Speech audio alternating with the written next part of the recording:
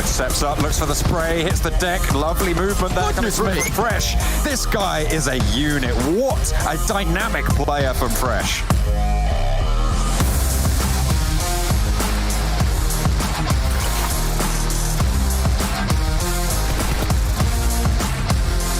Gapahala with an aid around the side, spots the player, goes even as the blue zone puts a hurry on things. Around the side, Beast is there, looks for the spray, goes low and goes down. Gapahala.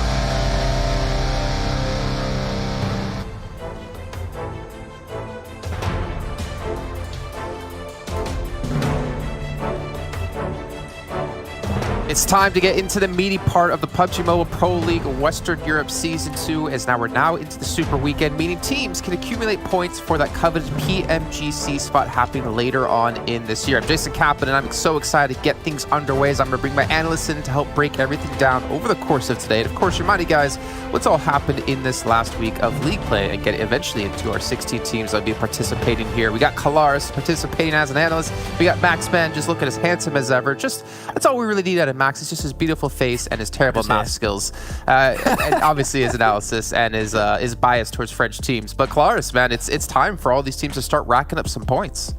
That's right. 3 days of it. It's going to be a good time indeed, especially considering the level of competition we've seen so far in the league play.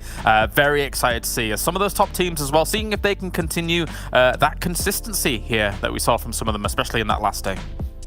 Maxman, $1,000 on the line for every chicken dinner you can win in the Super Weekend. It's time to find out which 16 teams will be participating here. If you didn't catch the action happening just a few days ago, and for Romanian Boys at the top of the leaderboard, this team, we'll talk about it a little bit more later on, but this team I think came out of the gate swinging. We did not expect a team like this to be ranked #1. Which I'm super happy about. I think a lot of people were expecting, especially Unicorns of Love to do especially well, which they're not even there this time around. But for Romanian Boys, really setting up a big standard for not only themselves, but all the Romanian teams. I think we talked a lot about Romanian teams and players last season, and this time actually taking first in this league play is great. Of course, we're hoping to see that also happen for them in the Super Weekend. But 116 points over the course of 8 games alone is insane. Sets up a very big standard for them. So of course, we'll see if that can transition in the Super Weekend. And same for Gamelord. You said I'm a little bit biased towards French team, which no one else is going to do it here, so I have to be the one to go for it eventually. But yeah, Gamelord, really good performance, really good consistency. 2 wins for themselves and 107 points too. Super proud to see them actually at the top there, and we'll see, but especially having new names at the top that we were potentially not expecting entering this tournament is what really makes me hyped up for the Super Weekend. I mean, real quick here, you have Gamelord who came in from PMNC France. You've got also Excuse Me there in 5th place who came in from PMNC UK. You got 4 Romanian Boys who came in from the EU Wildcard Fall, or from PMCO. You have a lot of teams coming from these lower tier tournaments, Kalaris, able to break through into PMPL, and not only break through, but break through in the first week alone. And that's the thing, it's a grind, right? It really is. To be able to go through that system and then get to here, these guys are playing day in, day out, trying to get better, trying to make sure that they can not only compete in their region, but then also translate that into the international stage. And this being effectively that first foray into that international stage in the system as a whole, you're seeing some of that fruits of the labor really pay off, really come to fruition here. Gamelord, I was very impressed with them, especially compared to our last Europe West. So I'm hoping for good things for them here. Yeah, also gotta give a shout out to 2 more teams here, Vodafone Giants and Big. Now, Vodafone Giants for one reason, Max, based off the fact that UDR Killers was really unimpressive in week 1 when we looked at PMPL last season. They came out looking phenomenal. And then you have Big on the other side, and feel free to talk about either or both teams, Max, who is representing this massive organization in PUBG Mobile. And I feel like the pressure they have on their shoulders is pretty damn tough. Just to start off, it feels great to have some bigger orgs, join the scene in PUBG Mobile Esports, especially in the Western European scene. That the West is maybe a little bit less popular compared to the Eastern PUBG Mobile Esports, so it's good to see these orgs actually join the scene a little bit right now. But I especially want to touch upon Vodafone Giants. You said they didn't do well the first week of last PMPL. They didn't even qualify to the first Super Weekend, so already this is an improvement on that. And you got to keep in mind that you talked about the PMGC spots, right? These teams need to qualify if they want to have a chance of making it up at that big event, international event at the end of the year. So So hopefully we can see potentially Vodafone Giants, especially as they played last season, do relatively well here. I'll take a look at our second page. We're going to see a couple of names and unfortunately not see a couple of names. There's Destiny to be sitting in 9th place. Deus Sirens as well. Great to see them come through with 52 points, though their kills, well, they seem to have stepped up a bit. I know we were a little bit harsh on them in terms of looking for fights and taking fights, but they seem to have equalized out pretty well. I mean, realistically speaking, this is a pretty decent average for them across what we saw from the first 2 days of league play. I mean, 20 kills coming in with 32 placement points. I think that, yeah, maybe, you know, some of that was more rotation-based, trying to get to themselves to a position and play it out from there, taking kills that came to them. But that's a completely fine play style if you're looking to play in a lobby right now that we saw a lot of edge play in day 1, then we saw a bit of a shift more to center in day 2. I think that maybe we'll continue to see more of that shift to the center, and maybe that's where they got scarpered by some of the other teams looking for center as well. We'll see. Max. Unicorns love 17th place, failing to qualify by technically 2 points. You got SKP, you got Nexus Gaming, again, another team who played in PMPL and who are looking pretty damn competent. Is on top of that, have just not really shown up in the first week alone. That's definitely the big surprise. I was watching the VOD yesterday and people were just in awe at the fact that Unicorns of Blood did not even make it. There was memes on Instagram too, just people being disappointed a little bit with their performance. I mean, it's normal, right? This was normally going to be the superstar level team and they just didn't make it. So we'll see if there's going to be some improvements heading into the league play of the week 2. But Xtreme Slayers, even though they just barely qualified by 1 point, that is based off the fact they got 1 win. This is a one-hit wonder team. We need to see a lot more from Extreme Slayers in the Super Weekend. 1 win is just not going to cut it. Especially, Jason, since this is one of the teams that, in theory, could challenge for a PMGC spot if they got enough points. So they need to step it up. Yeah, and that's the big thing, right? The PMGC qualification, like, points is a massive factor to it. And I feel like if you're like Conqueror, for instance, who's having a legitimate chance of qualifying through that, this is your opportunity to build up a lot of points, Max. Yeah, exactly. Not only Conqueror, also Eastern Stars, and we got a few teams that we'll talk about them a little bit later on as we go into. We got a list of teams that can make it, but this is now a lot of pressure, and the fact that especially Unicorns of Love that at the start is in the lead when it comes to those points opens a huge opportunity for all these teams. So this is a do or die Super Weekend. It might just be the very first Super Weekend, but now is an opportunity for all these teams to close that gap and give themselves a living chance at the PMGC spot. So now is the moment where teams need to do extremely well, it could be extremely consistent, and especially have done their research beforehand. You can't afford to go out in the first phase, second phase. You need to have those rotation and drop spots down to a T, and then you might have an opportunity. But of course, Unicorns of Love, I think that we might expect them to make it through at least 1 Super Weekend. I think that's what we were expecting at 1 point. So it is still not going to be that easy to overtake them. So we'll see how things move on. Yeah, I'm kind of hoping, Colors, for some teams out there, again, like the Conquerors, and we'll look over the list in just a few seconds. Like, the intensity, I feel like maybe they feel like they have to play at, if that makes sense, to kind of catch up to Unicorns of Love. Like, they want to hit over 100, 150 points in the Super Weekend. I feel like maybe they're putting almost too much pressure on themselves to perform, when it's just about, closing that gap. You don't need to perform outstandingly here to create a lead against them. You just need to, whittle away at that lead that Unicorns of Love have. Yeah, definitely doable in this first weekend. Remember, it's 3 days worth of gameplay as opposed to 2 days, right? Which is the league play. So if you think about the points that were accumulated throughout those last 2 days, and then you think about what you could gain here in these 3 days, it's definitely possible for a team like Conqueror to make up that difference, especially if I feel like Conqueror can be a team that can thrive in a lobby that's not changing, not chopping around and getting things done. We saw them in previous tournaments actually have a level of consistency when it comes to them understanding the lobby from every single game. So we'll see. Yeah, let's actually take a look, get an idea of how many points like some teams do need to catch up to Unicorns of Love. Again, the stand-up team at the moment at 672 points, and we can see here Conqueror's, like you said, Max, about 100 points back behind them. But then you have Destiny extremely close to Conqueror. You got Eastern Stars as well within reach. There's a lot of teams that can easily close this gap and actually surpass Unicorns of Love, and that's the effect of missing out on 1 Super Weekend. I would put it down to ChasMac Gaming and all the teams above have a clear chance of making it. When we look back at last PMPL, the point record in 1 Super Weekend was 234, and that was held by Panda in the first PMPL season. That means all these teams can make it. ChasMac need 184, Eastern Stars need 113, Destiny 100, and Conqueror 97. Those are the 4 teams that are looking to potentially overtake that position. All the teams below that are trying to close that gap to give themselves a chance in the 2nd or 3rd Super Weekend. So now it's not a race race. This is clearly a marathon to see which will be the most consistent team throughout these 3 Super Weekends, and of course the finals, if they can whittle away at that gap that Unicorns of Love created last season. Yeah, and I think, for instance, for Romanian Boys, as we're going to talk about them now, like, realistically, for them to pull off 672 points to pass Unicorns of Love, which, honestly, is going to be more than that, right? Because we can't expect Unicorns of Love to not qualify for 3 Super Weekends in a row. I feel like, realistically, it's really difficult for them to take that position away. However, they can gain a ton of money through chicken dinners here with, was it $45,000 on the line? But they also get a lot of experience as well for a team that is coming in from like PMCOs. Like, this is a great opportunity. It's crazy to think what's feasible and possible, considering, as what Max said, in terms of the point record from our previous Super Weekends, with seeing how Panda were able to execute that. But I do think as well that was very much an anomaly in terms of that roster looking absolutely amazing around the time where it felt like that roster was ahead of the curve in terms of the meta compared to the other teams that were playing in that tournament at the time. Now, I do feel like EU West is a little bit closer, even though four Romanian Boys had a great last day.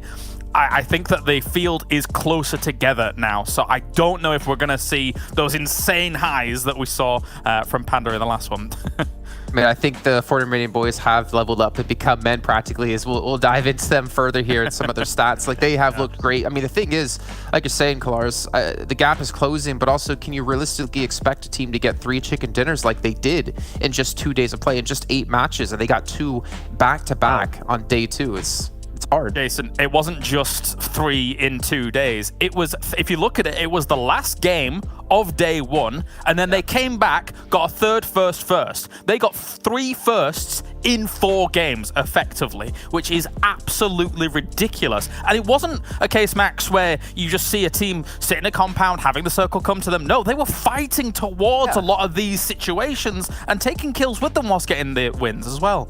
I think we, especially on this first league play, built up how it's good to see some teams come back from last PMPL that remain as a team and how they feel a lot more confident. This is a roster that doesn't have that kind of experience in this type of lobby. So them going out so aggressively, as you said, Kalaris, and actually fragging out with some of the best teams in the region is very impressive to see. And of course, we can see if they can transition into the Super Weekend. But I think that right off the bat, they set up a very big expectation for themselves. And we're hoping to see a lot more from them because they had strong rotations. I think their macro was maybe not the thing that they are the most renowned for, but when it comes to it, they had some really strong rotations. And when you have good macro, added to that also the fact that they are not scared to go for fights, not scared to go for some engagements, really makes this team look super scary in the grand scheme of things. So I think that especially when you're going to have some Sanhok games, they are not going to be scared to go for those engages. Sure, and the crazy thing is, when you're looking at the highlights as well from them here, almost every single nade is cooked to perfection. Gordon Ramsay would be jealous because these have been fantastic. We saw just a string of them just there. They know exactly how far they need to be going with these kind of engagements,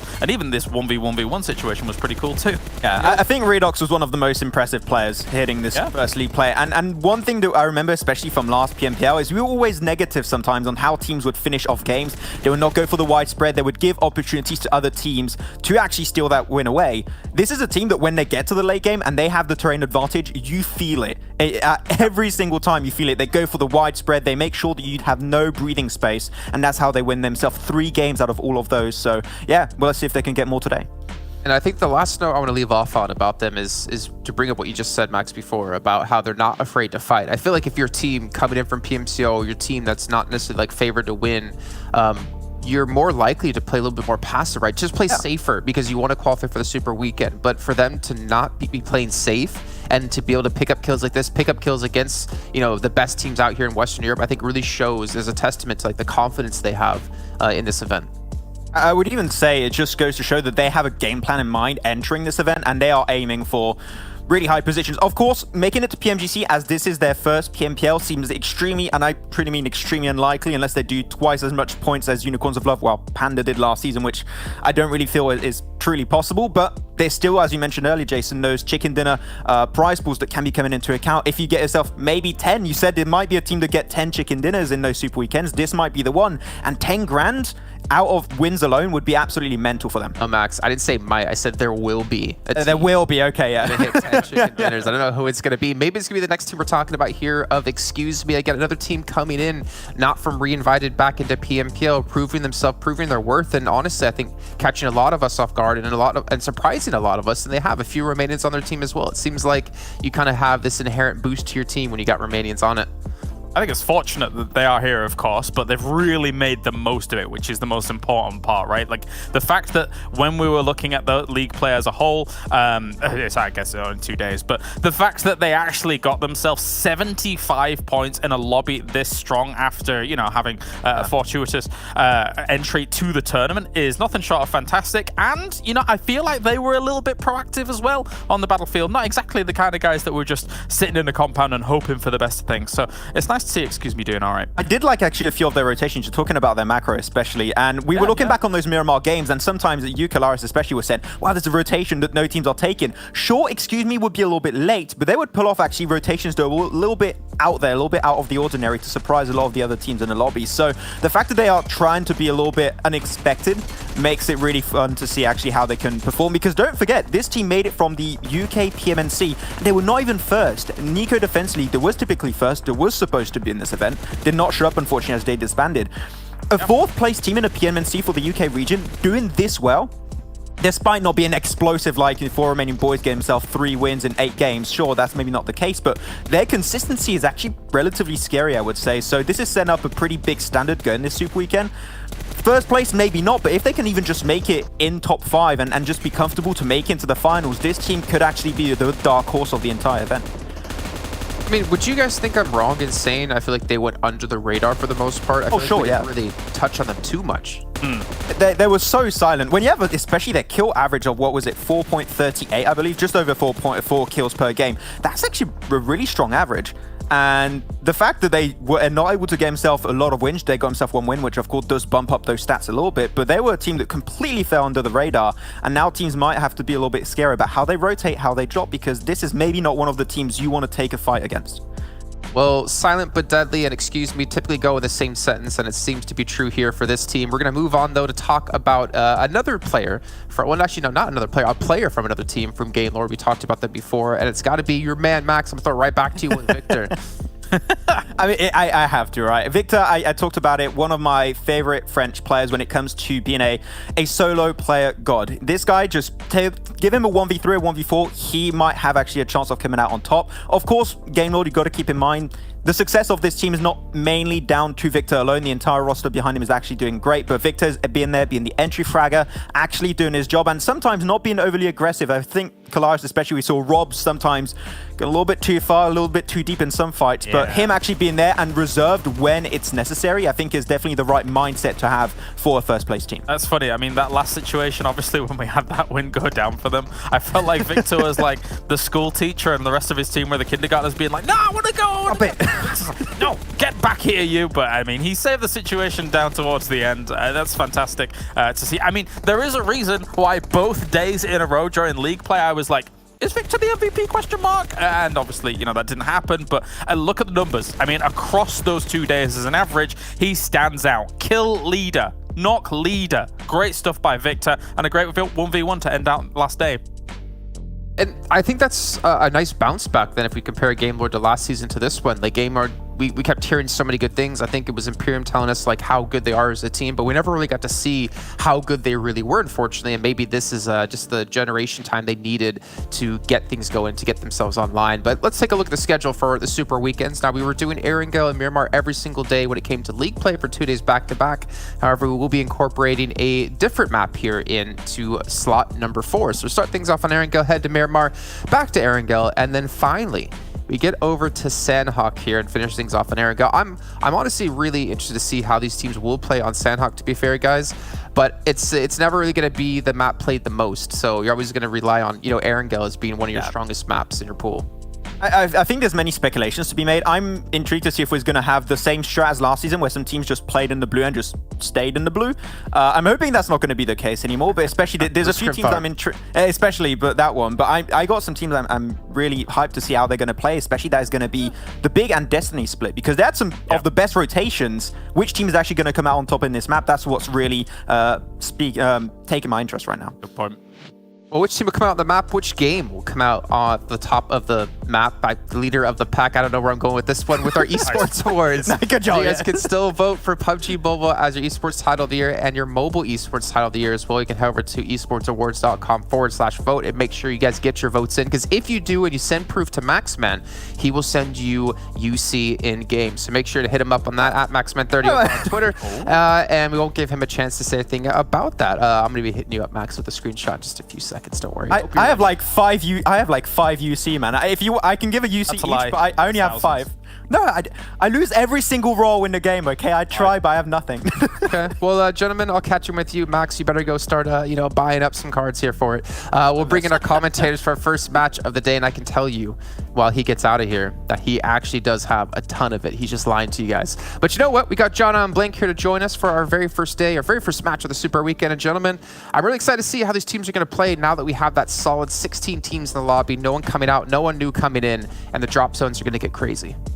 Yeah, that's what I'm looking forward to, right? Seeing these developing metas when, as James mentioned, this pack is so close, and to see who comes out. What did you say? On top of at the front of with the pack at the front of? I think that's what you said, Jason. Yeah, pretty much in the pack at the front, where the front of the pack is in the terms of the map. And really, we're going to be looking at that very closely here. The PUBG points, very interesting in my opinion. I think the only team that really has a chance here, in my opinion, at actually taking over Unicorns of Love on that #1 spot, at least right now, for the entire tournament, probably Eastern Stars, personally. I think these are the kind of guys that can actually pick this up. I think if they do go to PMGC, perhaps there's some roster shuffles that does happen there. There is a boatload of talent currently in the Western Europe that's available for that now. I think that before we were kind of lacking some extreme talent. We had it was close towards that top side, John, where you had those very specific players you saw. But now I see throughout the entire roster of Western Europe in terms of the teams here, especially in this Super Weekend, there are some big names on every single team.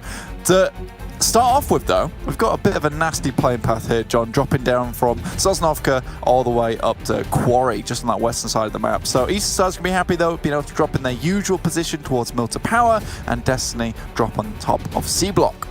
Yeah, it's not going to be easy for Big, though. They like to head up towards Severny. Potential for a secondary drop location there. It really depends on where this first circle is going to pop in terms of that rotation's feasibility specifically, but there is quite a lot of places that they can go. I mean, they might stop off in Yasnaya, could even fall short just a little bit towards Rozhok, depending on how many other teams want to head out that way. Destiny claim C Block, claim that military base. The circle is northeast. That Severny rotation now much more feasible for Big over on the north side. Yeah, because obviously if they drop it towards Severny, they're still within the circle, so time will tell there. I think for Big, they have made this rotation quite frequently, though, dropping into vehicles, giving some teams a bit of worry on the way down as well. It seems that every single time they get to the ground, they immediately have a weapon in hand, so I don't know if that's a little bit of a boost that they have in their hands, but look at that. Already, Robs is down, though, for Game Lord, and this is the issue with this kind of playing path, does actually get flushed as well, is that when you drop here, you're more than often not going to get into a position where you're not comfortable with. And it feels like Game Lord here, they split up. Uncharacteristically of them, this is usually a team that stays together. But here with this kind of playing path, they've decided that, they might need to take a different position within the circle. And they weren't quite sure where they wanted to go here, which is slightly unfortunate. Big completely drops the mark here over towards the western side and are able to quickly get up towards Box and then head towards Severny. So really nice rotation from them. The rest of the team still scuffling around the south side of the map. Excuse me, it looks like they're on a big split right now. Two of their players, as we got on our screen, are heading over past Potato Hill, but the other two players on the team are by the Western Bridge on Military Island. This is like two separate teams playing completely separate areas. They've moved up to apartments. Maybe that's where they want to get their foothold. I believe the first kill did go over to Excuse Me. I think it was a scuffle over this buggy that actually netted them that first kill for against Game Lord, sorry. And now they've managed to start to loot up those apartments. They know they're going to be first to get there, and they should be able to hear anyone encroaching in the meantime. But I'm surprised that the rest of Excuse Me is so far down southwest. I mean, they went all the way to the bridge. Yeah, I think it was a case of like finding vehicles. Maybe, They both wanted to at least have 2 vehicles on side. I think if you have 2 vehicles, it becomes a lot easier for you in the late game. And realistically, if you pick up those there when, you know, the circle isn't exactly in your favor in terms of the playing path, it's nice. I thought he went for the flying punch knockout, but no, he did just get run down. It was the scuffle over the buggy. Costi able to pick up a point for Excuse Me. Oh, stolen away. Yeah, beautiful stuff. You love to see it. Down he goes, easy peasy, and we're back on board. Easy peasy, squeeze the lemon. Obviously, the way to be. At the front of the pack. Destiny are on the north side still of Military Island. They're going to have a pretty tricky rotation away. Obviously, none of this circle is on the island, which means they will have to cross. And they are potentially going to come into a little bit of a roadblock. You've got Xtreme Slayers out to their west. You've got TSC over that western bridge as well. And then you've got a couple of teams around the mill to mouth of the eastern bridge as well. The mill to mouth, I do like that. Yeah, a lot of times when you're dropping across that bridge, you are literally running straight into a maw of players. You don't want to be there because they will cut you up nice and easy. So it's a bit of an issue for yourself. Luckily, I don't think Destiny Xtreme Slayers are going to be moving too soon, though most likely will take that western bridge. So TSC is already setting up a roadblock there nice and early. They know that, you know, with that kind of playing path, there's going to be a huge amount of teams that are going to be towards the south side of the eastern island, right? So, you know, they're going to be around Milta, going to be around Mansion, most likely going to be around Farm. So Western Bridge going to be a really key position for a lot of these teams who are on Sosnovka, which a lot of teams should have identified by now are going to be Xtreme Slayers as well as Destiny. So if TSC can set up a roadblock there, it will be really good. It would be unfortunate if they leave it, though, to be honest with you. I don't think that's the best play. I think you get some very easy kills, or at least like catch up on a rotation there. But it looks like they are moving away, giving Xtreme Slayers and Destiny a very easy approach out of the actual island itself. Potential opportunities for them. Exquisite Décode UK, Pubg on the eastern side. I mean, fair enough. This is where we always saw them drop as Lacknostra MVP back in the day. But Exquisite Décode UK, they got that Pubg position, and actually it's a pretty crucial road in this next circle for rotations. Absolutely, because if you're Eastern Stars, like that's one of your main rotational passes up towards the north side of Milta Power, coming out there. I think that they've made the rotation off to the west side a few times, and it's worked out very badly for them, actually. It's not worked out in their favor. So I think that heading towards the north side would be much better for them. It's what they've been beginning to do recently, and they've had more success with it.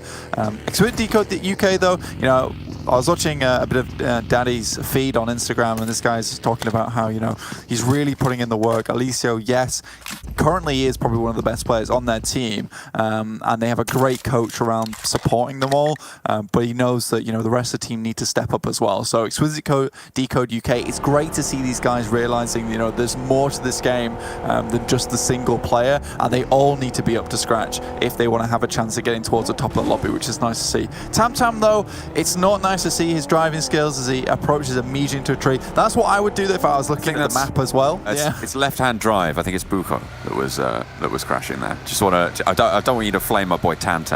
Oh, I'm sorry. Yeah, of course. It is Buhar, though. Sorry, I apologise. He's the worst driver. Tam merely looking on in dismay as they hit the tree.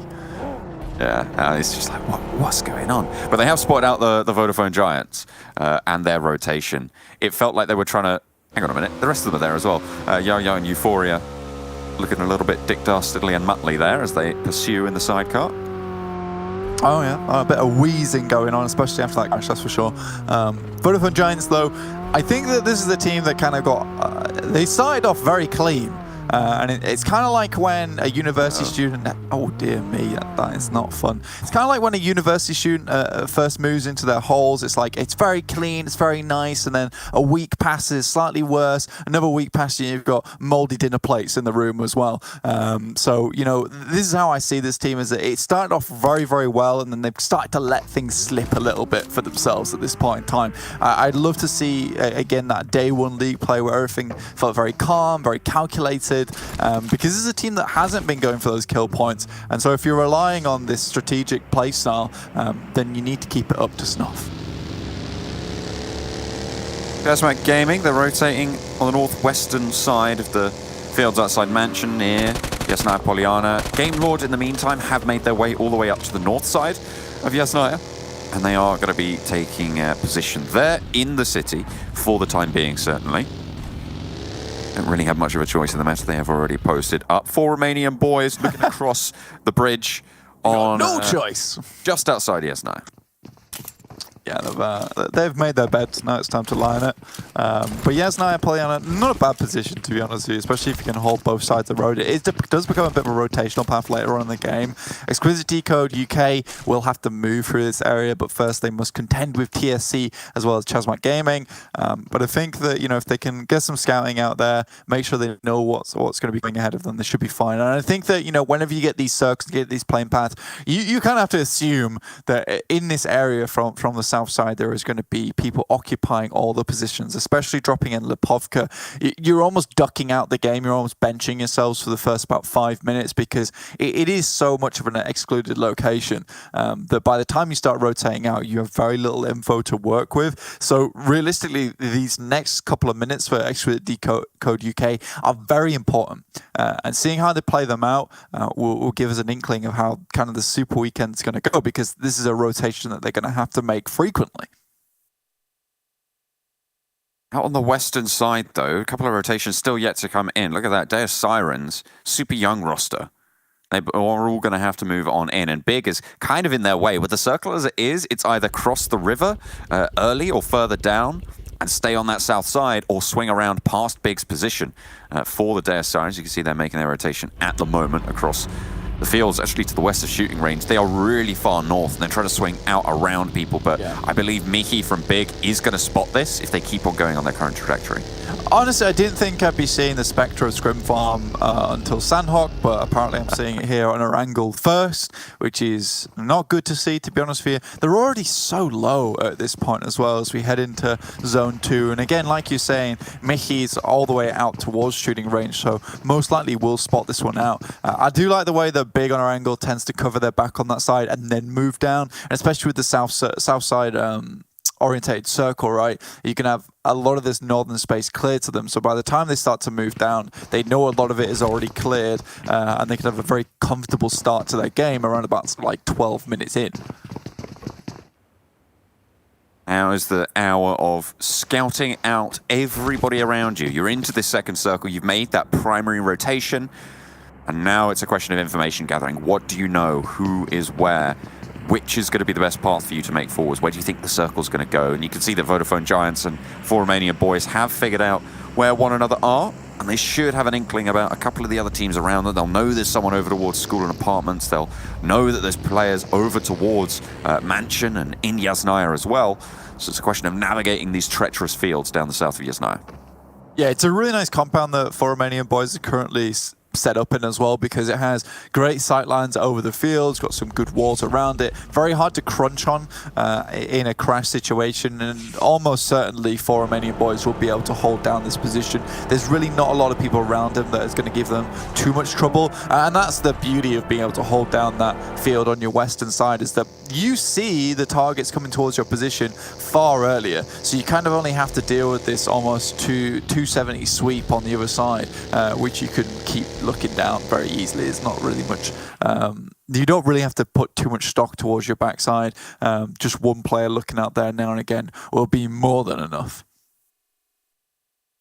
posting up, keeping your team safe. Very important role, but if you're down to 3, it's not as easy to leave that player behind, to always have that player watching your 6, and that's obviously the detriment that Game Lord are going to be facing, with the upside of the fact that they went into the city, right? And I feel like it's a little bit easier to control the ground around you if you're posted up around the city. So maybe that's what they're sort of looking for, not wanting to traverse open terrain, playing in those urban environments to assuage that. That's a circle straight onto Yasnaya Fields. That is a very difficult part of the map, and we'll see how all of these teams are going to try and fit their jigsaw selves into this puzzle. It does make, for Romanian Boys, an extreme target. Their bounty just went up by about $2 million there.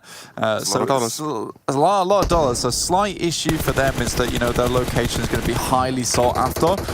Xtreme Slayers are off in the distance. One does go down. Spuho being able to pick up that kill now. Pappy from Extreme Slayers looking to put in the work. Just about sees Tam, but doesn't have a clear line of sight yet, John. Not just yet, but this is a very nice start to surrounding this area, to trying to control it. The difficulty is Eastern Stars out in the wings. If they hear these shots, they see things going on, maybe they want to divert and try and play a third party. Perhaps leapfrogging, though, a little bit more important. Damage sent over towards holes, then away as well for Extreme Slayers. And it looks like they don't even want to take this fight. Already a knock coming through over on the For Romania Boys front as well. The Eastern Star's decision making has been very nice here on Erangel so far. I mean, yesterday we saw the game where, you know, it refused to drop either north side or south side of the river, and Eastern Stars barreled it past Big on the northern side and managed to get a higher placement because of that. I think their decision making is getting good right now, where it comes down to whether do we take this third party, do we not? And I think with this specific circle, where you know that areas around this map to control are going to be limited by the fact there is so much unplayable space towards the center of this circle, you really just have kind of this ring around the outside, and if you're completely unlucky, you are forced to play that field and start to snake it. ChasMac Gaming already moved into it a little bit early, for me at least, and TSC is just sending as well. But this is kind of a desperation play. It's something you need to do, and if they can rank up through this, it's good, but a lot of the teams are trailing. Conqueror spot Eastern Stars on the rotate, but they remain unscathed, and actually Vito takes a pretty hefty chunk of damage. Nade over the top. Oh, he gets out of there. Goodness me. Goodness me. Yeah, by the skin of his teeth, able to get away from that nade. Very nicely placed, though, from the Eastern Stars. And again, looks like they are starting to turn things up here. Exquisite Décode UK on the eastern side, clashing with Extreme Slayers, who left their position around Mansion. Down a player as well. Now Pappy is knocked, and it's only 2 active for Extreme Slayers. I don't imagine that they're going to want to take the rest of this fight. Nades back and forth between Conqueror and Eastern Stars, but I feel like they don't want this fight either. I feel like nobody wants to take these engagements.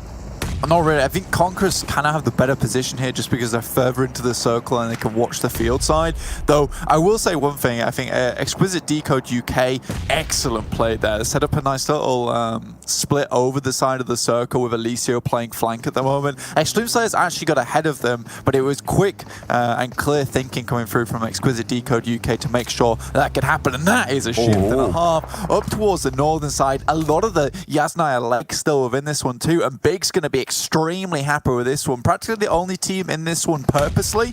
The only other team that has a good position here is Game Lord, but they dropped into the city, as you acutely put it earlier, because it was probably one of the safest places for them in that moment with 3 members, but now it's worked out fantastically. I mean, they've got themselves prime real estate right now, and they have to try and leverage that, control the field, stop teams getting in, because as soon as that happens, it's all the more tricky. But Redox, he doesn't adhere to roadblocks. He's straight on in. Redox is right in the middle of Yasnaya right now. ChasMac Gaming made a fast push, and Extreme Slayers, with the remaining players that they have managed to find an outpost. Royal for Romanian Boys moving in as well. Game Lord not controlling these crossings. They're allowing teams to play near them. Super young roster on the eastern end as well. They're moving in. This is incredible. The fact that all the four Romanian Boys have managed to make it in here is ridiculous. One does take a knock there, so one who brought back up to on his feet. I think the rest of the team realizes this. You can see Doran as well as Ko just dropping onto the building side with Game Lord in it. Team Doom taking a lot of shots their way at the moment, just about making it into the Super Weekend by the skin of their teeth on that last game of League Play Day 2. They will lose one player off in the distance though, and now Destiny starting to make their approach to the circle as well. Vodafone Giants been a little bit slow here, but they're going to try to squeeze past, on the western side of this circle, whereas the eastern side is incredibly packed at the moment. Excuse me, not willing to budge at the moment, though.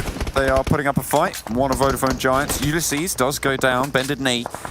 I have to try and rethink this. Look at Mango moving in. He's guarding this roadside. Just making sure that there's no openings that can be found, or certainly not without his knowledge. Mango backing up, though, as Mazzaro for Destiny looks to try and skirt around things. The rest of Destiny not quite as close by. They lost Beg for Mercy earlier, and there's their scout going down as well. Mazzaro falls. There's no rezzing that one. The other two, they're going to sail on by. Shots still ringing out, though, towards them. No damage found. In the meantime, Team Doom still taking heavy punishment. They move straight on up and straight into the waiting arms of Goldie from Big, but he goes down. A really nice drop shot there from Texi, able to hop out the vehicle and go for gold. Is looking to get the flush as well, finding 1 point. Big, their position now a little bit more tenuous. Texi down in the side, doing a lot of work for Destiny, but they're both low. Mihi out for vengeance. We're going to try and pop those nades in. Getting that cook on up. Needs to bounce it nicely past the vehicle. That's good. It's going to find one and the second as well. Bobbles it down, and that's Destiny down. Yeah, just bank it off the side of the rocks. I think that, you know, that's a position where you can get in, try and get something done as much as possible, but you're going to have to strike out a little bit harder than that. It was fantastic on the first kill, but something quickly had to happen afterwards. But look at this. Look at this little parking range that the guys from Big currently have. So many vehicles on side. That's going to really help them in the long run. Deus Sirens just about make it in on that western edge. The question is, how many meds do they have left? Because you can't imagine they've stopped off too many times on that long road trip to pick up any meds on the way. And I think last time I saw Yatum, she was down to just the 1 first aid kit. Vodafone Giants, on the other hand, also taking shots their way, just down to 2 players, and another big shift down towards the city side. 4 Romanian Boys once again hold a very nice position here. They're not on all the way on the outside of Yasnaya, so they're not the first to get crashed upon, but they're also very much in the center at the moment, which makes them have a really good spot in terms of being able to see everything that's unfolding around them. So really well done to them. They have their satellite teams to protect them from any encroachers as well. So, I mean, they're sitting pretty right now. ChasMac Gaming, at the moment, a little bit of loggerheads with Conqueror, but most of the fighting seems to be going on Super Young roster and Eastern Stars right now, across the way on the northern side of this road. Super Young roster, they're right on the roadside as well, which means that they're going to be taking fire from both sides. Yeah, I think for Eastern Stars, yes, they made some good rotations, but I don't think they've tried to take anything concrete this game so far. It's been a little bit hesitant for me. I think a lot of it's been about living, which is fair play. I think they've struggled with this rotation before, and this time they've actually been able to make it happen. Quickly, they consolidate, though, and 4 Romanian Boys, though, they're just working chaos over towards TSC at the moment. Excuse me, is dropping up towards Game Lord at the moment, in sight of 4 Romanian Boys. Let's see if they can do anything about this. A lot of shots and a lot of scuffles going on now for territory. Deus Sirens managed to make their way into the outskirts, into the suburbs. We'll try to upgrade to CBD territory in the coming minutes, but nade's starting to fly. Circle's starting to push. ChasMac Gaming need to be careful. Reeves not taking the shots. Trazen not able to find that knock on the western edge. Team Doom still in it somehow, some way. They keep it on going, but Vodafone Giants are going to have to move on in, and if Game Lord are able to control it like that, it's looking pretty good. Excuse me as you say, they're on the northern edge of that Game Lord compound. I mean, this is 4 Romanian Boys all over. I don't think there's been a single moment where they've been very passive. They're taking shots over towards everyone. ChasMac Gaming's been taking a knock here. They've taken shots towards Team Doom. As Ulysses now down for Vodafone Giants, just nano alive right on that edge. Team Doom really just holding that poor guy back at the moment. The Deus Sirens there, a little bit of an HP lack there, but they're in. They're in the circle, and that might be more than enough. If they can take a fight, they can pilfer the meds. And that might be what they're looking for here. Bandages, pretty crucial. Just pick up anything you can. Get as late into this game as you can possibly. Exactly. I mean, you saw them there. It was just like scurrying around the apartments and looking for anything. And I think those bandages, yes, most people will be like, oh, bandages suck. It's like, bandages, yes, Please, this is exactly what I wanted for Christmas. Next circle drops in though, and it doesn't favor really anyone on that northern side as it's heading a little bit over towards the west. 4 Romanian boys still clearly in. They've already got to play it up towards that northern building so they can coalesce on that position should they want to. And I imagine they're going to go for a 2-2 split during this circle, but we'll wait and see. It might be a little bit difficult to cross with the absolute massive migration of players from the eastern side right now. I mean, he does go down, but they're behind the wall, potentially looking for that res. I mean, Big, they were on that coast of the lake for so long, and they allowed every single team, basically, to get into the town before they did. So making this crash was going to be tricky, but they've managed to do it. They've managed to find their opening.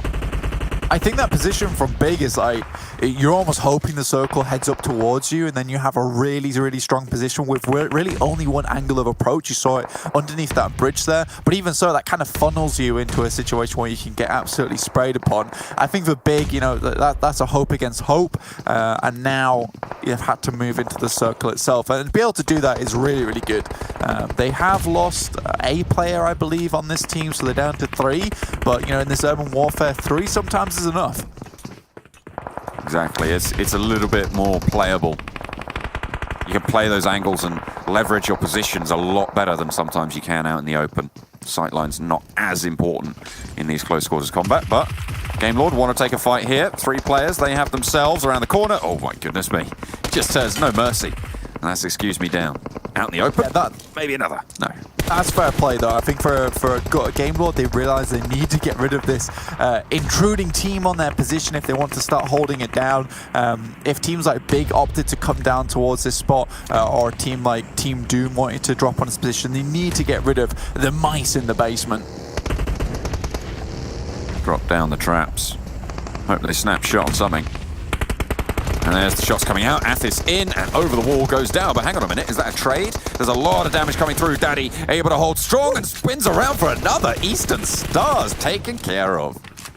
Really well done from Exquisite Décode UK. Honestly, I'm really happy with this team. I mentioned that their rotation earlier would kind of indicate how things went for the rest of the game. They managed to make a very smart decision, and they continue to do so. Sure, they lose one player to a knock there in Will, but he's easily brought back up and fought, and you don't think that any other teams are going to be making this rotate across the road with so many eyes on them now, with limited teams remaining. 8 teams alive, 23 players still out on the field at the moment, John. So things are starting to get very, very hectic, as you can see and hear the gunshots everywhere. Big, really quite isolated in their position right now. No one really wanting to move towards them. No one really can either. Super young roster. They take a knock. Nade starting to pour in. And there's only one player left, and they're not going to last too long. Super young roster eliminated on the eastern side of the circle. The shift is down south, right onto 4 Romanian boys. They're loving it right now, John. I mean, it's been one amazing compound after another. Really smart decision making too. Being the case that, like, we don't want an outside zone because we know that's more than likely already taken up. Let's go 1 in. Let's just go 1 in here, see what we can do from there. It'll give us an opportunity if the circle hits on Yasnaya, but also allows us to leave if needs be. Really, really smart from 4 Romanian boys, and coming from that excellent compound on fields as well, it is just beautiful play coming through from them. Exquisite Décode UK also really impressing me right now. Big, probably another team that I think could potentially cause problems within this circle, but right now they will be in the open as they have to cross the roads itself. That will require a lot of smokes to make it happen. A lot of utility necessary. Exquisite Décode UK, they've got a couple of smokes to work with there on the crossing, but Will goes down early to an 8 over the top, and Big, 4 Romanian boys all looking to control this cross. Moment, sneaking around. A nice high ground position there on the rooftop, though. It's really nice to be able to peek out from there. Will be forced off it.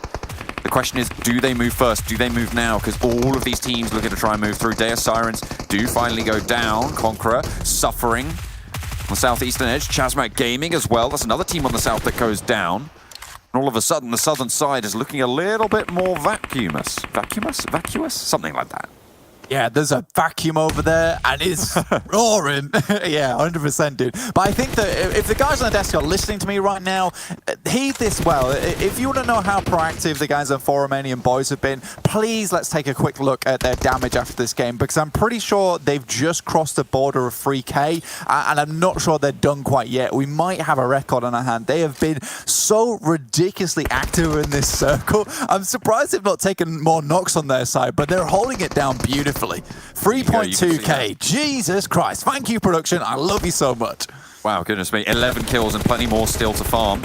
If they're so inclined, looks like their reign of terror might continue here. They certainly have a good spot and a good chance for it. 3 teams remain now, 10 players alive. 6 kills potentially still on the board for Romanian Boys, putting them up to a total of 17 if they're able to get all of them. But look at this. Oh, Lord help us, please. This is pretty sad. Though to be fair for Big, this is a big result for them. I'm honestly quite impressed they made it this far from the circle that they were towards the lakeside. Honestly, that rotate up towards Severny as well, where the playing path was so towards the south. Great scouting from Mickey earlier on in the game, over towards the western side. Beautiful stuff, really so far from Big. But I think it's now time for Romanian Boys to clear this one out. Be able to sweep this one up. Big try and make their crossing. Mihi up to bat, but both Beast and him fall down. Now just one player for Big as the flushes come through. Game Lord moving in to try and take those kills away, and they know where these players are. I think those kills did go over to Game Lord as well. At least one of them did, certainly. 12 kills now for Romanian Boys, with 4 left on the card. 16 potential. Be able to get Marvelo. 31 points on the game would be quite the thing to start us off. The damage from Game Lord looks pretty good, and actually, we're going to try and pick up those last kills as well. Finds the nade, and it's from Game Lord. Big eliminated on the crossing. Game Lord now trying to swell around the ground floor for Romanian Boys with 1 knock. Yeah, Redux goes down, but he provides some crucial information. But we are now in a 3v3. And realistically, the only thing that's supporting the Romanian Boys is this positioning. They do get a Kashi, which brings it down to a 2v3 now. So there's an opportunity here for Romanian Boys. Spicy tries to move across here, John, within the smoke, but Terra's not giving him a chance. And there's other fire coming in as well. There's the off angle that's so difficult to handle. Now just one player for Romanian Boys. Drop out of the windows, descend from the heavens, but not to luck. Not that time around, but there's the retribution. They will be able to take it down. Game Lord eliminated, and 4 Romanian Boys with another beautiful chicken dinner. I mean, it was played very perfectly there. Even from the dominoes of the guys from the leapfrogging, let's put it this way, from the guys on Romanian Boys from that field position towards the building within the center. You know, it might have been a case of game where we're like, oh, we've let one pass. I'm sure there won't be another one. Another one drops through, they're like, bloody hell, where are all these players coming from? And then, 2 more players get in, and the game was like, what the hell has happened? How have they got into that building? So I think that it's kind of that beginning situation was Game Lord's downfall, was not punishing the rotate from 4 Romanian Boys so early on. It's almost sad that happened there, because Game Lord could have had a really good chance on that game. And you know, it feels to me that Game Lord, Big, and 4 Romanian Boys, they're starting to separate themselves from the beginning of the pack, the front of the pack, to the west side of the drop, the leader of the pack there. So that's great to see for them, and honestly, I think Jason will be proud of them. Yeah, absolutely. I couldn't agree with you more. But, I mean, you have to say, Game Lord, they still had a really good game there, right? Like, they lost a player super early. They put themselves in a position to play for it that was probably safest for the numbers that they had in that situation.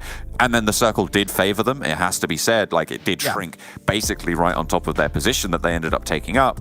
But in the end, they were able to control the teams coming in from the west after they'd allowed 4 Romanian Boys that access that maybe they shouldn't have done in the first place. A second place with that many kills, that's a great result as well. I think that both these teams really understood what had to happen within that circle, which is early fights and early shots that have been taken on other teams. I mean, just whittling down teams like that is the best way to go within those finishes, especially when you have such a strong position afforded to yourself early on. Let's take a quick look at these highlights of this game, and we get to have a nice little look at Costi. And you're right, that I did think he'd got the knock on that vehicle where he punched him mid-air, leaped over the top like John Wick. Oh, can you imagine? I feel like that would be probably the best knock in PUBG Mobile. If anyone can make that happen in a professional tournament for PUBG Mobile, look, I will get Max to send them some UC right away. Oh yeah, I'm pretty sure that's actually the new James Bond movie. You think? I haven't seen it yet. Yeah. What that? It was inspired by Costi himself. Yeah. I've just had no time. Really. Yeah, exactly. Really, really good stuff though for the majority of this game. Again, I'm going to talk about a little bit more just because, you know, we didn't see too much from the end of the game there. It's Exquisite Décode UK. Feels like they're much more playing like a unit now rather than Alicio being at the front. So that's nice to see. You know, the guitars are moving, the bass is moving. They're no longer just needing that front man to do all the work. So beautiful stuff from them. Really enjoyed their rotations this game, but there were definitely some clear standouts overall. You can see that Exquisite Décode UK getting some knocks over towards Game Lord, but you know they were so far out on that eastern side where there was a huge amount of teams as well, John. Yeah, urban combat not the easiest in PUBG Mobile, with teams looking every which way. With that number of teams and that shrink onto Yasnaya with so many of them there, I mean it's very difficult to really get through those positions, right? A lot harder certainly than it would be in open ground. So all credit to them for getting as far as they did. I really like that play from Navalo there, to be honest with you. It's one of my favourite ones from the entire game where, you know, Sarah's like like the Terminator onto Big. And it's like an incredible moment. You're like, oh my God, he's got two of them. And then Navalo's like, ooh, those are my kills now. Thank you. Yeah, it's like, oh, so mean. Just pinching them away, taking them home, putting them in the basket. But we're going to be putting ourselves in the basket for a couple minutes, have a little bit of a rest, grab a drink, staying hydrated. We'll see you after the break with the analyst desk.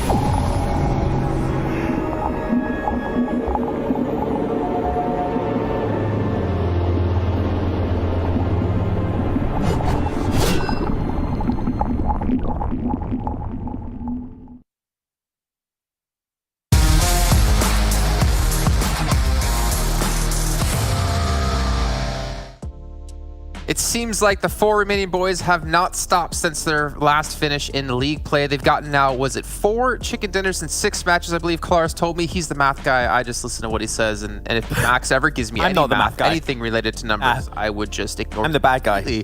But to be fair, I do him most of the time. 4 Romanian boys putting up some ridiculous results here. Not to mention the damage they did as well, which we'll get to in a few moments, guys, was insane. I mean, it's a city finish, right? It's not easy to play, and the fact that they did so well, 30-point bomb into this one. Not the point record, it was 31, but still getting relatively close. And we were questioning, is that just a league play? But man, right off the bat, a win, that's insane. They hear you when you were talking before you got in a match, like, oh yeah, 4 Romanian boys, like they would have to get like 800 something points to catch up to Unicorns 11. They're like, all right, Max, reverse curse us. I mean, to be honest, if they do this all the time, they're going to need every single win that's available in the Super Weekend to catch up, right? So I still don't think it could be happening, but that's already $1,000 in their back pocket, right? So they're feeling already super comfortable in I don't keep my money in my back pocket. I keep it in the front pocket. I don't want anyone taking that away from me, but that was like a fantastic finish, Klaris. We can see here, unfortunately, Vodafone Giants, Destiny. I'm going to point out Vodafone Giants in particular, just because this team showed so much promise in the first 2 days of league play, let's be honest. And then they go into Super Weekend and not a strong start. It is just the first match, so I'll give them that, but I'm a little bit worried. You're damning them after one match. Yeah, they're done, Jason. You're right. No, it's obviously, I mean, these circles, how they play out. A lot of people end up doing kind of gamble moves, gamble rotations. Do you want to stick around Yasnaya Fields, where obviously you want to kind of move into later on if the circle moves there, and then moving into Yasnaya can be a gamble in itself. So I can understand why some teams may have gone out a little bit prematurely in this one. Well, I wanted to ask you guys if this would be the first time we have all slots in our top players filled with one team. But Narval, He had a different idea. 955 damage is pretty damn good. 6 kills as well, but I think what hurts for Doran here, was it 1,400 damage done almost, but only 3 kills?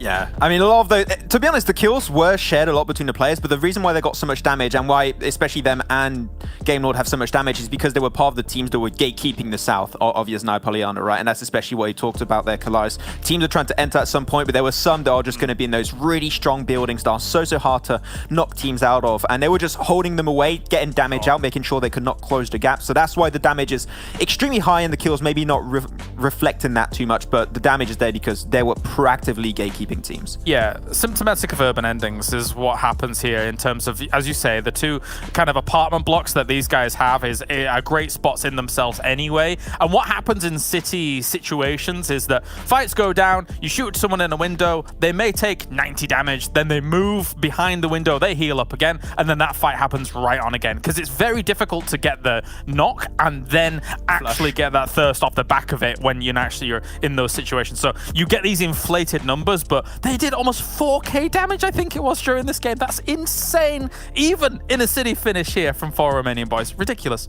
Yeah, well, we'll see how much more damage they did against the second team then, as we're going to pull it up here. I mean, I think it was 3,800 in total. Probably one of the highest, if not the highest damage dealt we've seen in a single match. And you know, I have to like squint and like get really close to my screen to see how little damage everyone else did compared to them. It's almost twice as much as Game Lord, okay? My math is maybe a little bit off on that one, but it is really impressive to see how well they played in the city finish like this. Okay. Max, you kill me. You kill me sometimes. I'm not good at doing math on top of my head, okay? But I try. The crazy thing about all of this is that technically Game Lord, you know, they actually understand this area very well, and that's why they'd position themselves on the edge of Yasnaya or in those apartments, right? 4 Romanian Boys is then across the road from in the other apartments and situated in between the fight of Game Lord and everybody else in Yasnaya. So that's why we're seeing these massive numbers coming in. I can't emphasize how big those numbers are. That's insane. Of course, we're seeing these big damage numbers and kills numbers coming out from the teams that were trying to play the edge of Yasnaya Polyana. Though I do want to say that there's a lot of teams here that can get a really good lesson out of this first game, right? Is that if you rotate late into a hard circle like this, you're going to struggle. Deus Sirens did a late rotation. Vodafone Giants did a late rotation. Team Big almost had a very late rotation. Luckily enough, we're able to make in the last building that was remaining. If you rotate late in these moments, you're pretty much out of the game right off the bat. So you need to be a little bit more proactive when you know the circle's going to get a bit tricky.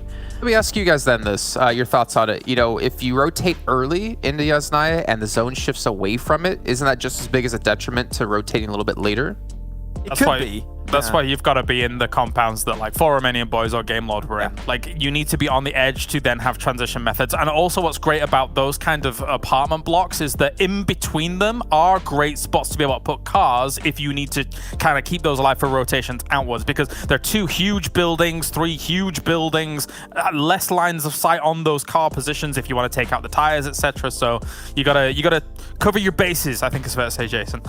Okay, well, let's actually dive a little bit deeper into 4 Romanian Boys really quickly, because we got to talk about them at the top of the show. We got to see them generally winning most of the matches we've had now so far. But I'm curious about their player stats, and I'm curious to see who's like the real standout players. Do they have that one person that's been the big dominating player for the team, like we saw with GK First last season in Panda? Or is there quite a few people putting up some good numbers? And we can see they've actually fielded 6 players across the 9 matches they've now played in total. I think this is one of the few teams we've seen do this so far.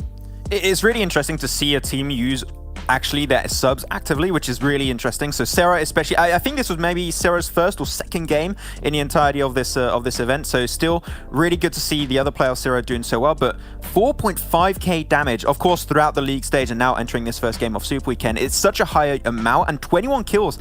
I believe he might be the kill record holder at some point right after this game. I think they're still in contestment with Victor. Yeah. He is definitely aiming for the MVP slot at the end.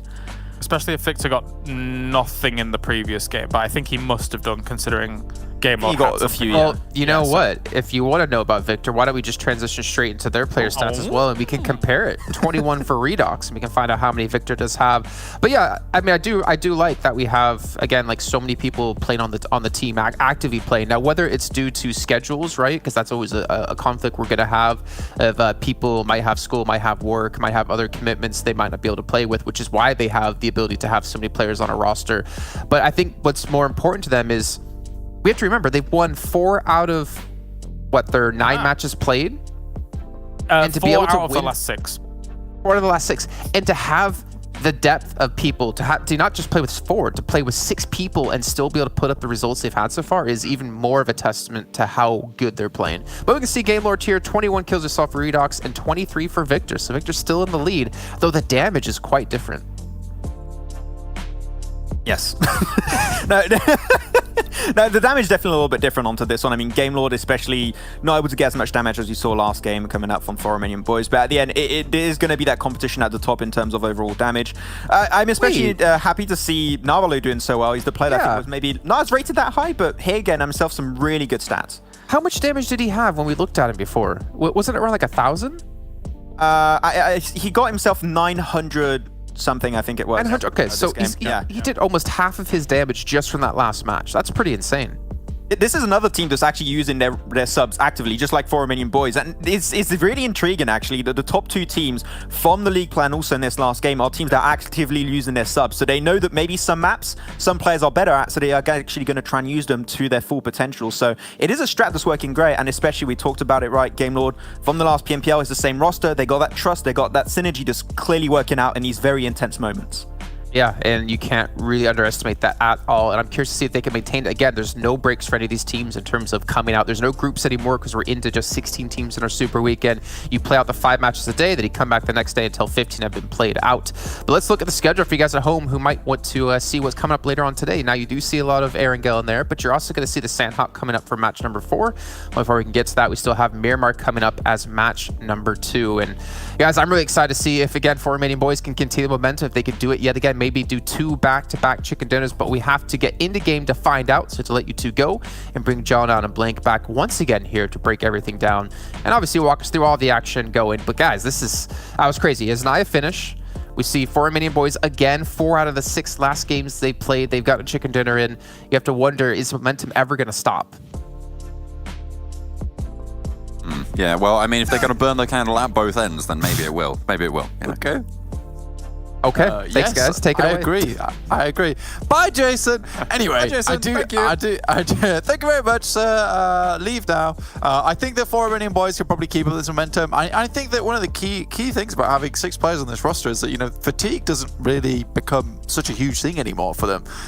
If you're playing these long days, and 5 days a week is quite intensive, to be quite honest with you. I mean, try going to the gym 5 days a week for an hour every day. That is ridiculous, to say the least. So if you start playing 5 games a day for 5 days a week, that's an incredible amount of commitment you need to put forward, and that's very mind-racking for the entire time. So if you have these extra players to throw in, let it play, you know, let up here and there, you're going to have a better time overall, which is nice to see. I think that really only works when you have a team that is able to switch and swatch, where you have a case that they're all able to work together fantastically well. Having that synergy there already just shows to me that 4 Romanian Boys have been really putting in the work in the meantime. So not only is this a case of 5 games a day, 5 days a week, there's also some scrimming on the backside, there's also some practicing that's going on. So honestly, to me, 4 Romanian Boys, extremely dedicated team just from what we've seen here already.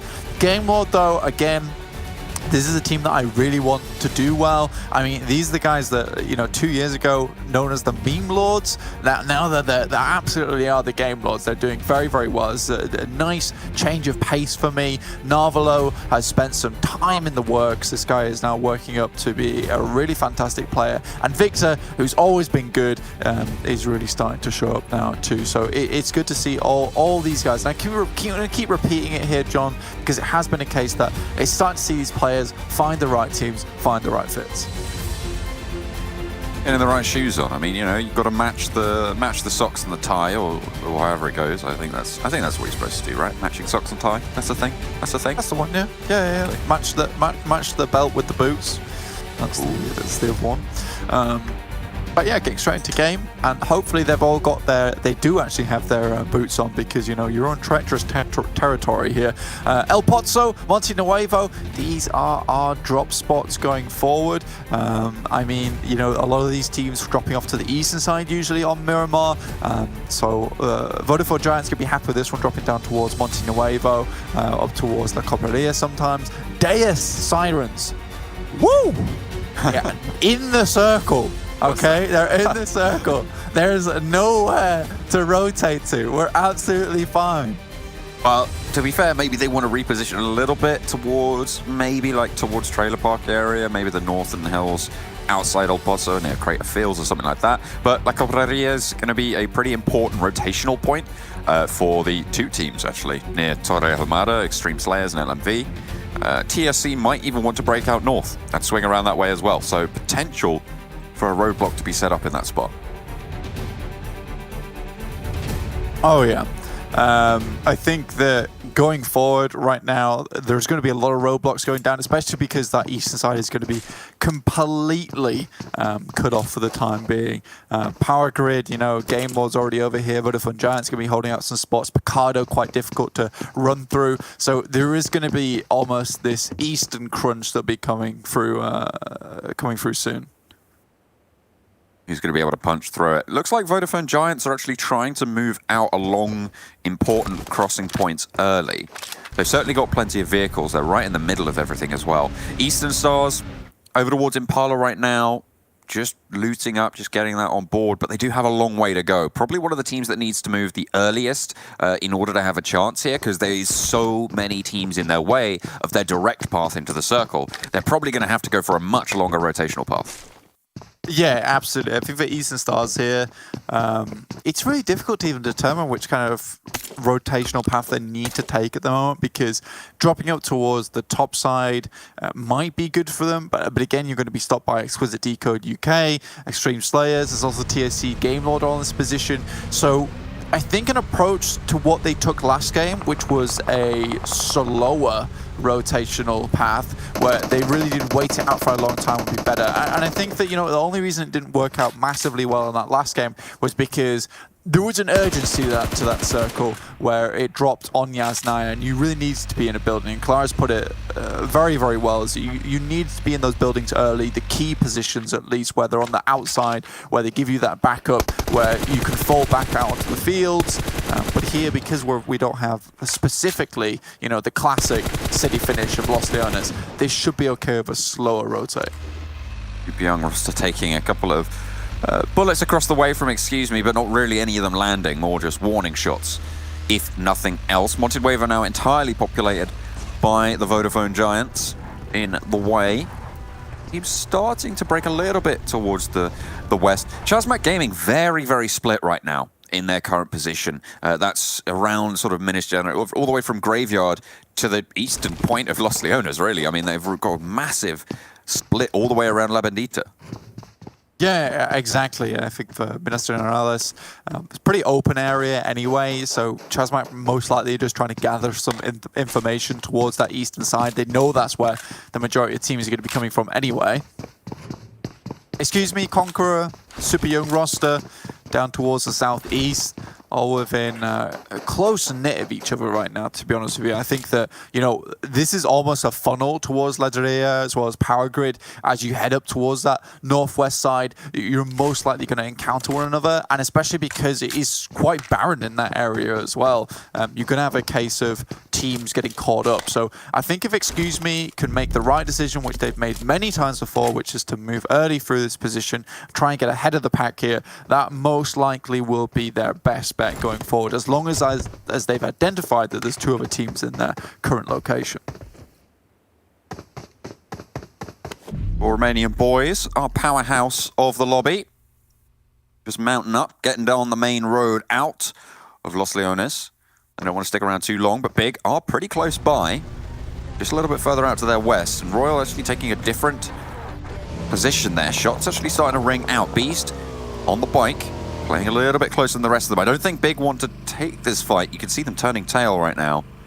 And for Romanian Boys, maybe just looking to try and scout this one out. Wait for this. Beast taking risks there on the bike, but managed to make it pay off. Oh yeah, he looks cool. He looks slick on the back right now, so it's absolutely fine. For Romanian Boys, try and make it just look just as slick as the US. Slightly more difficult to do, but you know, you make it happen regardless. Either way, these kind of vehicles will provide them a little bit more cover later on in the game.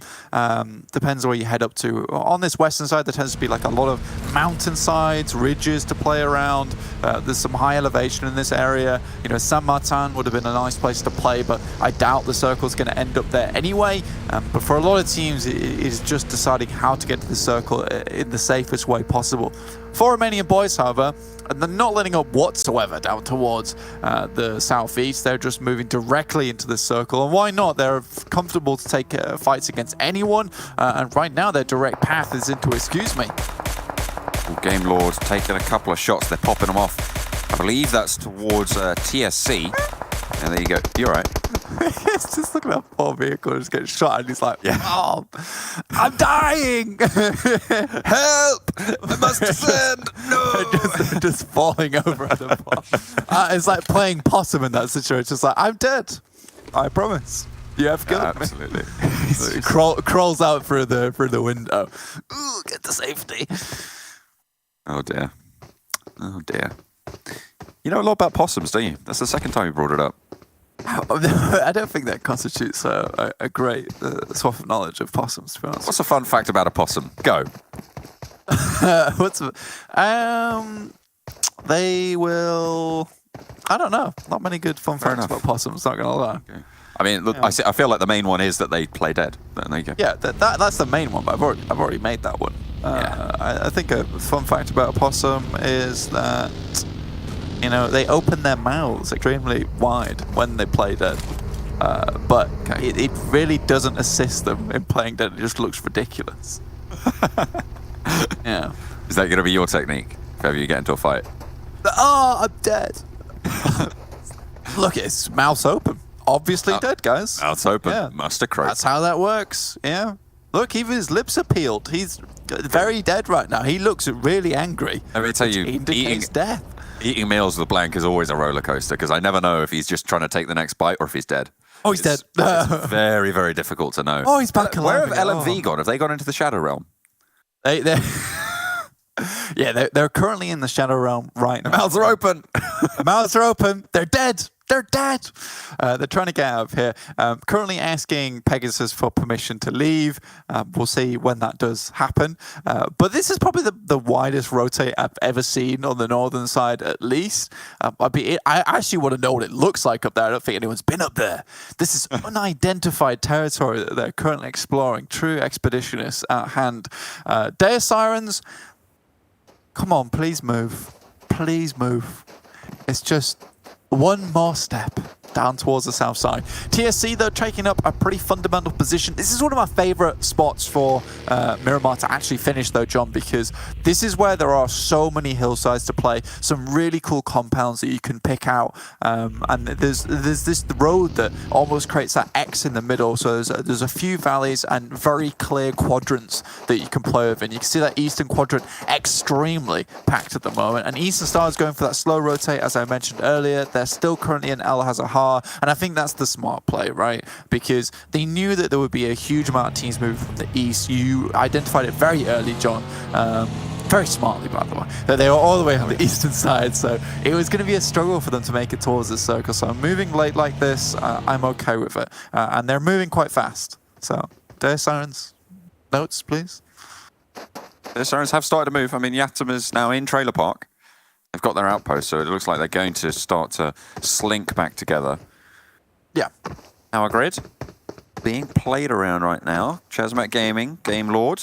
You've got Xtreme Slayers. Sorry, not Xtreme Slayers, excuse me. I think there was another team in there as well. There's plenty of teams around that sort of eastern quadrant, as you say, fairly packed, pretty treacherous.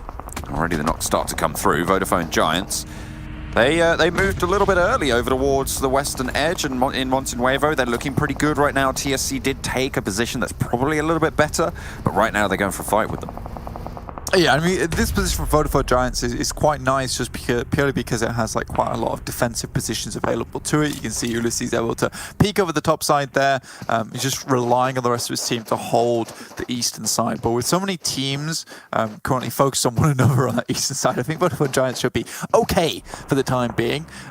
So they really just have to worry about TSC at the moment. I think for TSC, you know, they slipped into the Super Weekend. They did just fine in the league play. I do think there's definitely things that can be improved there. Right now, there is Conqueror playing within this trailer park at the moment, looking to take down Trazen, who is currently trapped in some smoke, but the rest of the team is moving up on them. Reeves like, I'm not having that. I'll move it back.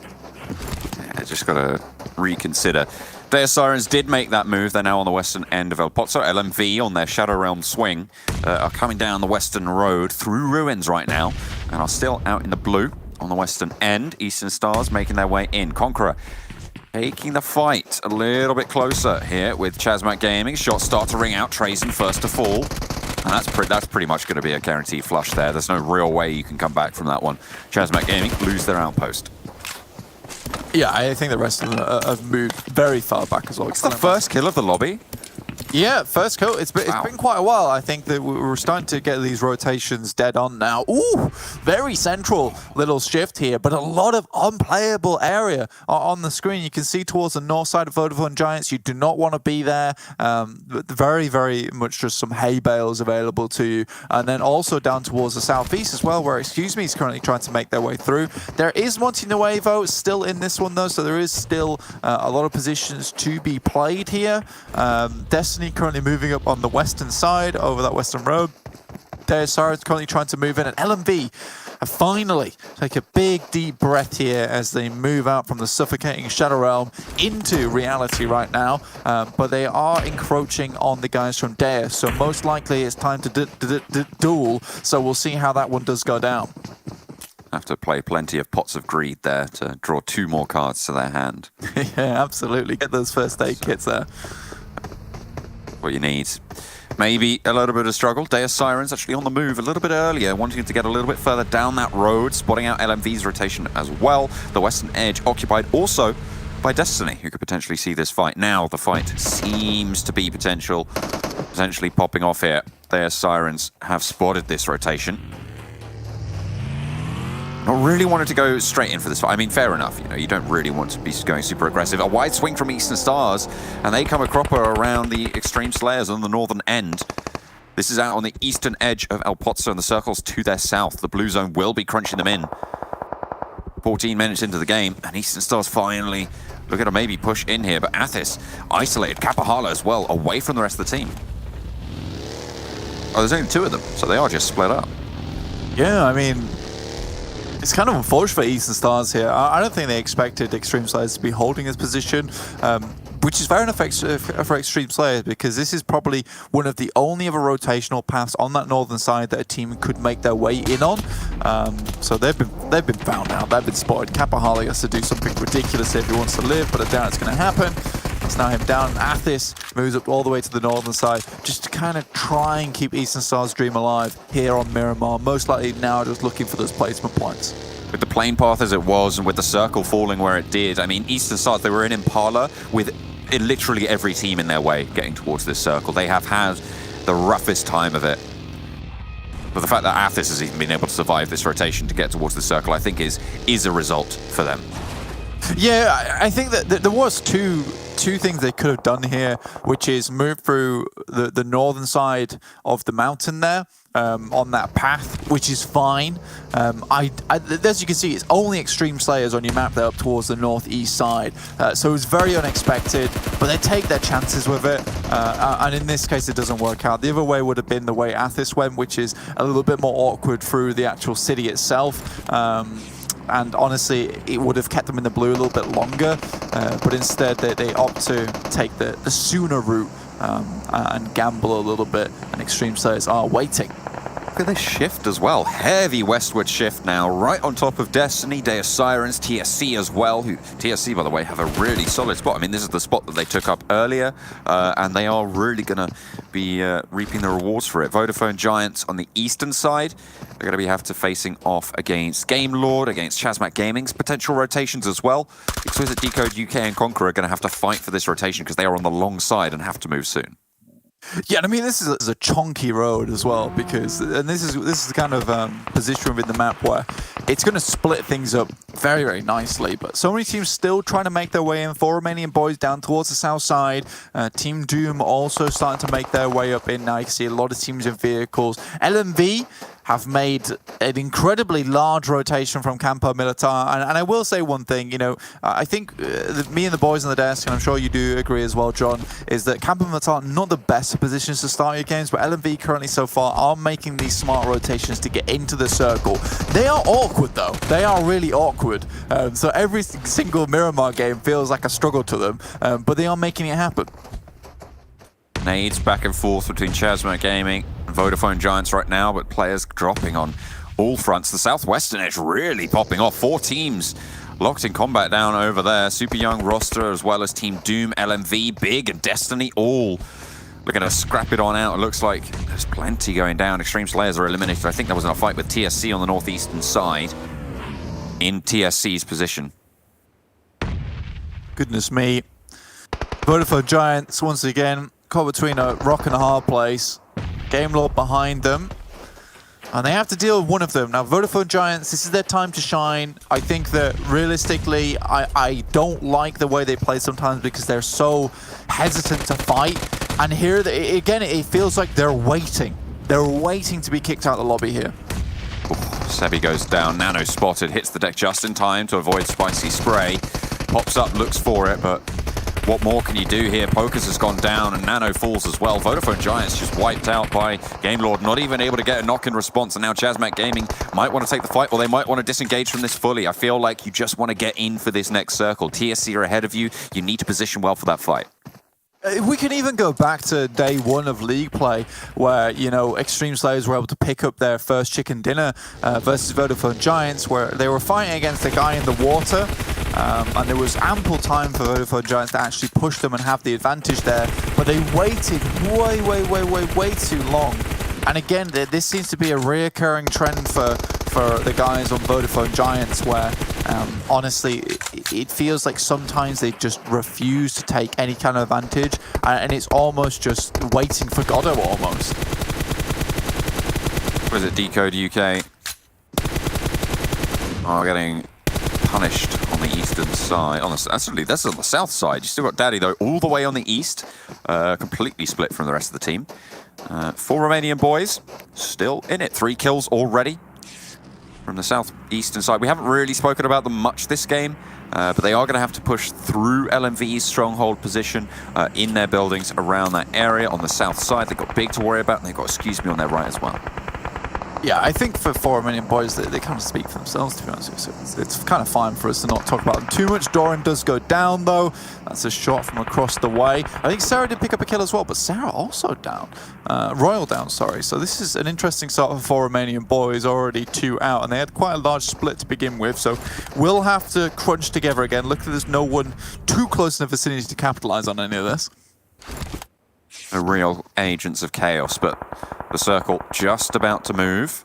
Last remaining player from Conqueror on the long side there, Excuse Me, are eliminated.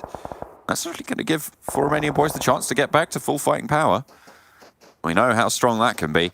LMV and Big potentially coming to a fight. Yeah, exactly. I think this is something that we need to keep an eye on for the time being. Big just crunched together as a unit over here on that south side, looking to sweep past LMV. Currently, they're in the circle, though, so they don't have to do too much. I just want to quickly touch back on Vodafone Giants very quickly and just give a little bit of analysis, perhaps, because when we saw them as, if the game Wi-Fi doesn't break out soon, when we saw them as Unicorns of Love, back before UDR Killers, you know, this was a team that just would rush compounds and take fights almost instantaneously. But now we have a situation where instead they're waiting too long, John. Yeah, just a little bit too long. Need to pull that trigger a little bit sooner, potentially. Maybe a little bit better luck. For Romanian Boys, speaking of luck, not really having too much. They crashed onto position from LMV, and this leaves them with just one, just Redox left. Now it's up this Big, who have the chance to maybe take that fight, to maybe go and get that one done, but has to play a little bit sneaky beaky. Team Doom eliminated, and now we're down to 8 teams. 4 kills on the side of 4 Romanian Boys. And Big, and losing players as well to Destiny, who have got a 2-2 split going on that's really quite effective on this hillside. But they do, John. There's 2-2 splits coming in very, very handy at the moment. And I mean, they're starting to sweep across. That's another player from 4 Romanian Boys down, and that's them out now. So Redox will be the final one to fall. Game Lord, though, still with a decent position. Narvalo off in the distance. I think Daddy is finally out.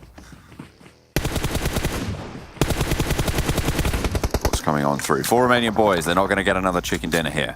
It's not going to happen. They have been denied. TSC, they've had a pretty solid spot for the entirety of this game, and I feel like it's going to be difficult to challenge them here. I think the only team to do it, Destiny. They've had this hilltop for such a long time, and they've been pretty effective at controlling it as well. That they have. I think for Deus need to move in pretty soon. Found another building, but Diavala takes a heavy hit there and will drop to the knees. Conqueror heads in towards the shack, and now it's just a case of playing the waiting game, see if how many more placement points they can get. Remember, for Deus, it's just really about trying to make as much money as possible here. Diavala down, Lino moves up too, but those shots are just raining true on their position. What can you do? You're under such heavy bombardment. Destiny's just not giving you any quarter. Sakura looking to stay alive, but no longer. Destiny moving down, trying to encroach on territory now. TSC wanting to do the same. In the meantime, Game Lord, they're just vibing right now. They are even actually looking to push up towards TSC's position. Tam under threat here, spotted by the head there. Destiny taking shots and actually knocking TSC as well. Deus Sirens with a potential little bit of an eye of the storm situation going on for them for now. Divala and Ninu huddle up in the building. Yeah, it's trying to make it work as long as possible. They kind of have bodyguards around them, but perhaps need to take some shots outwards. The vehicle just outside the building will be exploded. There's the mollies on top of it. TSC struggling versus Destiny's onslaught. LMV have just been chilling on this eastern side. Not really done too much, to be quite frank with you. And now slowly but surely are being taken down in the open. Perhaps need to move a little bit early towards the position that everyone's holding. Big, on the other hand, are very much out of the way. So they can ladder up very easily here. Potentially crunch onto LMV's position. This could be a really good third party coming through from Big, but currently the fight is still going on between Destiny and Deus. Oh, Diavala taken very, very low on the hop out the window. There's the nade, and that's going to be it. Deus Sirens taken down, but Destiny moving in to take the fight with TSC now. Game Lord are there, waiting in the wings, all 4 of them alive. Destiny falling back as well in this fight against TSC, who just get pinched and crunched, and their good position comes to naught. As Game Lord now moving in to continue the fray against Destiny, who lose Victor on the outskirts, get the flush as well. A really nice pickup here, plenty of bullets left in the chamber. For Texi around the window, Bizarro moves in, and the spray is good. Spicy falls, and it's Game Lord who lose a player this time around. Spicy's down and low, but Robs is falling, and Game Lord taken down. Destiny moved through, 4 players alive, and Big, who had 2 players on the southwestern edge, were looking on the ropes, but now they've got the middle. They're only 2 though, 6 kills on the board. Yeah, but they did find the massive pickoffs over towards the guys on LMV who were crouched down trying to res their members. Heading up towards the top side. It's a 2v4, John. Very unlikely that the Big make this happen. It will take a miracle if they're going to win this game. See what they can do here. Nade comes over the top. They have got some pretty decent hillsides to be playing around. Beg for Mercy should be going down here by all rights, but finds the tree. Not going to save him though, unfortunately. Deforestation. It's going to prove to be his comeuppance. Suave around the hillside, playing more, fading away, beautifully controlled here. Focused, but finally goes down to an A. Beast needs to control it, but Aegon on the off angle, and there's the pinch. Beast cannot get it done. And around the side, Destiny move down the hill and will be able to take themselves a chicken dinner here on Miramar. Honestly, Destiny, it's about time this team stepped up. They've got some extremely good players here, and it's taken a while for them to get back online now, John. I think that for me personally, one of my favorite things about this team is that, you know, they've had these really good standout players in terms of solo capability, but they've started to knit together a lot more, mesh perfectly, and start to make it happen. But this game really, for me, was defined by Big's rotations. They played it very slowly, and it felt like one of those teams that was never quite out just yet. One of those honey badger teams that will keep biting until they're completely put down. All the way from that south side, managed to move around, take down LMV2. I remember on that south side, it was complete mayhem for a lot of these teams a lot of the time, and they'd already taken 2 knocks. So really to make it that far into second place is a testament in of itself. Destiny, however, just capitalized on some beautiful third partying as well as controlling space and area with utility. Yeah, very, very nicely done. They used their position. They did very, very well. A very heavy Western rotation. I mean, everybody had to be going for it there. So a bit of an interesting dynamic coming across the entirety of the lobby. And I mean, Eastern Stars particularly paid the price for that, right? Like they suffered from having to rotate all the way from Impala with everyone in their way, having to swing all the way out north and just getting caught after time in these little scraps that were just eking out their life force. And then in the end, their life points did turn to 0. They entered the graveyard. They did after a while. ChasMac Gaming also, I think that in this game we can see them here slowly going down. I think they were kind of all over the place on that eastern side, couldn't quite decide where they wanted to end up. You see Big fighting from a pretty rough position, literally looking up towards people on the hillside who've got excellent spots and still make it towards that second place. And this is towards the end of the game here. Game Lord, I think they could have a good sweep here, but Marzaro, again, we've talked about this guy so many times in Season 1, and this time he's really stepping up once again. Beautiful off angle there, ends the fight very quickly, and they have 4 members alive. I think Big could have started to move a little bit earlier, but how were they to know that fight was still going for so long? I think they identified it just a little bit too late, but again, 2v4, difficult scenario. I felt like there was some hope. When that fadeaway came around the side of the hill, I thought it was going to be just catching those bullets as they push. But then the off angle came through. And I mean, as soon as you have a nade coming from an off angle in those situations, it's pretty much done for. Potential there, if the entirety of Destiny had gone around that hillside, it might have been a little bit different, but wasn't to be. Destiny will be able to get themselves a chicken dinner in our second game of the day. We're going to head to a break. When we come back, it will be the analyst desk to set us up for the third.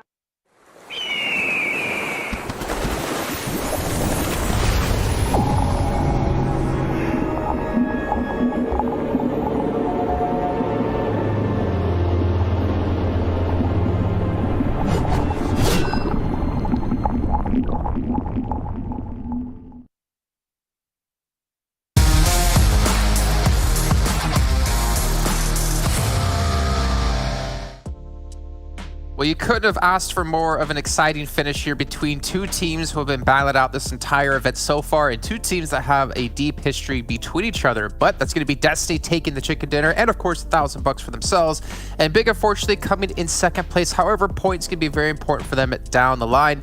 And even another team in there that we've seen quite consistently with Game Lord putting up some pretty good results as well. But that's going to end off our second match. That was over on Miramar. You guys as well can check out our amazing OnePlus, who's the official smartphone provider here of the PMPL, with their amazing smartphone, and you can always hashtag never settle with them. To move on past that though, we're trying to really paint a picture for you guys about this Destiny kind of versus Big matchup. Obviously it's kind of like Big or the X roster of Destiny mostly.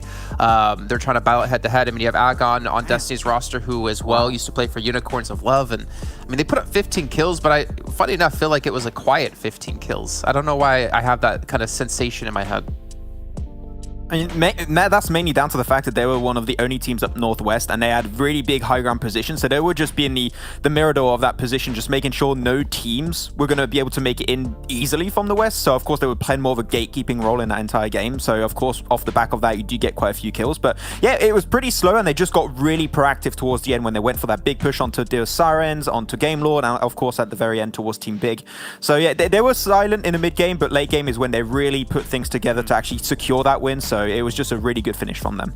I think we have big expectations of Destiny as well, no puns intended here. Like, in terms of, like, not only, I mean, look, it's Destiny, Mazzaro winning out things on Miramar, name a more iconic duo. This is great for them, and if you think about the guys that they incorporated in as well, from tournament to tournament, guys like Aegon, who were going for a big flank around that backside there to be able to get the nade down and finish off where Big were. Yeah. Everything was very finely tuned for them to be able to secure that win perfectly. Really nice.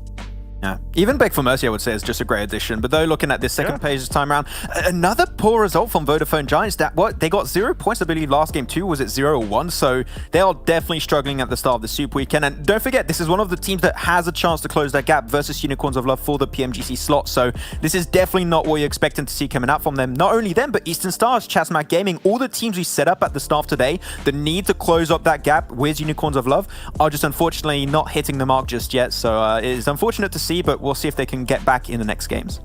Well, nice to see Narval. That's 2 matches in a row he's been able to get top 3 players. This time with 703 damage and 5 kills. But we're going to see for the first time, I feel like, Mazzaro and Agon. And Mazzaro, if I'm not mistaken, I'm thinking back to Season 1 here, Kalaris, you might be able to help me out. Wasn't he the one on Miramar that kept Destiny alive? Go solo. Yeah, there was multiple occurrences of Mazzaro being very, very good on this battleground, so great to see him doing what he's doing. But as you mentioned, Navarro, the fact that he has got 2 back-to-back big games for Game Lord, I am so impressed by Game Lord, and I'm saying that with kind of a bit of grievance in me, because of course Max is a big opponent of theirs, and I don't want to back up Max, but here we are. And considering how much they've been able to do, not only in the league stage, but then in these first 2 games as well, you've got to look at Game Lord as one of the favorites here at the moment. I mean, yeah, I think there are a lot of people potentially looking at them as being this big, and I wouldn't say the underdog team, because I think people know how good this team can be, but I think the experience they especially gathered from last PMPL is really shining through right now. So, of course, it's just the first Super Weekend, of course, the first league stage, so you don't know if they can do as good for the entire event. We remember Destiny last PMPL, right? The old Destiny roster started off really well, and they just started kind of losing out on points and consistency as the weeks went on. So it might not be like that for the entire Super Weekend and for the entire PMPL, but of course they're starting off strong, which is a good thing for them. But consistency, as always, is going to be key for them. I mean, we're talking about Game Lord, and hopefully we can look at Navarro on his radar, actually. Wait, shape. Now, yeah, one reason in particular why I wanted to bring this up is I'm just going to double check something really quickly, is that he played 3 matches in league play out of their 8 matches in total, and he had 8 kills. You had someone else on their team who had 7 matches played with only 5 kills. I'm not going to call names in particular. You had another player on the team who's played 6 matches, 9 kills. But here, in the Super Weekend, he's got 11 kills so far. He has almost triple the amount of the second highest player on his team with Robs at 4 in terms of kills. Like, Navarro is stepping up massively, and I'm really curious if Game Lord were that good in league stage, and he played only 3 of their 8 matches. Just imagine how good they would be if he played 8 of their 8 matches, or for the Super Weekend, hopefully 15 out of their 15 matches. This team is definitely a force to be reckoned with. If your extra components that were having a little bit of a lackluster start, then start really picking things up, you're right. This could be very, very scary for them. There's sometimes in a team, that kind of mentality and that kind of almost psychology does trigger, and some people are like, all of a sudden, all my teammates are doing really good. That's filling me with more confidence. We're going to be able to, have that push forwards a little bit more. I'm going to be able to hit more shots. I mean, noticeably, there's no headshots there from Navarro, which means, it's just constant spray downs. Just, I'm going to get as much damage in as possible, and sometimes not going for the headshots, it can work out. You can just pump into people and then be able to take them down. I mean, you know, it's gonna be hard to get a headshot when you're spraying through smoke 300 meters away, you know, but he's still getting the kills, he's still doing the damage, and again, it's making Game Lord so tricky, it's so tough to beat. Also, Victor, we mentioned before the matches even started, of him being a dominant factor.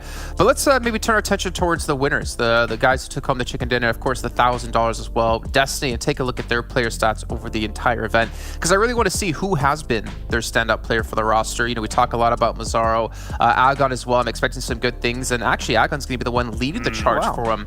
I feel like, and correct me if I'm wrong here, guys, but I feel like Beg for Mercy has been a little bit, I want to say lackluster, but I feel like that's way more negative than it should be. I feel like we've seen him perform better than that last season. The thing is, right, Beg for Mercy is, when it comes to it, is one of my favorite aggressive frag out players, and I can tell you this is definitely not something that Beg for Mercy would be really proud of. He would expect potentially more from this, and I think not only himself, potentially the team, but it's just a start. It's still not relatively bad stats. In terms of damage, he's not that far away from Mazzaro and Agon. They're doing relatively well in this event, but the conversion rate is being a little bit more of a struggle and a hindrance for him. We can't quite see the assists. His assists might just be extremely high on that one, so we'll see exactly how many he's been able to assist his team to get, but I think it just takes a little bit of time for him to get heated up, and especially because he's not been part of this roster beforehand, maybe it takes a little bit more time for him to warm up to the team before actually showing his true potential. Just draw a parallel here between Narvalo, Game Lord, and then Destiny, as well as I think Whiskey and Texi. These two need to be that next component, right, to step up and have that fully well-oiled machine here for Destiny to achieve great heights. And whilst, yes, this comes in as a win, 30 points in total from this game, still, you know, through league play, it looked a bit up and down and up and down and up and down, but we know that this roster can potentially just be on the up throughout the consistent game. Yeah, I mean, I think to be fair, we can expect to see sometimes different teams between league stage and super weekend, not just because it's obviously like a different format and, you know, playing 15 matches instead of 8, you're playing the same teams, but I feel like we're also going to see more stable lineups out of teams then, because obviously you have other commitments, school and work, right? And I'm looking at the super weekend, they've only fielded 4 players with Beg for Mercy, Texi, Mazzaro, and Agon, so it seems like they are using Whiskey as kind of like a filler for when they don't have their full roster to field in, or maybe he's going to come in later on today. Don't know the actual exact situation, but I feel like that's something we should be aware of, that we are going to see teams' performance change between league play and super weekends based on who's obviously playing for the roster. But again, I mean, Destiny, if I'm not mistaken, they were taking a lot of early fights when it came to league play up against Big in particular. Especially, I think that might have hurt a little bit of their morale, the fact that they're always putting down by Big. I think that can hurt a little bit when you really think about it, but right now, they're seeming very comfortable. I mean, even just the first game of the day, right, they got taken down by Big because they was trying to play into a dip and it just got naded at one point. It was very unfortunate to see for them, but it's cool to see they're not losing their cool. They went for one of the best rotation in this entire game. They held onto a high ground position, gatekeeping teams away. Of course, the main issue that I had with this roster going into this PMPL is the fact that experience, that trust that they had from last PMPL was all destroyed, but it seemed like they're getting there slowly but surely, and as the weeks move on, I think this might be one of the few teams that can continuously improve heading into the finals if they make it, of course. I think they could be the big surprise in terms of recreating that big synergy we expect. I mean, what a throttle change, right, Jason? You not only get the win, but you get it against Big at the end, who has been kind of that thorn in your side for the first games of league play. So I think, yeah, maybe this is the turning point for them. You know, I'm honestly really excited to see a matchup, like a Mexican standoff between Destiny, Big, and Unicorns of Love, because we have not only Agon, but Beg for Mercy used to play for Unicorns of Love. Then you have Mazzaro, who used to play with the boys from Honestly, half of the sloppy has. Max, you could. That was the ultimate phrase for me right there, because you're completely right, and you completely make sense in this one. But you know, it would be so funny to see like those last 3 teams alive going head to head in the final zone. We are waiting for a couple of people to get back into lobbies. So for you guys in the meantime at home, you get to be treated with my lovely face again, as we're going to check in with Conqueror and talk to him before the matches and before the entire event kicked off.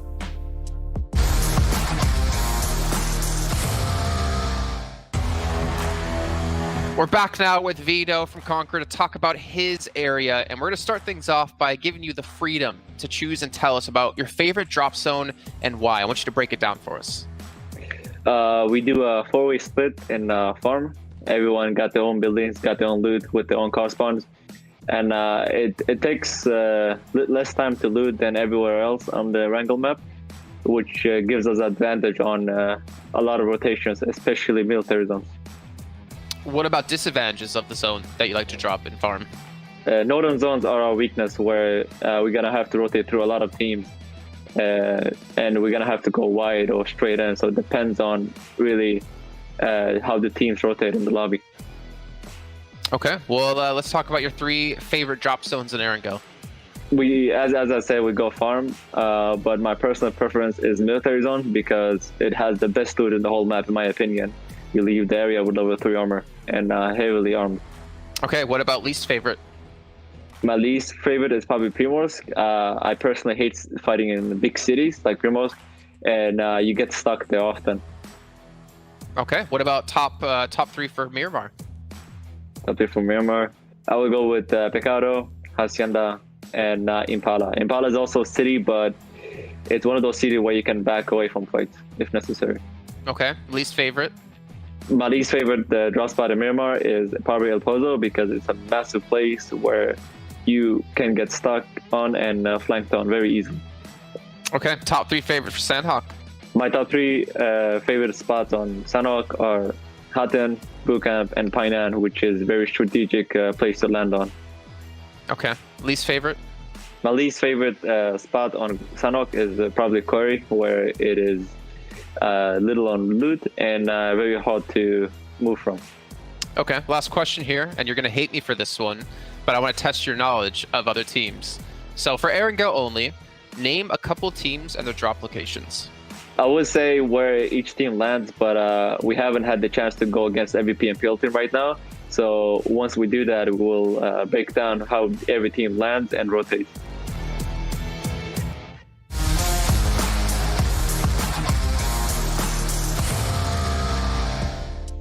Well, I guess we'll get to see some of those drop spots coming up a little bit later on today, and we'll see if Conqueror and Vito in particular can help take them to the next level and potentially get themselves a chicken dinner. But there's still a lot of matches left to go today. We still have our 3rd match of the day to come up, which will be Erangel, before we get into Sanhok for the very first time here at PMPL Western Europe Season 2, and then back to Erangel once again. Really excited to see, actually, what teams will come out on top when it comes to Sanhok, and more so if they can be consistently good on a map like that. Then again, you're only playing it 3 times on a super weekend. So gentlemen, haven't had a prediction out of you just yet. Can we get a prediction out of you now? Oh, you know what? Vodafone Giants hasn't been doing too good, so I'm going to try and give them a little pat on the back on this one. So I'm going to go as Vodafone Giants because they need to start doing well if they want to catch up. So smart, Max. Because if you're right, it's like, oh, you guessed correctly. If you're wrong, it's can't like, lose. Well, they've been doing that anyways, right? So, I mean, he's not wrong. He's not wrong. I guess I'll go with Big. You know, I do like this roster a lot. I think I already went with Big. Like, yeah, you did a few days ago. The day before as well. Yeah, I don't know. I got a soft spot. You call me biased or French teams, Jim. Yeah, sorry, man. but he's not choosing Exquisite Décode, so. Hey, you know what? Fair. Yeah. I don't know if I'll ever pick a UK team. Sorry, boys. All right, well, gentlemen, we'll see if your predictions can come true. We're going to bring our commentators back and maybe get their predictions as well, because we're heading into that 3rd match very, very shortly, and pretty much into the halfway point of our first day of the Super Weekend. So John Allen and Blink, can I summon you two back into the studio? What do you think? Who do you think is going to take, actually, this match? I'm backing Game Lord. I feel like they've just been so consistent at finding good spots. Maybe, sure, their final positions have not been the strongest, but like in general, they're doing really, really well. And yeah, Game Lord. Well, you know what, John? You're also looking very, very good on camera, I want to say. Blake, what's your thoughts? Am I looking good? Wait, let me come up a little bit. Let me just, well, what do you? It's tallness. Yeah. It's fine. I'm gonna think possibly. I'm going for excuse me, man. Let's go for excuse me.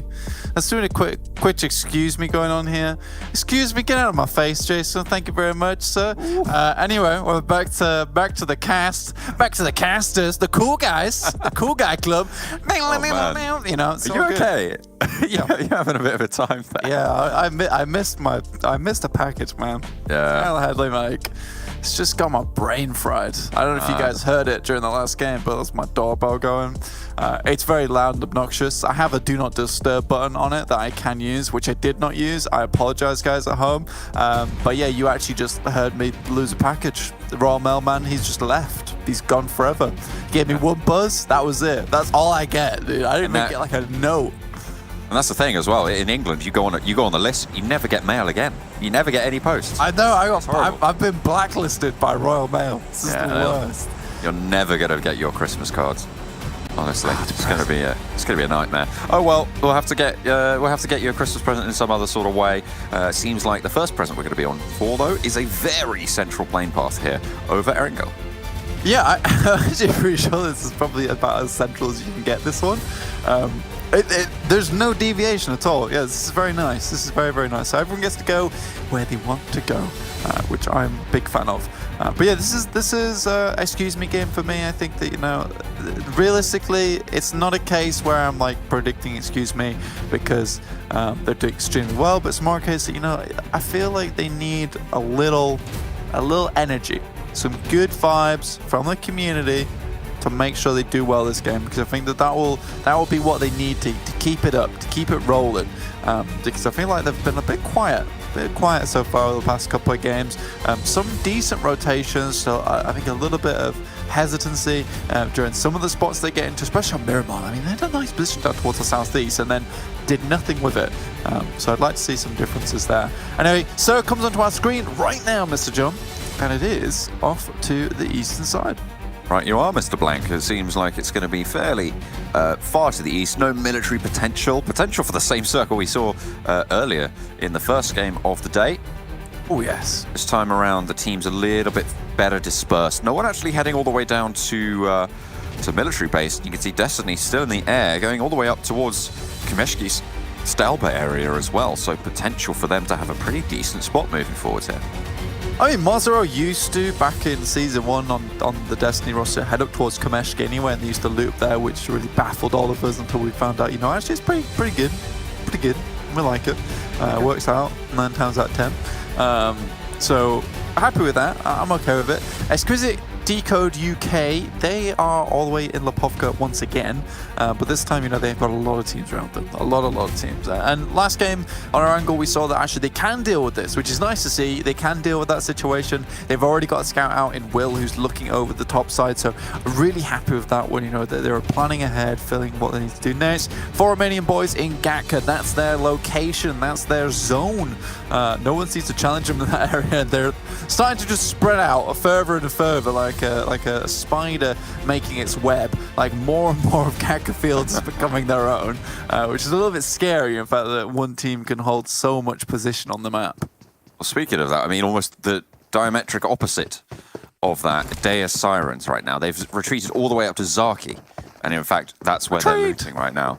I mean, to be fair, there were quite a lot of teams that did drop towards Georgia Pole. It feels like that's what you're going to be worried about. And especially with the circle the way it is, you know teams are going to be looking to maybe push around that sort of area. Although there's a huge glut of land that is south of the river, so it's more likely that they're going to sort of send that way. They definitely, it feels like they are just playing really far back and passive, though, for the Deus Sirens. Yeah, I do really like Mickey's job right now. It's very similar to what Na'Vi used to do, where they'd send one player out to the very, very northeast edge of Georgia Pole, of North Georgia at least, and then like scout out from there, head down to box, and then regroup with the rest of the team. But he's not died once, and that's what he was extremely good at doing whilst playing on Destiny last season, was being this extremely aggressive scout that would get a lot of information and then come back to the team with it, with the documents in hand, ready to, you know, pass that information along down the line. So really, really well done to Mickey so far. It seems like every single Erangel, he does a good job in this situation. Like, his early game has been incredible for Big so far. I think that Big, you know, I want to see, almost frustrating in a way, because I don't know if you remember, John, when Big was just like running around tearing people up. I want to see that again.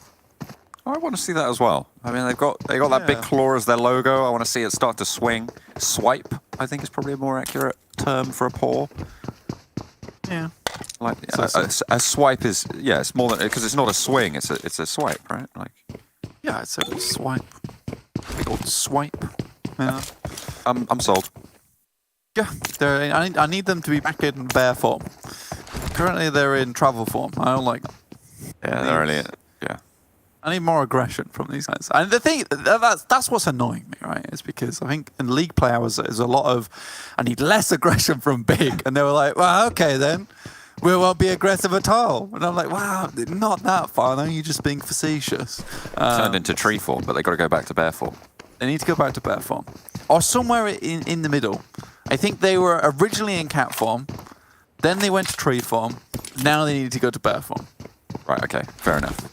Does that make sense? I'm on board, yeah. Okay, cool. Good. That's where they need to be.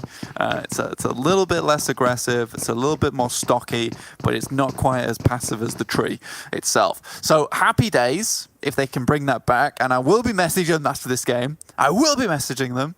Okay, what are you going to say? I'm going to say current tree form, league played cat form, super weekend. Bear form, question form, and that'll be it. That'll be my entire message. If they understand what you mean. Hopefully they do. Anyway, looking down towards the eastern side of the map, no one in Pachinki again, which is fairly interesting. Kalamos is like, if I look away from the grenade, it won't do any damage. That's how that works, right? He's high. They have no idea he's there. They think he's in the shack, but he's definitely not. And now they're worried. Where is this guy? Where has Kalamos gone? But he's not even moving an inch. Oh, he's spotted. Oh, Buho ruins the fun. Oh, the party's all over. No cake. Oh, that could have been really good. It's a shame the rest of his team weren't with. I feel like that's happened a few times though, right, John? As a ChasMac Gaming have lost a player, and then the rest of the team have said, we're okay. We're believing now. Goodbye. Oh, that sucks for you, man. Oh, that wow. sucks for you, dude. Oh, dude. Oh, man. I'm so sorry. That's so that sad. happened to you. Oh, anyway, dude. we'll be going. The game to play? We'll see you later. Yeah, see ya. Yeah, I feel that happens quite frequently. It's ChasMac are not a loyal team. I'll put it that way. They are not a loyal team. Not even to their leader, Kalamos. So I'm not sure I'm a big fan of that. But what can you do? Eastern Stars this time have a bit more room to play with. LMV currently in the Shadow Realm. Deus Sirens doing the exact same. It feels like, you know, when I watch Miramar, there's Deus Sirens all the way up towards the northwest, and then LMV up towards the northeast, and now this time we've got them up just on two different sides of the island. Instead, you got Deus all the way up to the northwest, and now you've got LMV all the way down to southwest. So it feels like both these teams just take their loving time into the circle. Put it that way. They do. But maybe it'll work one time. Maybe one time it'll work. Some teams play. Yeah. To be fair though, I will say one thing is that LMV, their rotations are awkward and clunky, and they work, and it's so strange. Deus Sirens rotations were slow, also a little bit awkward, but have improved. And I will give them that, because I think they've been getting much further towards the end of the games. The one thing that I'm not approving of is I don't think I've seen Deus Sirens take a single fight so far. Correct me if I'm wrong, please. I don't think they've crashed into a team on purpose. Have you seen them shoot a gun? I have, yeah. I've seen them take a fight. I've seen them in a fight. I've seen them in a fight for sure. Yeah, I agree. I just don't think I've seen them shoot. That's all. Oh, that's interesting. They're in shooting range. Maybe they'll look at. They're in the shooting range, so I could be very wrong now. Take some practice shots at the targets. Big up towards Severny, moving down. Destiny also moving down towards the south side as well from Kameshki, so good job to them. Big's also regroup with their yo-yo in Michi. Goes away from the team, comes back again. It's good stuff. He is the PUBG Mobile yo-yo. The dog's been walked. Mickey does. He's go for a walk. Send him off. Too energetic towards the end of the game otherwise. Go on, fetch us the paper, Mickey. Go on. Go on. Thank you. Super Young roster also coming down from Yasnaya. Eastern Stars have leisurely made it up for Esther Power, which is nice to see. And this time, perhaps it is Vodafone Giants' time to shine down towards the southwest side, but they will have to contest with, I believe that is Excuse Me as well as LMV. Excuse Me a little bit. Yeah, okay, they're fine. They're fine. Yeah. Yeah, you've got LMV and Conqueror who are sort of both in that glut around the west side of Farm. But ahead of Vodafone Giants, there's so many teams around this sort of central area. Yeah, around the city. It's very, very difficult. I think that God, it's just quite a difficult one to call, really. I think this circle provides a lot of area. It's like it's a very comfortable area as well, whereas there's a lot of hillsides to play around. There's also Vodafone Giants. Ooh. Come on. Cut down to size. Yet again, losing a couple of players. They're not really keeping their wits about them, it seems. Ulysses does go down. There's no way you're getting that one. Oh my goodness. Reeves is playing very aggressive here. Wants to catch another player from the Vodafone Giants on the rotate. And Poker spots the kill. Won't be able to get away from it. Sebi goes for it as well. The flush went on to Ulysses in the meantime. Vodafone Giants down to 2. Sebi out in the open, trying to skirt around the bullets, trying to save the life of the 2 remaining players. But Pocus crashes into a shed and the Xtreme Slayers are ready to receive the 4 Romanian boys as well. A little bit further north, and this is out of the frying pan into the fire. Yeah, absolutely. Quite honestly, a bonfire at this point. I think for Vodafone Giants, once again, you're very right. They kind of allowed that to happen to them. Oh no. Oh, he's so dead. He's so dead. He is so I think he's dead in the next game as well, actually. I think Yeah. he's already... Oh, that has transcended Erangel right there. Oh, man. It's me. Ooh. Ooh. Oh. God. This kills the man. This kills the man. This is one of the situations I said, it's like, you know when you go outside in the dead of the night, it's snowing, and you wake up, and the snow's gone. No one else is going to believe you, because no one else was there to see it. And they're like, no, we spectated the whole thing. We saw you literally roll into the ditch. Oh dear. Sebi was just, delivering collectible cards to 4 Romanian boys. What can you do? That's fair play. Yeah. I mean, fair enough. He makes a great career, and that'll make a great career ahead of him too. So, good stuff to him. Yeah, good job. I'm proud of you. That's why I'm your co-caster, man, because you get my bad jokes. But this is an exciting circle, regardless. I think that, barring what happened to Vodafone Giants, which it was unfortunate, but it does relate to the symptoms of what's currently happening to them, right? I think that, just proactiveness is not one of their strong suits at the moment, which it's just so weird, because I remember all these players from this team being the most proactive, to their own detriment, players earlier on in this season, so it's a bit unfortunate. Eastern Stars, though, down towards the southeast, are moving in now, John. I do really want to see Eastern Stars do well, because it feels like a bit of hokey pokey with this team in terms of performance. It's 1 foot in and they're good, 1 foot out and they're bad again.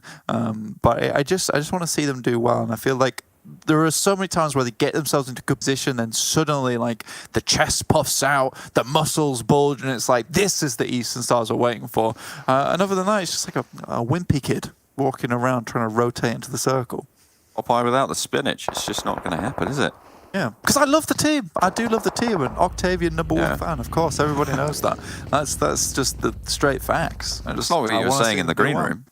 Come on, don't do me like this. It's never happened. I mean, sure, if you want to lie to the audience, that's fine. That's fine. Team Doom taking a bit of a road battle with Conqueror as well from the bunker.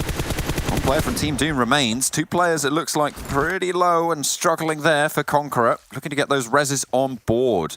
And actually gives time for teams like LMV, teams like Eastern Stars to potentially swing around and get a little bit of an opening around the shelter area. Yeah, we'll see how this goes down. I think for Shelter, things become very chaotic very quickly, especially with this shift at the moment. Super young roster down towards Mansion. Happy days for them.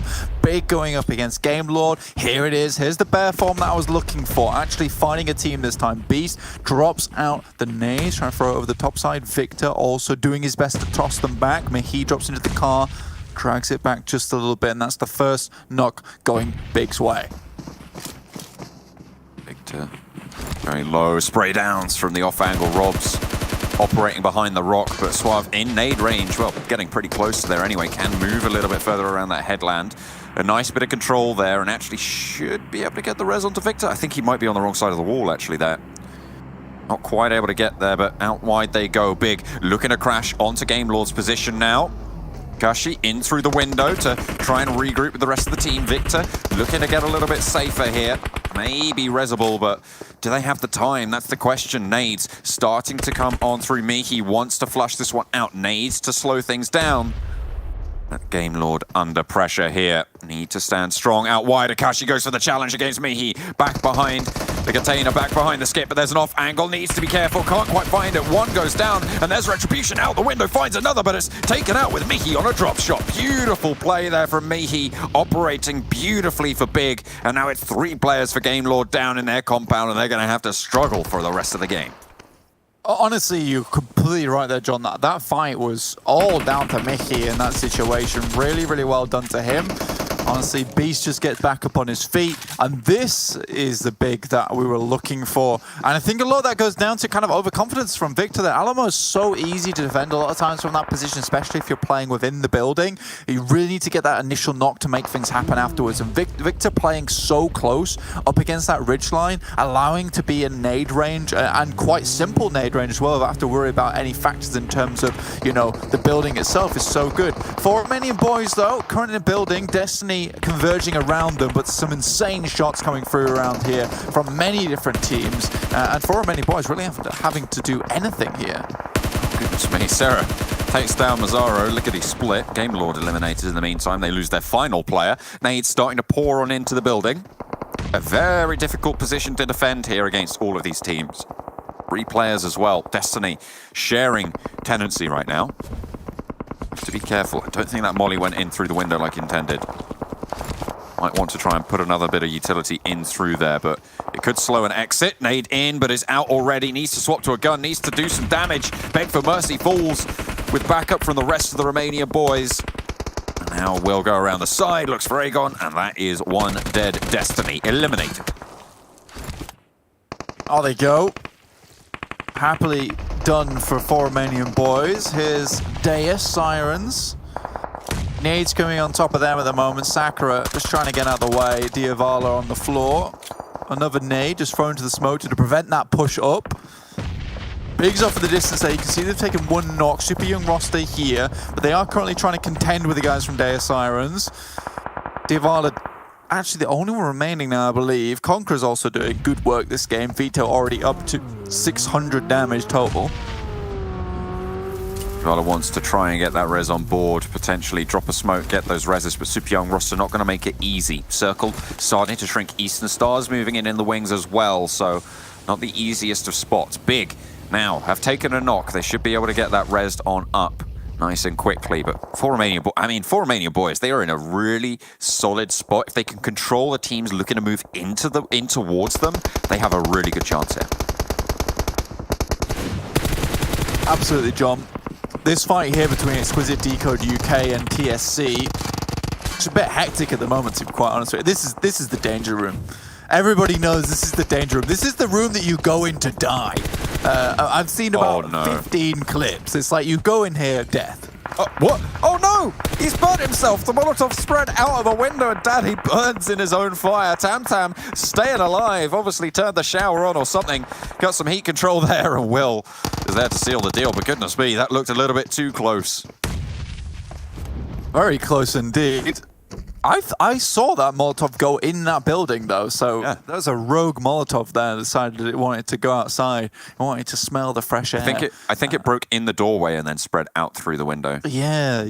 Interesting. This is a great play from Faker.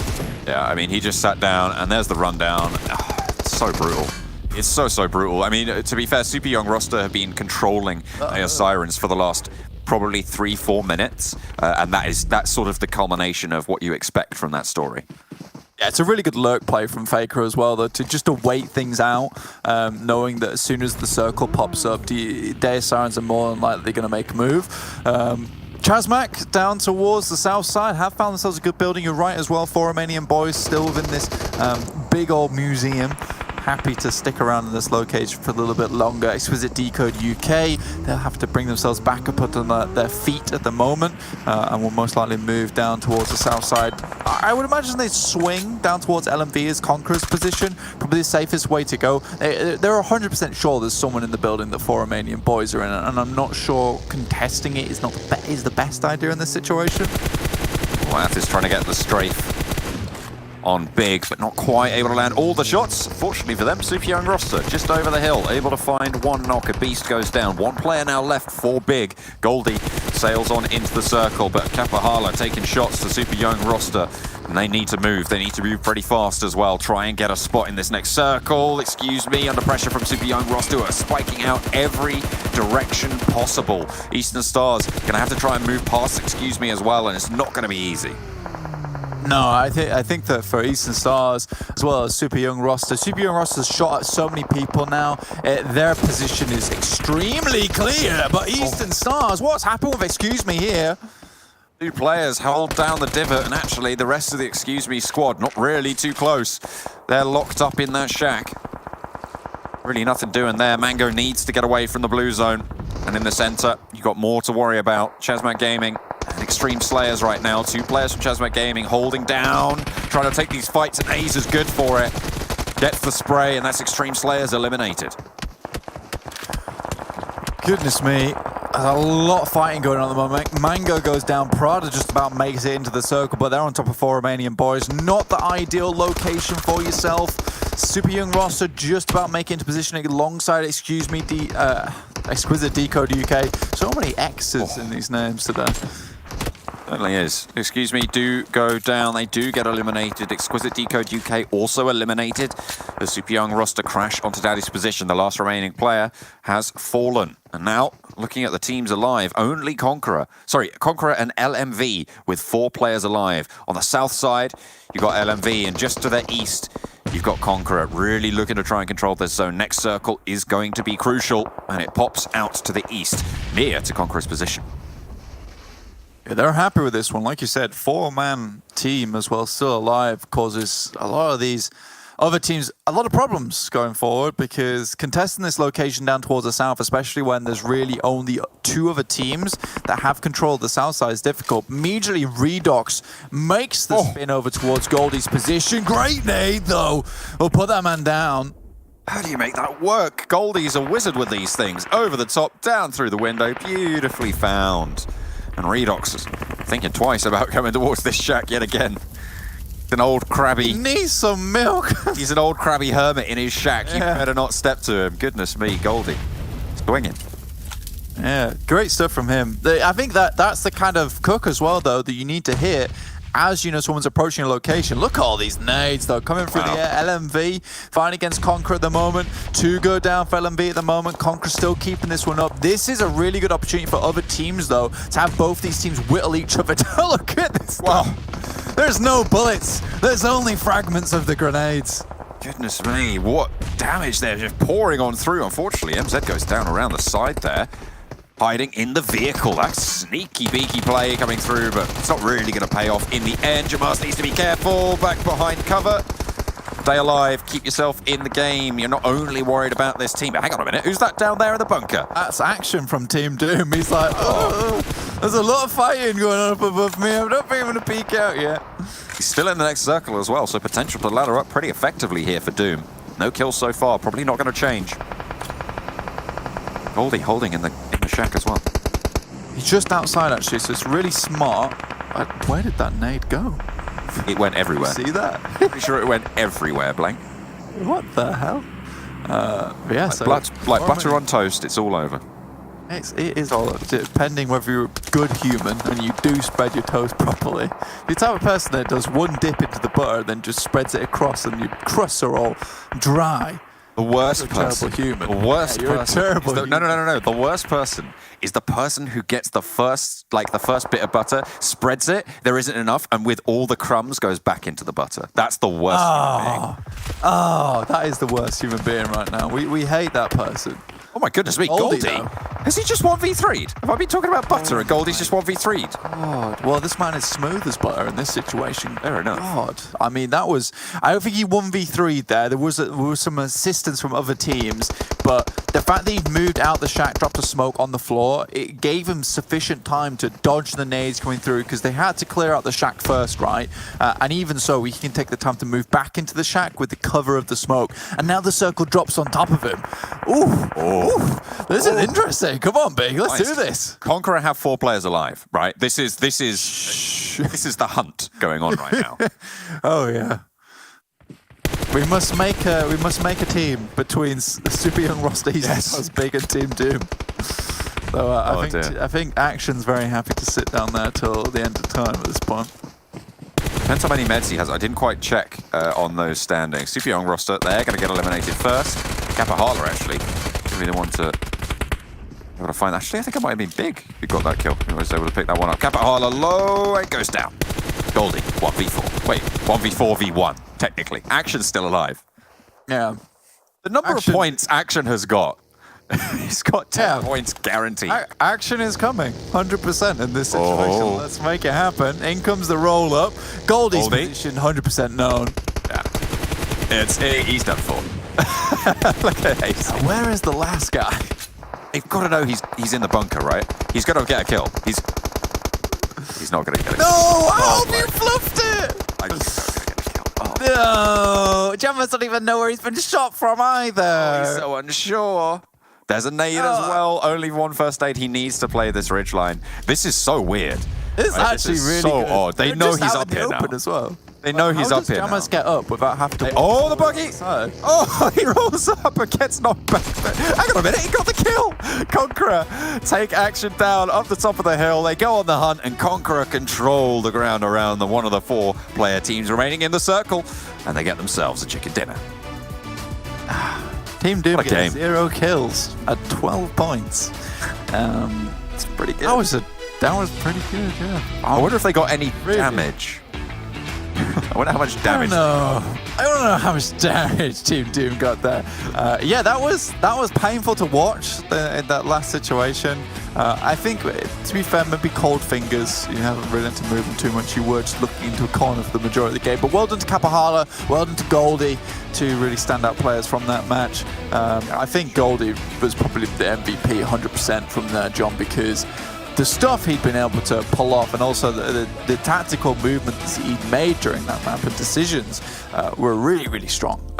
Very, very interesting stuff there. I do think that, you know, 4 Romanian Boys kind of fell at the wayside to the strength of Goldie. And I mentioned at the beginning, John, that Big had that issue where they're not aggressive enough anymore, and I really think they stepped it up a little bit that game and showed us, you know, their fighting prowess, because they are good. That fight versus Game Lord went extremely well.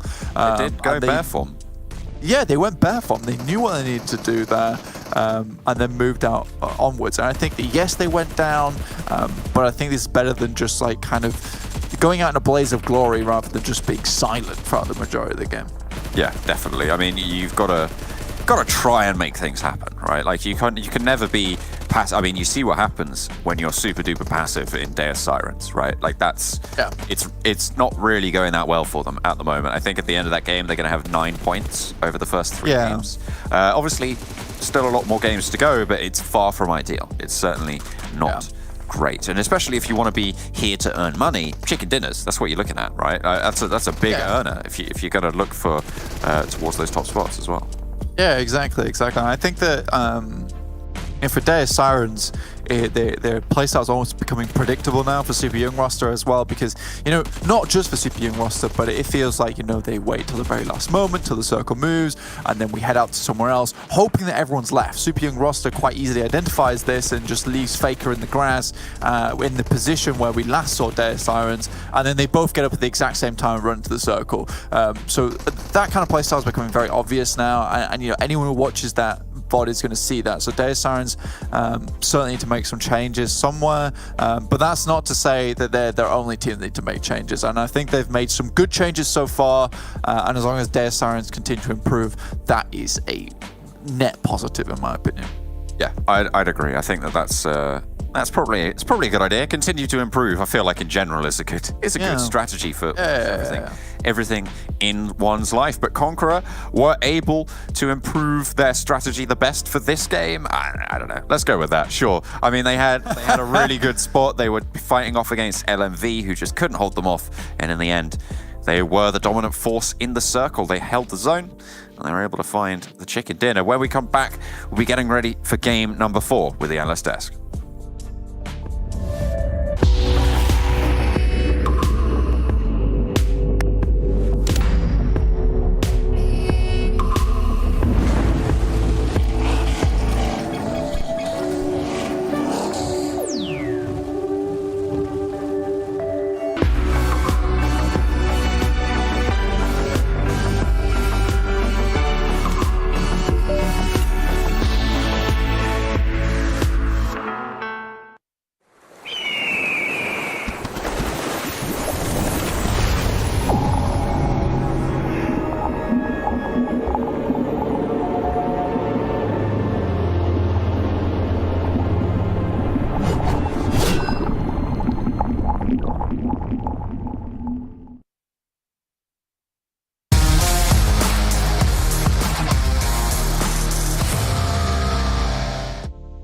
Well, another match and another winner. Conqueror take home their first chicken dinner here in the Super Weekend, and for them, it is more important than I guess to say some other teams out there as they're still trying to claw away at that lead Unicorns of Love have when it comes to the PMGC points. But hey, they get the first step now done. They get that win under the belt. They can relax a little bit, and hopefully for their sake, take these next matches coming up today and of course the next 2 days and try to replicate the same kind of performance. Jason Captain still joined by Colaris and Maxman.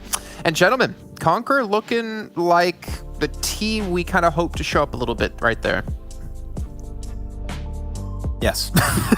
Yes. No, Yes. definitely. This was a team we were hoping to see. League play, they were a little bit more silent, I think, of a team, but coming into this, they needed, what was it, 97, 98 points to overtake Unicorns of Love in the PMGC race. So here already 30, a third of the points they needed throughout these 15 games already done, and we're just halfway done with the day. So already they are looking really comfortable when it comes to contesting with Unicorns of Love. And it was a pretty good game too. They were taking some really good nade fights versus LMV and Shelter. Then they just took control in the main position in the endgame circle, just went with a road cross with the cars. It was well played. There was not too much to do. It was mainly off the back to the fact that they had that man advantage, but it was a clean finish. There's not much to say about it. I mean, this is a team that we mentioned at the top of the show, Jason. I said that this is a team that can eat. We know that they are capable of great things with the names that are on this roster, and they already show it here. Across these next 3 days, they will overtake Unicorns of Love with this kind of form. We're seeing a 30-point game coming in for them. Great control over that Shelter fight, gotta say. By that time that comes in, it's just everyone's just singles. You have your voice when that sound you make when someone does over 1,000 damage. That's my voice that I make when I see Vodafone Giants again getting 0 points for the third game straight. What happened to the UDR killers that that played in the league play? To be honest, I was talking about that with Imperium, especially in the green room, and we were talking about what was happening.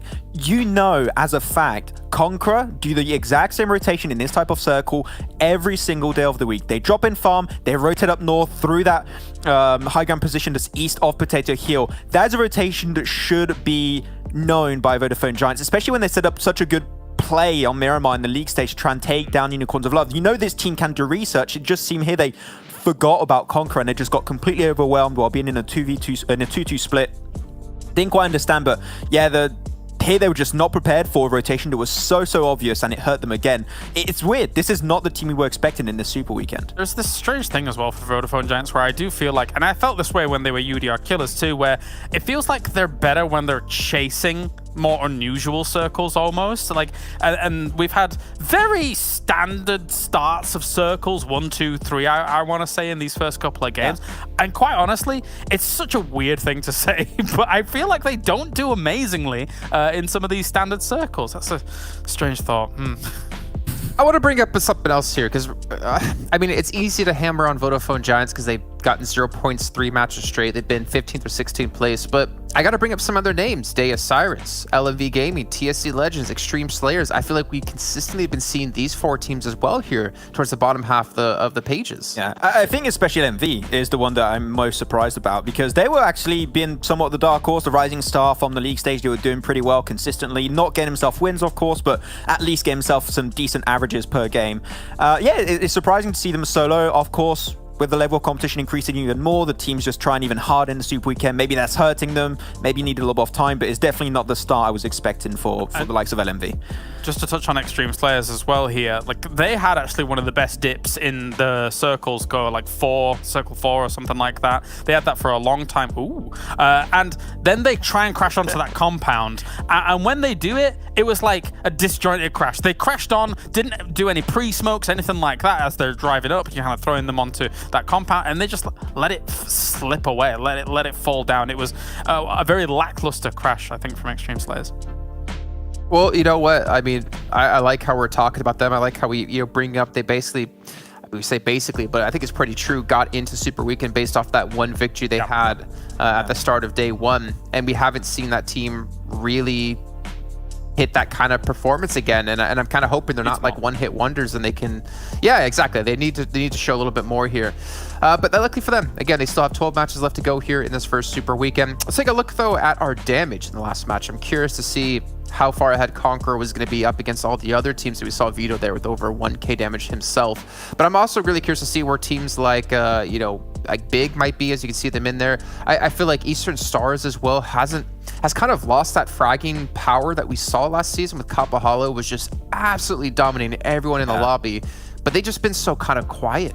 Which they can't afford, I would say. They are in a very similar position to ChasMac, Conqueror, where they can also catch up for that PMGC spot at the end of this entire PMPL, and they're just not performing. 5 kills, not too bad, but when you look back on the other 2 games, it's definitely not something that you feel like Eastern Stars would typically do. You would expect a little bit better from them. So I don't know what's really happening on their side. Of course, this is one of the other teams like Gamelord that have remained as the exact same roster, so you expect that synergy to be up there, but it does feel like this new generation of teams is just doing so much better, and Eastern Stars is maybe falling a little bit behind. Of course, this is just the start of the Super Weekend, so they might catch up tomorrow, but it is definitely a little bit on the lower side performance that we could expect from Eastern Stars. Quite apt, though, Jason, that we had a Vito interview into Vito doing half the damage of Conqueror in this game. Well done, Jason. Good coordination there. It was planned, actually. It was all planned. Oh, wow. These matches are all pre-recorded. That's right. We know exactly what's going to happen when we're watching. But as we are talking about Conqueror here, as you talk about Vito doing basically half the damage of his team, I feel like we haven't really dived into them yet as a full roster. So let's actually take a look at the stats across all their players across the entire event so far and see who has been the stand-up player for the team. Because Vito, I mean, definitely has the experience behind him, but I want to see if there's anyone else on the team that's been able to live up to him. And well, I guess with Reeves, if I'm not mistaken, he didn't play in league play, right? He's only playing on the Super Weekends. Yeah, he was not playing in the league play, I'm pretty sure. Maybe he played a game, but you can see, especially with the stats, that he hasn't played an insane amount of games. It feels like we have 2 teams here. They got so many players and they used every single one of them, which I find pretty impressive. But Vito, of course, is the one that has been continuously used for the team. Jamaz too, which I'm not too surprised by that actually being the case. Just Reeves actually being one incredibly talented, well, I'm inventing words here. Well, hold on. Take it. Player, yeah. I want to point this out really quickly because I just looked up the numbers. So Vito has played out every single match so far, I guess, when it comes to league play, right? And he had 2,300 damage done. So out of the 4K he has, he's gotten over half of it just from league play alone. Whereas Reeves played 1 match of league play and did 45 damage. So he's done 14 damage across 3 games, which if you kind of extrapolate that into the amount of games Vito has been playing, he's actually doing extremely well. Him and AZ together, I believe, have been doing pretty damn well. AZ didn't play, or AZY, sorry, didn't play a single match of league play. So this is, I guess, the roster, the main roster, we can kind of call it here when it gets into the Super Weekends for Conqueror, with Reeves, with AZY, with Vito. And yeah, I think that makes them even more scary when it comes to the Super Weekends, but I guess Reeves and AZY just need some time to warm up into the thing. Yeah, it might be the case. It also might be down to the fact that, as we know, during the league play, you're playing every Tuesday and Wednesday, so you're going to be having potentially some players that play just in the league play, and then you have a different roster into the Super Weekend. Might be something they're working with, but this is why having subs is so useful, right? You can actually make up for that a little bit, and also if you have players that are good on specific maps, just push them in onto that map and they might do just a little bit better. So it's working out for them, so keep on going. I think that's something we talked about, actually. I think it was for PMPL America, like over a season ago, where we had, oh my gosh, I can't remember the team right now. It was Execute with Zute on the team, right? And they ran a 5th player. I think it was It's Fate. And there was always like talked about, is he only playing Vikendi because he's just really good on that map? Like having a sub specifically for a map type would be interesting. But then we can see actually the stats here for Conqueror, to bring it back to them. Their league play averages versus the Super Weekend averages. And honestly, I mean, we haven't seen them put up like a ton of points necessarily yet. This is their first chicken dinner. But to be fair, like they've almost doubled their damage. They've over doubled their kills. Their survival time has gone up by like 4 minutes practically. Like this is a massive increase. Yeah, it's looking good. It is looking good indeed. I think the way they were able to control down on this game as well. Like if you're thinking about a lot of the teams that are coming into some of these final circles, they're coming in from the west as well as the north. Very open, and also the location that Conqueror picks has huge lines of sight across all of that. So even when they kind of finish up that fight with nades, etc. up there, they know that they're sitting very pretty, and they have cars available in case that circle shifts away from them, since it did here, and that means they have the options available to be able to go anywhere they want. So I think it was really good decision making by Conqueror. Well, speaking of going anywhere they want, I want to go on to our next map of Sanhok, actually. Will be coming up here as match number 4 of the day. Then we're going to end things off on Erangel. The first time we're seeing Sanhok here in PMPL Western Europe Season 2. And it's going to be an interesting fight, I think, between all of these teams, and especially when it comes to drop locations, right? They don't know exactly sure where everyone's going to go when they've only seen it once. But you know what, gentlemen? We're going to kick that one off when we do come back, obviously. And we'll check in with you guys when that time does come. But it's time to bring in our commentators. And we have a new one coming in. So a new map, new caster. We got Copter, we got Imperium here to bring all the action for these next 2 matches of the day. Copter, first of all, welcome to the show, man. How excited are you today for these last 2 games? Oh, thank you. It's my pleasure to be here, and I'm very excited to see. I mean, I haven't seen a competitive Sanhok for a long time because, of course, from the coming from the other side, it's not so popular there anymore. But anyways, I'm going to be very excited to see how it's going to be played down, and of course, hoping to see some great plays. Yeah. Okay, well, gentlemen, take it away. Yeah, really looking forward to this Sanhok game. Copter, it is the first one of the PMPL EU Season 2, so I'm expecting a little bit of passiveness to come on board. I'm expecting teams to maybe kind of thread the waters a little bit and take their time rotating through the circles. Of course, with Sanhok, the risk of that, my friend, is that you get punished in Phase 3, Phase 4 when you don't rotate quickly enough. Yeah, Sanhok is always a map that a lot of surprising things can actually happen during the game because there's so many rocks and so many hills where you can actually hide. So we'll just have to wait and see how it's going to go down. But definitely when the teams are like packing on a smaller area, Phase 5, Phase 4, and if they get, they don't lose that many players on the, on the first stages, then of course, usually the last circles are complete chaos, more or less. But anyways, we do have to play, and it's going to be coming from the Alpha Island, going to be heading towards Lakavi, so it's pretty much on the middle, so that should be quite decent, to be honest. So now we just have to wait and see how they're going to be distributing, but it is quite fair. Oh, but that Phase 1, boy oh boy, if that isn't a Western start to this game, I don't know what is. So far west that it's outside of what we can see right now, so I expect the mountain to be a bit of a priority for a few of these teams. Conqueror, they have Hatting all to themselves. Big, they're on the coastal line of the western side of the Northwest Island, so they have all things to play for. But now the question is, Copter, how do the teams on the east traverse around this circle? How do they enter in? I'm looking for a rotation. I'm looking for something unorthodox across the board. Deus Sirens, LMV, Vodafone Giants, those 3 teams specifically, they haven't had a good start to this first Super Weekend overall. Can they pull out something big in this Sanhok game? It's all about the next circle where it's going to go. I mean, of course, we know that, the Alpha Island's going to be favored here. So, of course, all the Peak and Conqueror landing on that island. And we actually do have a first encounter happening as well. We can see, Destiny players right next to each other. So we can see Texi actually running away.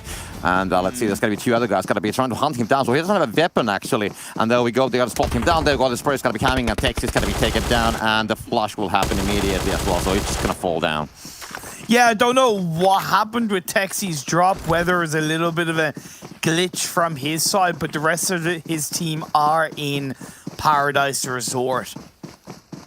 I want to take a bit of a sec to talk about Conqueror, because they're a team that somewhat stuttered their way through the league stage, and a big part of that, big component of that, is because Reeves, their IGL, wasn't playing. And the IGL, from your time casting, is very much the glue of the team, right? The leader of the pack, the one that kind of heavily can dictate whether the team does good or does bad. And with Reeves now playing in the team for the Super Weekend, full force available on board, the desk talked about the impact that he's had from a damage standpoint, but even just from an IGL standpoint, he has a wealth of knowledge on board. He's played last year's PUBG Mobile Global Championship, and now with this improved Conqueror roster from the PMPL Spring Split, I really feel like they're ready to step things up over not only today, but over the next 2 days. And again, like the desk talked about, they're hunting to take down Unicorns of Love in that top spot for the PMGC spot. True. Well, regarding the circle, I mean, we don't see the circle currently right now, but of course, I was talking about the circle a little bit. So we have the Alpha Island circle, and we still have just, actually third team's going to be entering the island now. So we have 3 teams on the Alpha Island, but it's not fully committed on the Alpha Island. So it can still come on the intersection area of the rivers. And there's the 2 compounds. There's the one on the Charlie Island on the southern side. Then we do have 1 compound right next there on the other side of the river. So kind of like controlling that area, that's very important for now. If the if you want to play it safe, the circle can still hard shift away from the Alpha Island. So now fully committing on the Alpha Island, it might be of course the play, but there is other options on the play as well.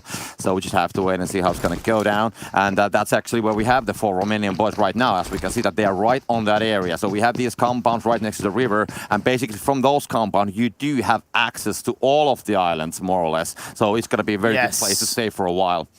Big time. That trifecta area, I'm glad you pointed out, is pretty much perfect for this phase 1, because Eastern Stars, they made their way onto the mountain now towards this phase 1, so they have a bit of a chance to kind of control that area, but committing too early can still put these teams into a bit of a spot of bother.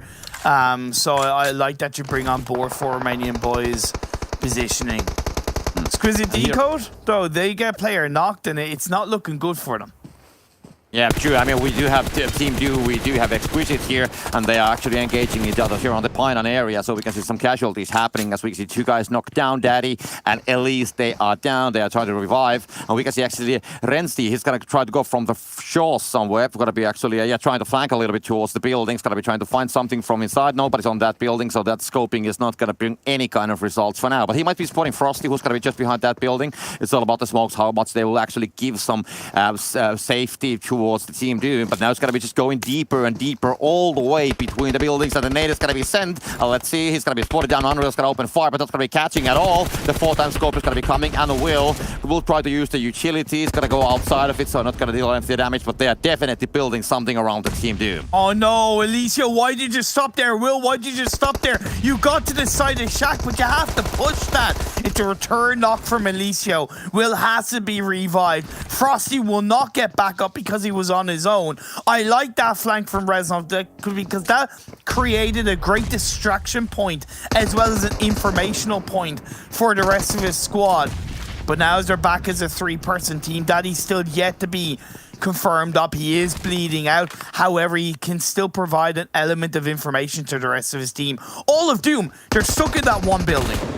Yeah, and this is going to cost a lot of time. I mean, they're just barely inside of the zone, so if the next zone is actually going to completely shift on the Alpha Island, then of course they're going to be in trouble because we actually go inside. Ellie is going to be open that fire with their machine gun. Doom is going to be right there on the next room, going to be peeking up, going to fall down. That's going to be a great defensive spray coming from there, and now they're battling from their lives as we can see Will getting that kill, and Team Doom will be taken down. Good turnaround from Exquisite Décode. Very good turnaround. They only lost 1 player. They got a clean 4 kills off the back of it. They will take that right to the bank. It is, I think, worth the time delay. I don't think they were too slow in that engagement.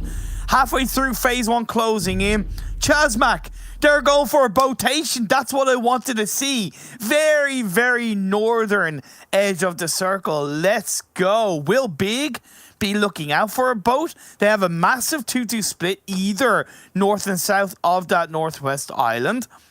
Looking at 4 Romanian boys, they're still in that trifecta compound, while LMV looking to gatekeep Deus Sirens. Yeah, and they are very far away from the circle. I mean, this is in the very eastern side of the whole island. And we can see actually Sirens can be spotted out. There we have the spray. LMV is going to take 1 player down. So the 1 player was kind of like holding the boat. If they will take the boat, then of course the head should be popping out of it. But that's not going to be the case. So we can see LMV Gaming just now holding for now. They have 2 players on that situation. We can see Sirens. They are a little bit like moving towards the south actually, away. They want to leave that situation. They will be spotted out. They will gather their losses. Just get away with the 3 guys. They still have remaining, or 3 girls actually, And meanwhile, LMV is just going to hold there. They can still take the boat, but they have to hurry. But the northern rotation, if they take the boat, go from the northern side, it's not going to be a bad call because quite oftenly, if there's going to be the circle shifting on the Alpha Island, also we can see that we have some teams there right next to on the eastern side of the Alpha Island. They can just swim across on the northern side of Hatchind and coming with that boat, that's the same area. And there isn't that many teams actually holding it, so it's definitely a good way of handling the situation. Meanwhile, on the pictures, we can see something else happening on the southern side. Right next to Nakam, we do have TSC, and there seems to be kind of like not completely stuck, but they might find the super young roster as they are right there on the northern side of them. And of course, when they pick up the vehicles, they will be moving towards the island. We can finally see the shift happening as well quite soon, so we'll see what's going to go down. And then, of course, we know which teams will be in trouble. And yes, it's going to be a full Alpha circle. Massive shift heading up the northwest. That's good because the teams don't have to second guess where they need to go. Easier said than done if you're still, should I say, on that mainland island. Destiny, Giants, Exquisite Décode, Game Lord. Game Lord have a bit of an easier task because they can go to Ha Ting. Down on that south side of the southwest island, TSC Legends going up against Super Young roster. Both of them vying for any kind of entry point into this circle. Making their way up to the hill is great.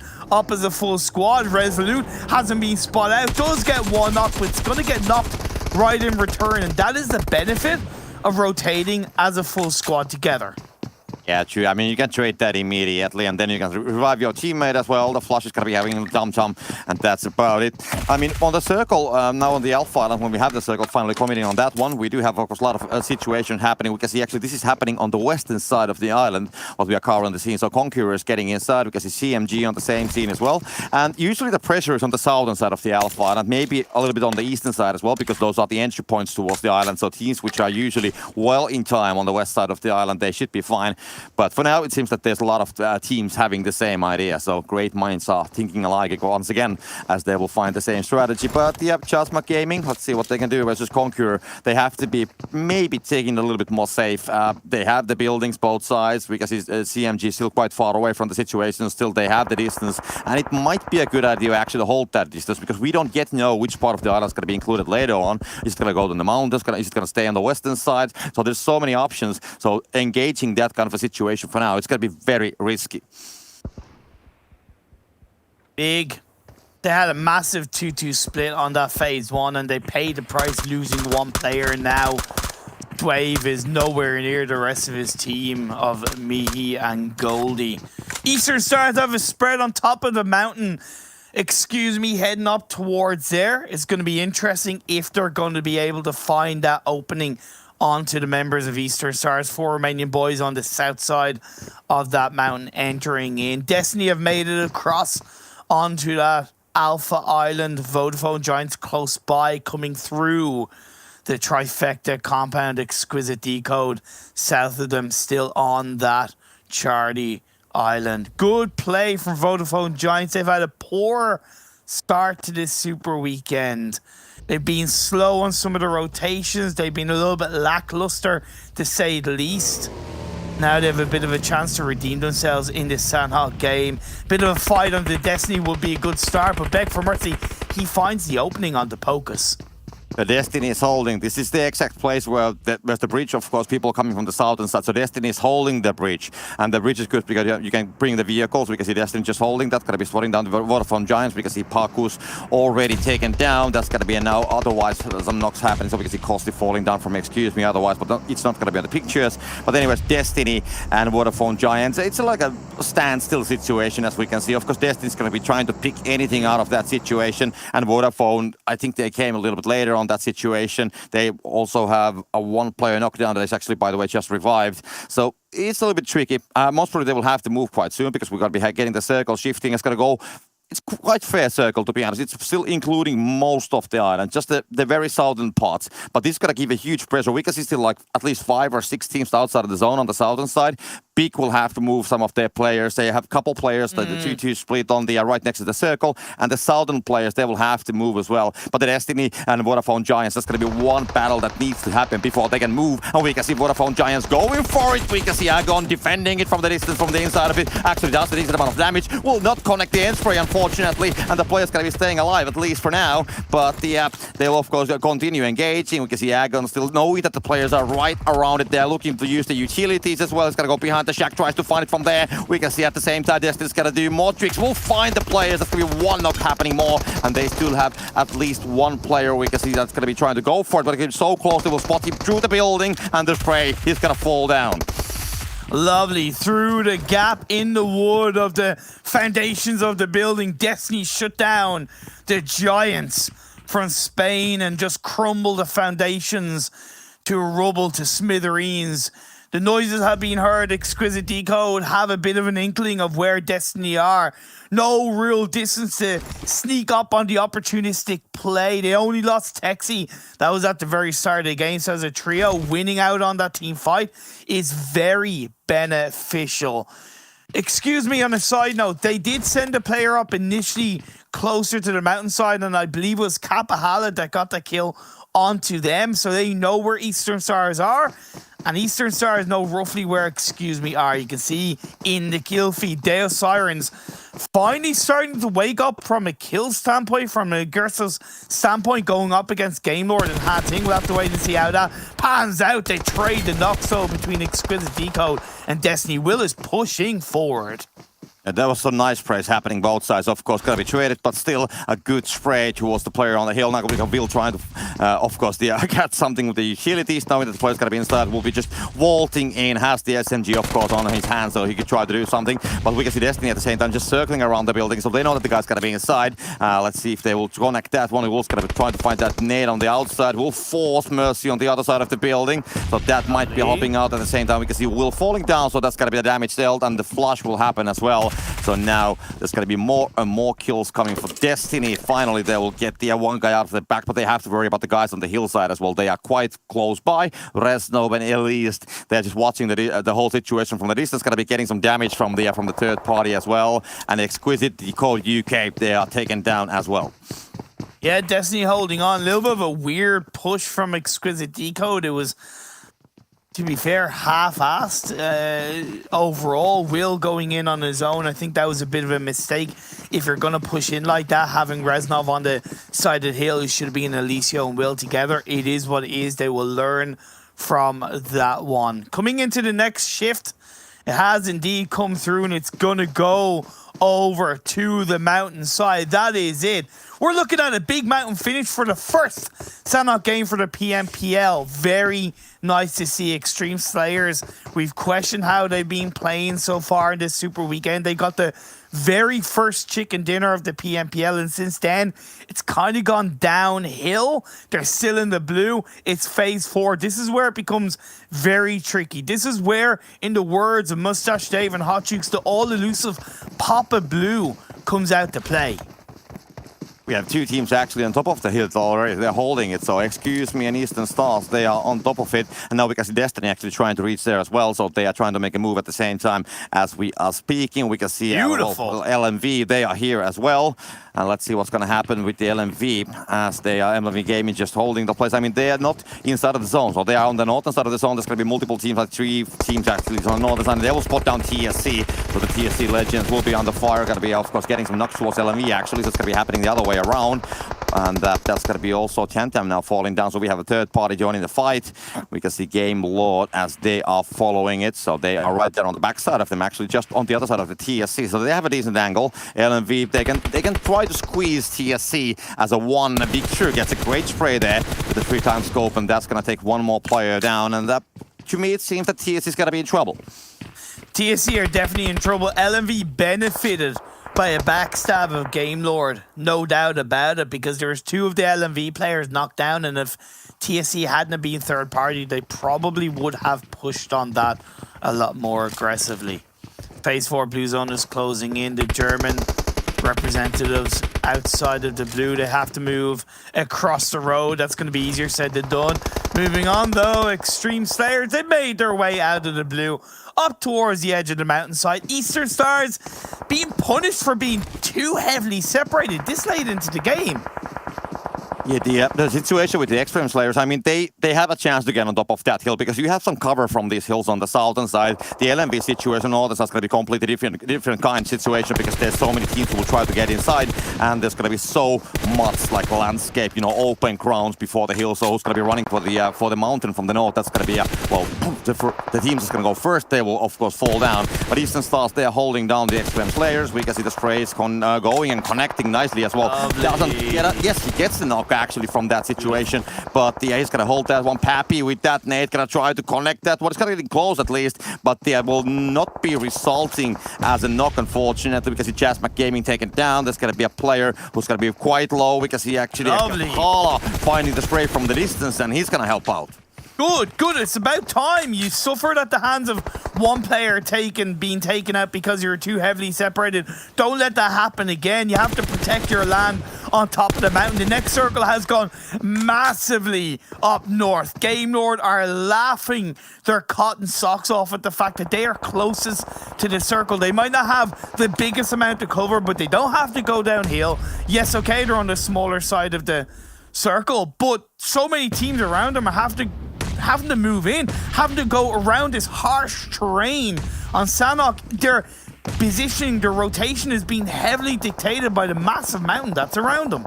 Yeah, that is definitely something that I haven't seen for a while, that shift going all nowhere not, because I was just talking about the wide open area, and that is exactly the wide open area that I was talking about. And now we can see Eastern Stars, they are jumping on the 4 Romanian boys. Super young Rock taken down, and we can see Atchis with the nade. Let's see if he's going to be getting those final kills from the board. That's going to get close, gets one knock at least, going to bleed down definitely. We can still see Boring holding the place. He's going to be standing, but the northern side, I mean, of course, people get down from the southern side. There's going to be a couple of places on top of those hills where they can stay, but then it's just complete open ground. So I would imagine that you can maybe have like 5 teams on that area. And now when we have the final circle, I mean, there's one cover inside of it, and I guess who's going to go there?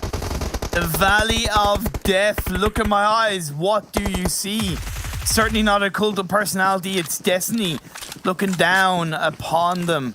The last player of Mishi is left alive, but lovely nade comes through. Beg for mercy is knocked. Yeah, Mishi is going to be having a problem with the Destiny. He's going to try to get it down. Mozaro, he's going to get the Mishi down. He's going to fall down. And now we can see that the middle play is going to be taken. There was a send actually coming. We can see that also one player from the Conqueror tried to take the shack from the middle, but it's going to be in the end taken by the Game Lords. TSC Legends is going to be taken down to 4 teams. Eastern Stars, Destiny, Game Lord, and Conqueror. They are only remaining. So 4 teams, and they are battling who's going to be the victor of this circle, this crazy circle on the northern side of it. And we can see Destiny sending it outside. They're going to go for the shack. We can see Game Lords, they are defending it, and the sprays coming from the both sides, and that's going to be Destiny losing some players. It's going to be both sides actually getting the losses, and that's going to maybe enable a third party crash happening maybe on the same shack as well. But it seems that we still do have Destiny now taken down. Game Lords going to hold that place, and do we have somebody coming in? No, it's going to be just Game Lords now holding the place. I absolutely love that push from Destiny. Maybe done a little bit too early into the closing moments of the circle where allowed Eastern Stars to third party them. But Robs keeps it going. Victor was supporting him before he got knocked down. His teammate crawling closer to the building. Eastern Stars out into the open, just a few trees in front of them. But they do have that body advantage.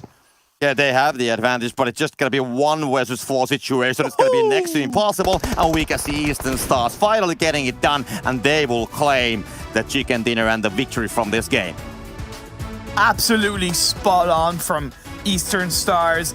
There was a little bit of a mistake to me in how they didn't join up early enough in the game, but that knock that came through, they got that revived up, and then they recognized that, okay, we need to join up a little bit more together.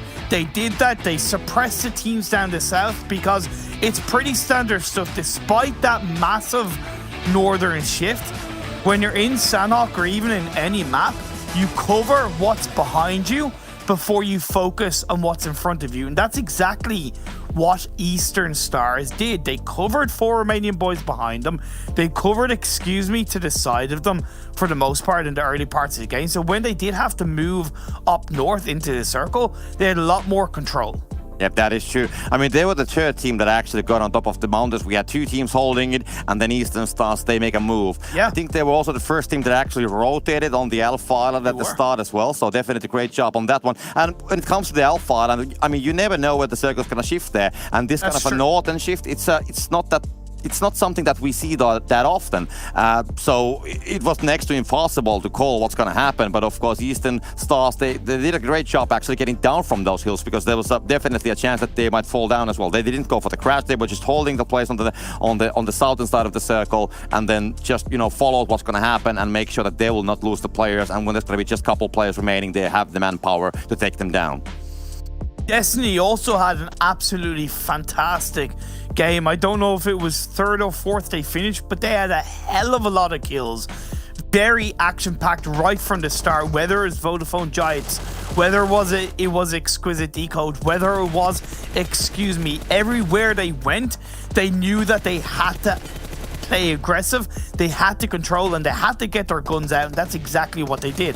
I mean, Destiny was a very active party, I gotta say. I mean, they were involved with a lot of fightings on the game, and of course they were winning them as well, because they made it all the way that far in the end. Of course, they didn't win all the fights, because in the end, they died, but still, they had a great success with the fights, a lot of encounters. They were trying to hold that breach. I mean, that was one of the pressure points. They got away from that one. So you gotta give credit. I mean, every time when you have even that kind of a circle, you gotta be happy when you actually get on the right island. Sometimes you just die on the previous island already, but this time they get there, and they will also collect the kills. So great performance. We saw some great solos as well, great nade battles, as of course the phrase as usual, but in the end I think that the circle was still kind of like the reading the circle. That was still the most important skill of that match.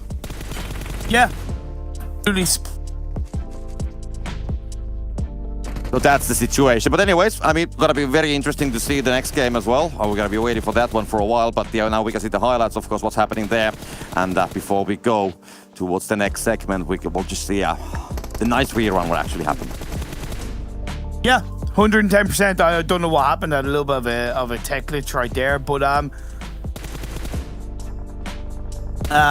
yeah, it was one of those games where it was tough to deal with a few of the circles. I think Deus Sirens could have definitely have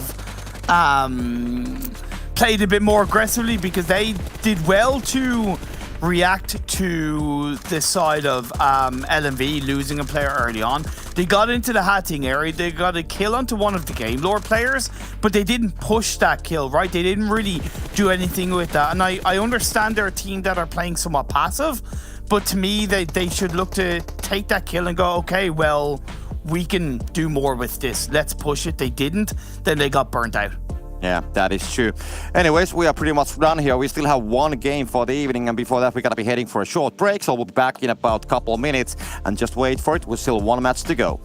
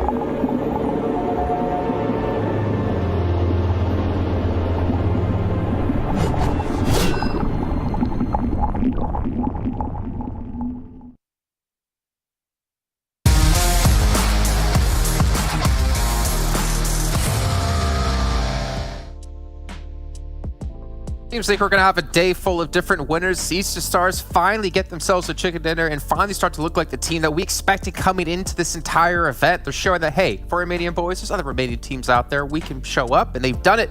But the question still comes, can they maintain a better performance throughout the rest of the Super Weekend? They've looked a little bit lackluster, and for us to break that down, we do have Kalaris and Maxman here joining me to talk about it, because Kapahala, the Warlord, he's not shown up so far, but I think it's nice knowing that he has the potential to, but I am a little bit worried. Has the Warlord maybe fallen off since last PMPL? I mean, the Warlord and these guys had to be the nomads in this game when it came to transitioning through these circles. A lot of the teams here looked at that hill and thought to themselves, or the mountain, and thought to themselves, that's where this is going to be ending. It wasn't the case. The Warlord had to go to war up there, Jason, and they got 13 kills off the back of it. I think they had some really good control of some high ground rocks to be able to greet some of the teams along, and then they transitioned perfectly off it. With a nice split towards the end here, Max. Yeah, another good result though coming out from Game Lord and Conqueror, back-to-back, 2 really good results this time. Destiny 2, these teams are definitely trying to get up there pretty significantly, trying to once again close that gap. Destiny were also in the race to try and catch up to Unicorns of Love. And first, I don't remember exactly how many they needed. 100 points. They needed 100 points. They got themselves a win, 16-2. So you got Conqueror, Eastern Stars, Destiny. They are really catching up to that #1 spot right now. And if they keep doing that at the end of today, they might be already halfway done with catching up to Unicorns of Love. And we've seen some new teams that we're struggling a little bit, especially TSC Legends. It feels good to see a little bit of life in this team actually being in. Jeez. Yeah, that's fair. We talked about TSC and Deus Sirens not really being on that front page, or generally being on the second page. But what I'm looking at here is, you know who I'm not seeing and who I'm worried is at the bottom of the table again? Again. How many points? I really hope I'm wrong. I really hope they got a point or something, because otherwise they're sporting a giant goose egg across 4 games. So the Unicorns of Love. Oh, no, they're not. Oh, 0 again. What's happening? I don't know what's happening. I don't know. 4 games now, 0 points after like dominating. Not dominating like super heavily, but looking so damn good in league play. It's like they're pulling the footballist.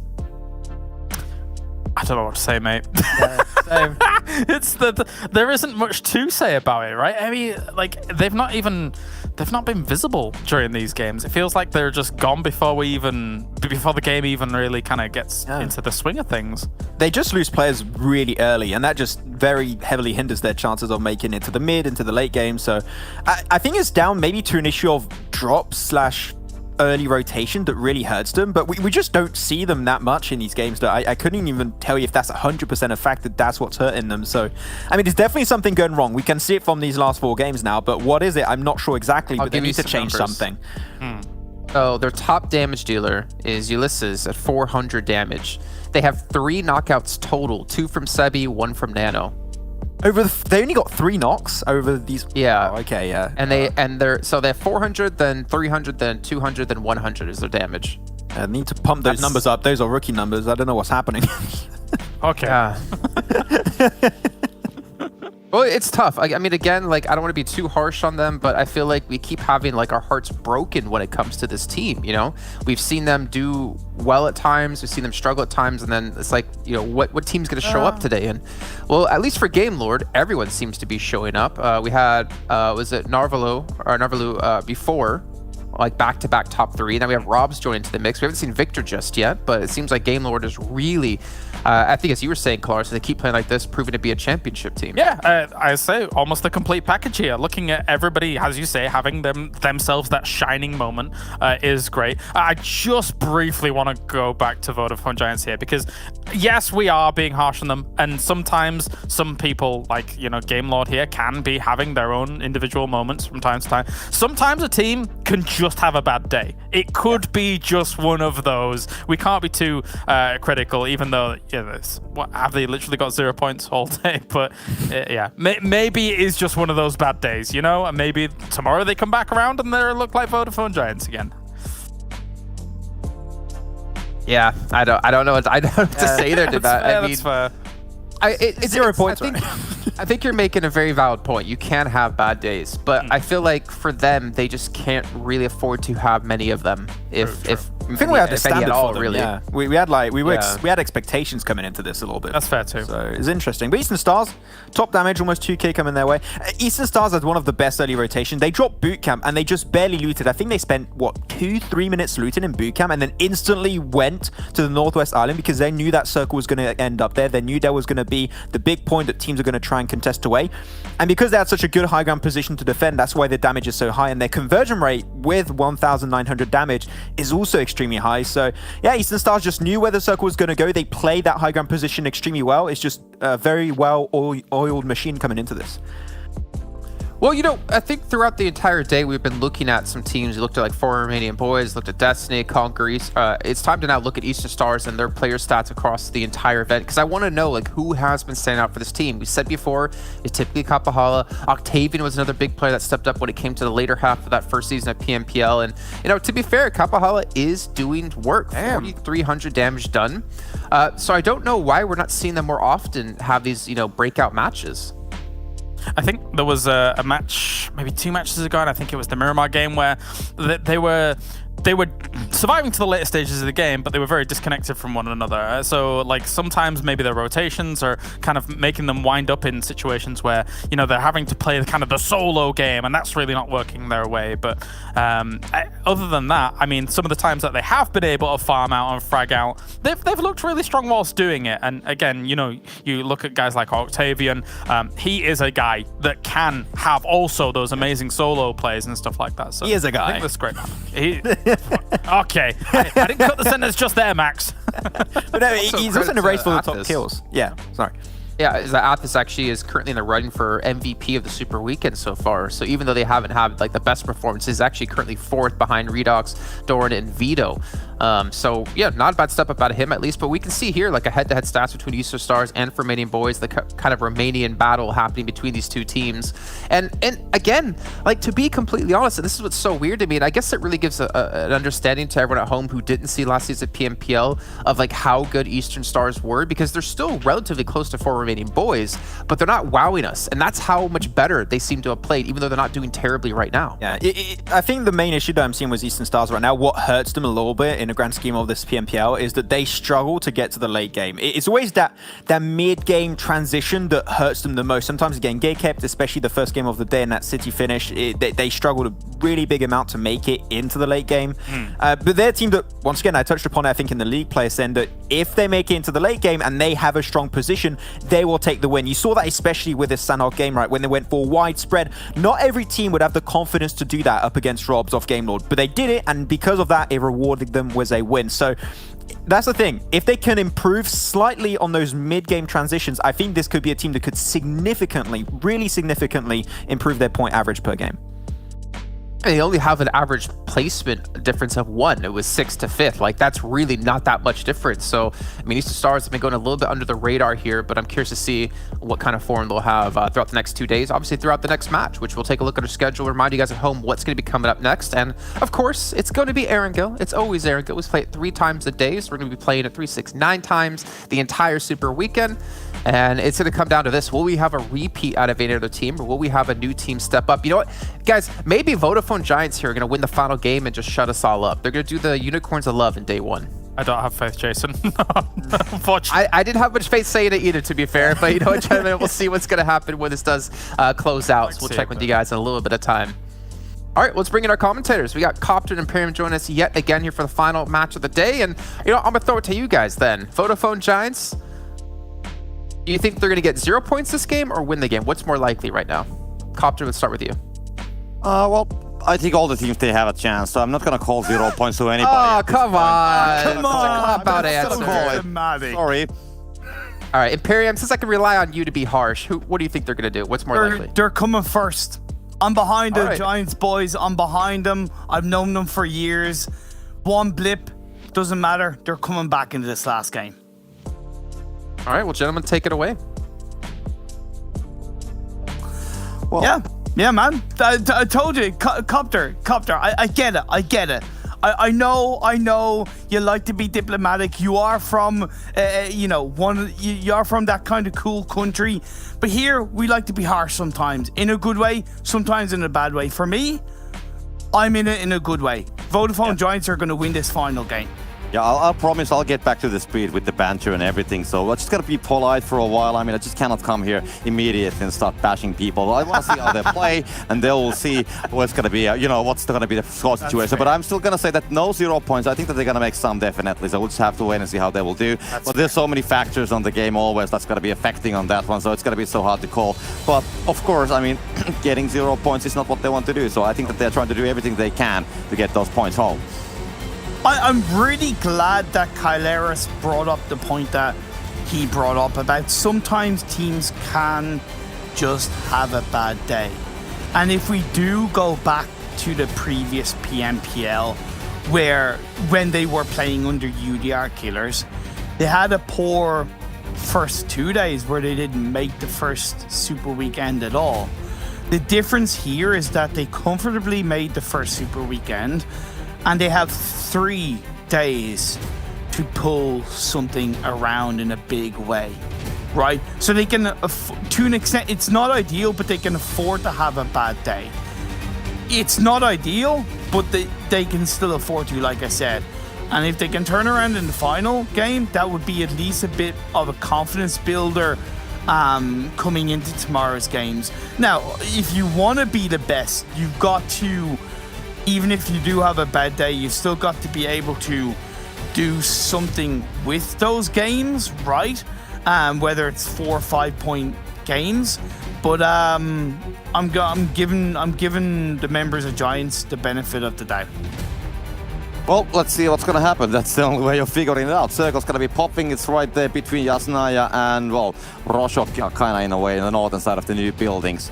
So we can see, of course, a game lot there pretty much in a good rotational spot. A lot of teams actually will be in sort of the circle, so we just have to wait and see. And one thing I gotta say, Imperium, because I just love your accent. It's so nice. Have you ever thought about doing audiobooks? I would definitely buy them. Man, I have very much thought about doing audiobooks. If someone out there wants me to read an audiobook for them or read a book for them out loud, or I can record one for you, to, nudge, nudge, wink, wink. But okay. Yeah, I have definitely thought about it. Yeah, maybe sometime in the future. Who knows? The world is our oyster, just like the world is all of these teams' oysters in this final game of the day. That Phase 1 circle, Copter is pretty healthy. It's up on the northeast side. Most of the teams are already inside the circle. We're looking at LMV, Deus Sirens, 4 Romanian Boys as the teams that are, for the most part, the furthest away from the circle. For Eastern Stars, it is going to be a tricky rotation. They should be aware that Exquisite Décode dropping Pubg, the TSC will go for a bit of a 2-2 split. That ChasMac Gaming have that 2-2 split between Prison and Shelter. So I would expect them to take a little bit more time rotating into this Phase 1. If anything, waiting until Phase 2 to really make a move. Yeah, now when I just calculated, we have 12 teams out of 16 inside. I mean, I can do math sometimes even, so... Good job, proud of it. Good job. Thank you from that. But now the hot place to be, I mean, we have so many teams who are like right next to the middle of the circle. So usually when you are, let's say, in a good spot on the circle, you can actually rotate quite fastly. So we can expect that somebody will be trying to find those buildings on the corners between Yasnaya and Roshok area. We have those couple different set of buildings there, and then the garage building on the southern side of it, just right there on the western side of the southern western side of the Yasnaya fields. So those are the places where somebody might be getting quite fast, as we just get a couple more minutes on the clock, maybe just 1 minute, and we should be having a team there. That's what I'm expecting. Of course, the team which are outside, they will have to wait the domino effect. They have to wait for a while. They can start to do some risky rotations, but still, if they want to, they can try to crash, of course. They can just try to get inside. The scouting, the information is going to be very important. And for example, LMV, they are still in the Primorsk area, and we saw those guys playing on the eastern side of the Sanhok for a long time in the blue. It took a while, so they came very late, so we can expect a similar kind of entry this time as well, because they don't have the placement or the position on the map to do anything else for now. But yeah, slowly the pieces are starting to move, and we can figure out what's going to happen with the puzzle. But it's going to be, I gotta say, it's pretty quiet now. With 12 out of 16 teams in the circle already, it is going to be a quiet start to this game. But let's take some time to talk about a few of these teams. I really want to point out big. This team have had an absolutely fantastic start to today's games. No chicken dinners, but 55 points out of 4 games. That's an average of roughly around 12-14 points per game. And this is a roster, when you look back at the previous PMPL, absolutely rocked the league stages, the league days, but when it came to the Super Weekend would sometimes fall a little bit flatter. Whereas it's clear that they're bringing the energy, the positioning, the strategies, the confidence from the league days of this PMPL to the Super Weekend. I'm really liking how they're playing. A mistake in the last game of Sanhok, no doubt about it, but we kind of have to forgive them a little bit because it was the very first Sanhok game for PMPL. The thing is, in this final game, dropping in Severny, being able to rotate to the kind of the tadpole area of the Yasnaya River will be really beneficial for them in this Phase 2, Phase 3. Well, it's still going to take a while until the team's going to be doing anything. We can see a lot of looting happening. Excuse me, we can see a Coasty has been, gathering a loot for a while. Euphoria is going to be finding finally somebody on the rotation. So he's going to find the ChasMac Gaming as they will arrive on the scene. Has a vehicle though, so Euphoria can just take the vehicle and get away from the whole situation. Doesn't have to be challenging as a solo. Doesn't make much of a sense at this point, so he's just going to leave from that scene. And then now we can see a little bit more what's actually happening on the Yasnaya/Multa area, there on the eastern side of the island. So a lot of teams are trying to figure out the play, so the rotations are slowly starting, 6.5 minutes on the clock, and we can see just as they're gonna follow his teammate, they will just start a nice convoy towards the circle. We'll see where they're gonna be heading in the end and do they find anything. But I mean, it's almost like having a Friday evening ride. There's like nothing going on, just checking like who's on the city, what's on the nightclubs, what's the menu on the restaurant. And it's gonna be Acer. Now it's gonna be spotting one, so that's gonna be the menu. It's gonna be TSC Legends. They will be on the menu. One thing that ChasMac has had a bit of a problem with, and Maxman, when we were in the green room over the first 3 games, pointed out, they have a bit of a tendency of losing a player early on in the game, and that massively impacts their late game ability to control the game. So I'm hoping that they're able to get to the late stages of this game as a full squad, so they're able to really, let's say, push an opponent on a compound, crash somewhere, take a massive stranglehold in Phase 4, Phase 5 of this game. Good positioning by TSC. They don't suffer any real casualties because of it. Big, they're moving down into the bridge line between Rozhok and Yasnaya. A bit of a deeper rotation than I expected from them, but they make it for the time being. There's nobody in those kind of compounds where they're looking to head, but Destiny, they're overarching the members of Game Lord. They got there first and they're looking to take advantage of it. That's a solo player. I mean, they have more coming from the south, but it's a solo player on the house, True. and they will just go for it. We can see that they're trying, and he knows that he's going to be in trouble, and from the side they will find the angle, puts the nade outside, tries to defend, takes the damage, and now we can see Mercy maybe fighting him from the side behind the buggy, and there we go, the spray. Not going to be connecting. What is going on? In the end, he's going to fall down, but it's going to take a long time, and now we can see actually, that is interesting. Game Lord's going to be bringing more troops on the scene, so we can see finally Algo's going to fall down, Mozar's going to find at the same time. Mozaro dealing the damage from the inside, tries to free fire on the doorway, and 2 guys on the Game Lord, they are holding the place. Texi is gonna be crawling. Mozaro needs to get that done. He will do it as well. There's gonna be more people, and tries to reloads, and they will go for it. Who's gonna be getting that one in there? Mozaro with the proning will get the done. He's gonna be getting those kills now, finally getting some results, but that was a very struggling start for the fight, I gotta say.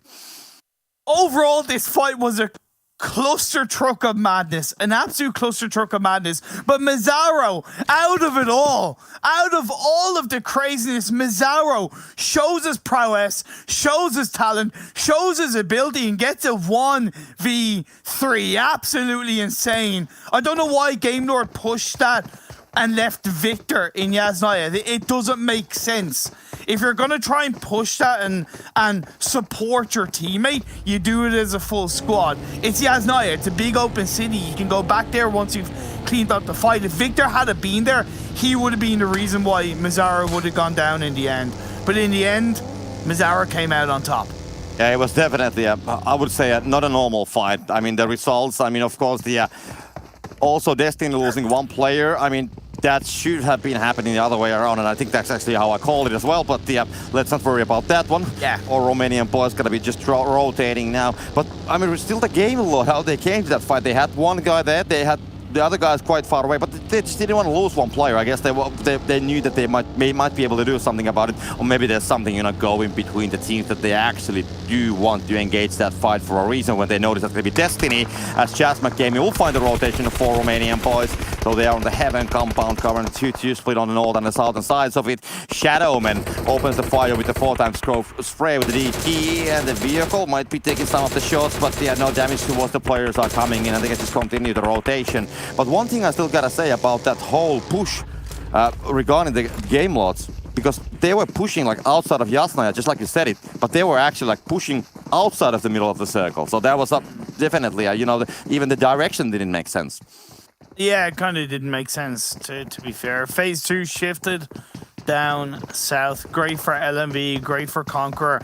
I get why 4 Romanian Boys kind of opted to go for that kind of shift down south, because less teams had prioritized the southern side of the circle in that phase 1. It was just a little bit of a weird, deep rotation, but sometimes that can work. And the way they rotated all 4 together meant that there was a lot less focus on one vehicle, rather than if one player was rotating on his own, 3 or 4 players would be shooting at that vehicle. So I do appreciate that from 4 Romanian Boys. Deus Sirens now coming in through the north of the river. You have Excuse Me in apartments for now. That's a really good position in apartments for phase 2. We'll have to see how it works out. And hey, Vodafone Giants, they're still in this game. They're on Potato Hill. They're still as a full squad. They're still in this game. They're my pick for the win, so I'm backing them, baby. Yeah, I mean, I said that they're not going to go with the 0 points, so they're going to get something done, definitely. That's what we are expecting. So you're expecting a win, and I'm at least expecting a 1 kill. But yeah, they have spotted Team Doom right there on the downside of the hill. They are watching the buildings, but of course, I mean, they are inside of the buildings, you know, on the rooftops and everything. They have the hard cover, so they're going to be very hard to challenge from that position, because it's actually just holding that place, you know, gathering the information, taking the advantage of the third-person view, and kind of like, you know, seeing something which, well, he's going to be seeing with that view. Action's going to be just watching, well, outside from the doorway, and it's going to take a while. We had the circle, by the way, shifting at one point as well. So we had the second phase already going on, and the circle was coming towards the southern side, so we can see that the farm is going to be still included, Jasna's going to be included, so it's going to be right between Jasnaya and farm area, the middle place. So the new compounds, which, by the way, we can just see from here, is going to be taken by the LMV. So that's a good place, but you know, it's all about the next zone where it's going to be shifting. It's going to be hard shifting almost towards the south western side. And of course, we do have some teams like, for example, the Vodafone Giants sitting on the potato hill that is inside. And maybe there isn't that many teams coming from the western side, but maybe they can get some rotations on the way. Maybe Excuse Me is going to be having the same idea. You actually go towards that hill. We just have to wait and see. That's an exciting circle shift, massively yeeted down to the south side. Farmers in play. There's a lot of compounds. LMV, they're going quickly. They're reacting quickly, but are they reacting a little bit blindly? Luckily for them, it's just Conqueror that's in front of them. They'll go past. Vodafone Giants, this is where they need to tighten up onto Potato Hill. This is where they need to look to really pick teams apart. That's it. An initial kill onto one of the Excuse Me players. The rest of the team needs to respond suit. Mango's low in health.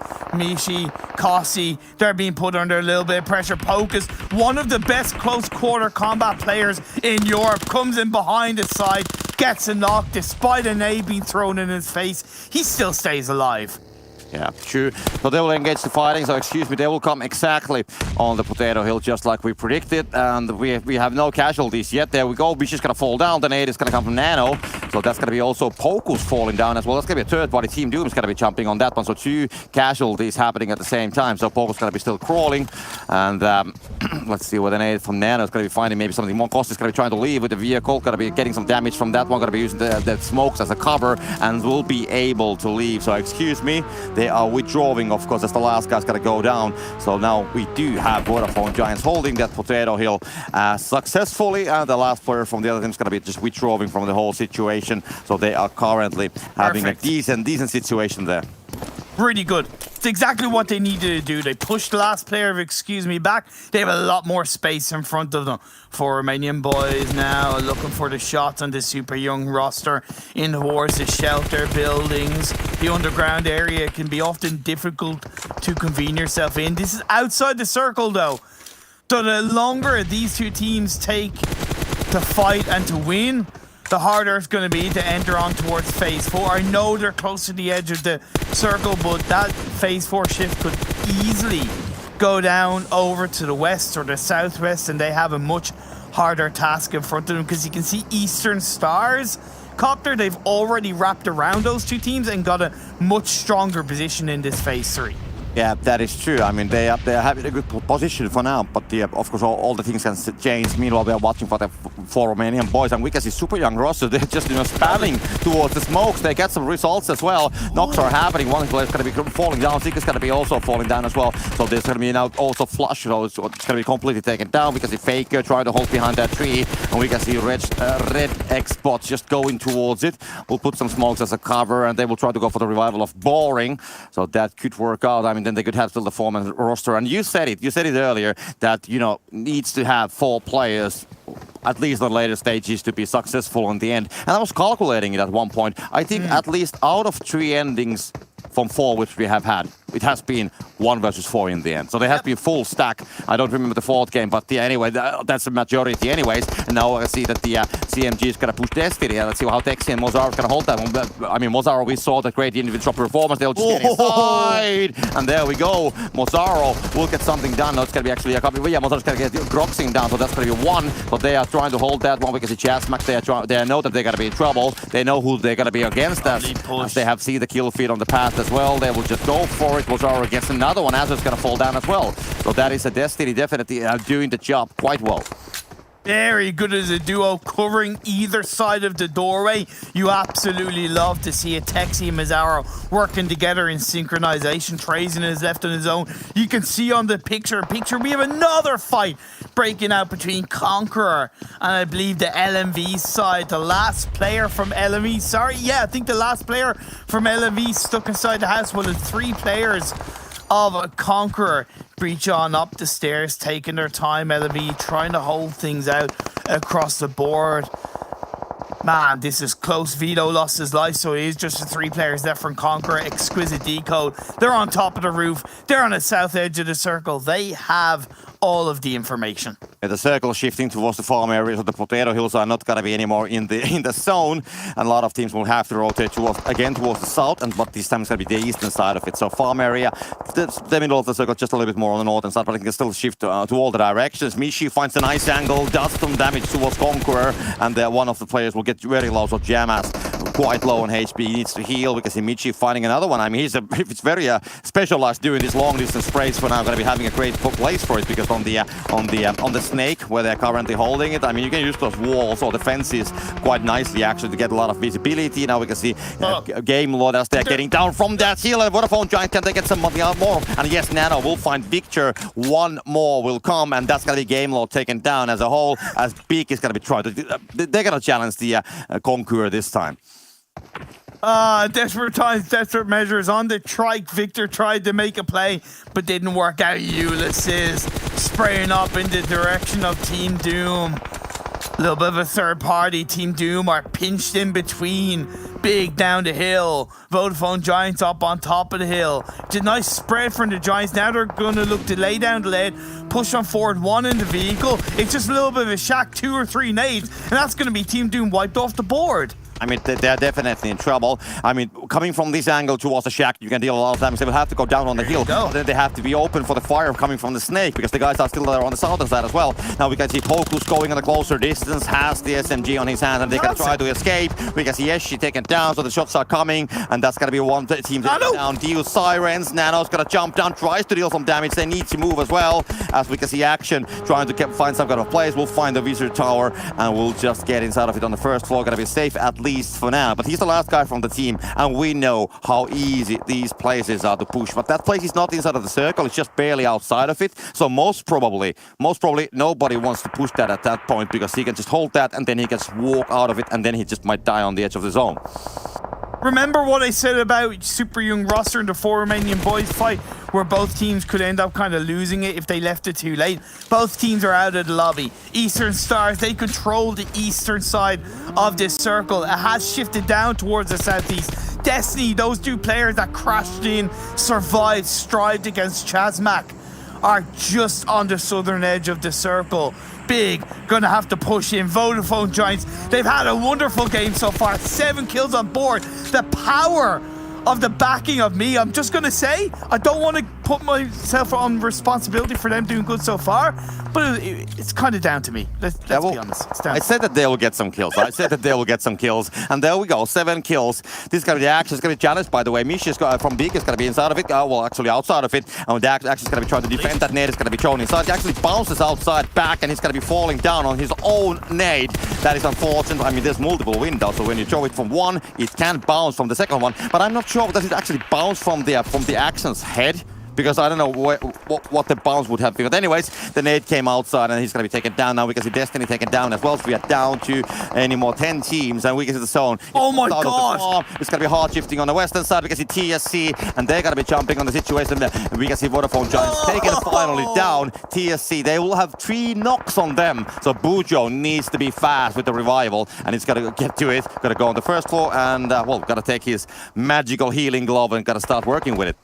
Look at the Irish ran out, but valiant effort. Vodafone Giants to push on in, nearly got the squad wipe onto TSC. Eastern Stars now, with 8 teams left and 22 players, they're going to look into the direction of Xtreme Slayers. Athis and Octavian on the top of the hill. You have Kapahala and Bazzi down at the bottom. To me, that should be a 3-1 split, not a 2-2 split. To me, you got to have 3 players pushing up the hill if you really want to control the fight against Xtreme Slayers.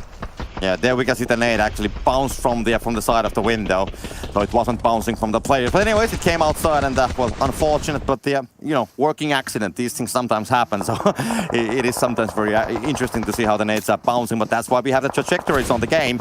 But the Xtreme Slayers, they are playing the northern side. They have a decent place. I mean, they can still play the hillside for a while. They are inside of the zone, so they get some minor cover. They have to be very careful with it. I mean, the location TSC side, because the Eastern Stars, they will come for it, so they will just come from the. We can see the shots coming from it, and the circle's going to be popping on the northern side as well, so they have the zone completely. So now this battle is going to be so important, because who's going to hold that northern place? They might be. I'm expecting that they would be immediately on the top 3, but Conqueror dealing a lot of damage, a lot of sprays coming. TSC taking the damage. Yaza proning together with Tamtam there, the 2 guys still alive. As we can see, the both sides will take some casualties. We can see Xtreme Slayers, they will go full proning mode. They're just barely inside of it, but TSC Conqueror needs to get inside.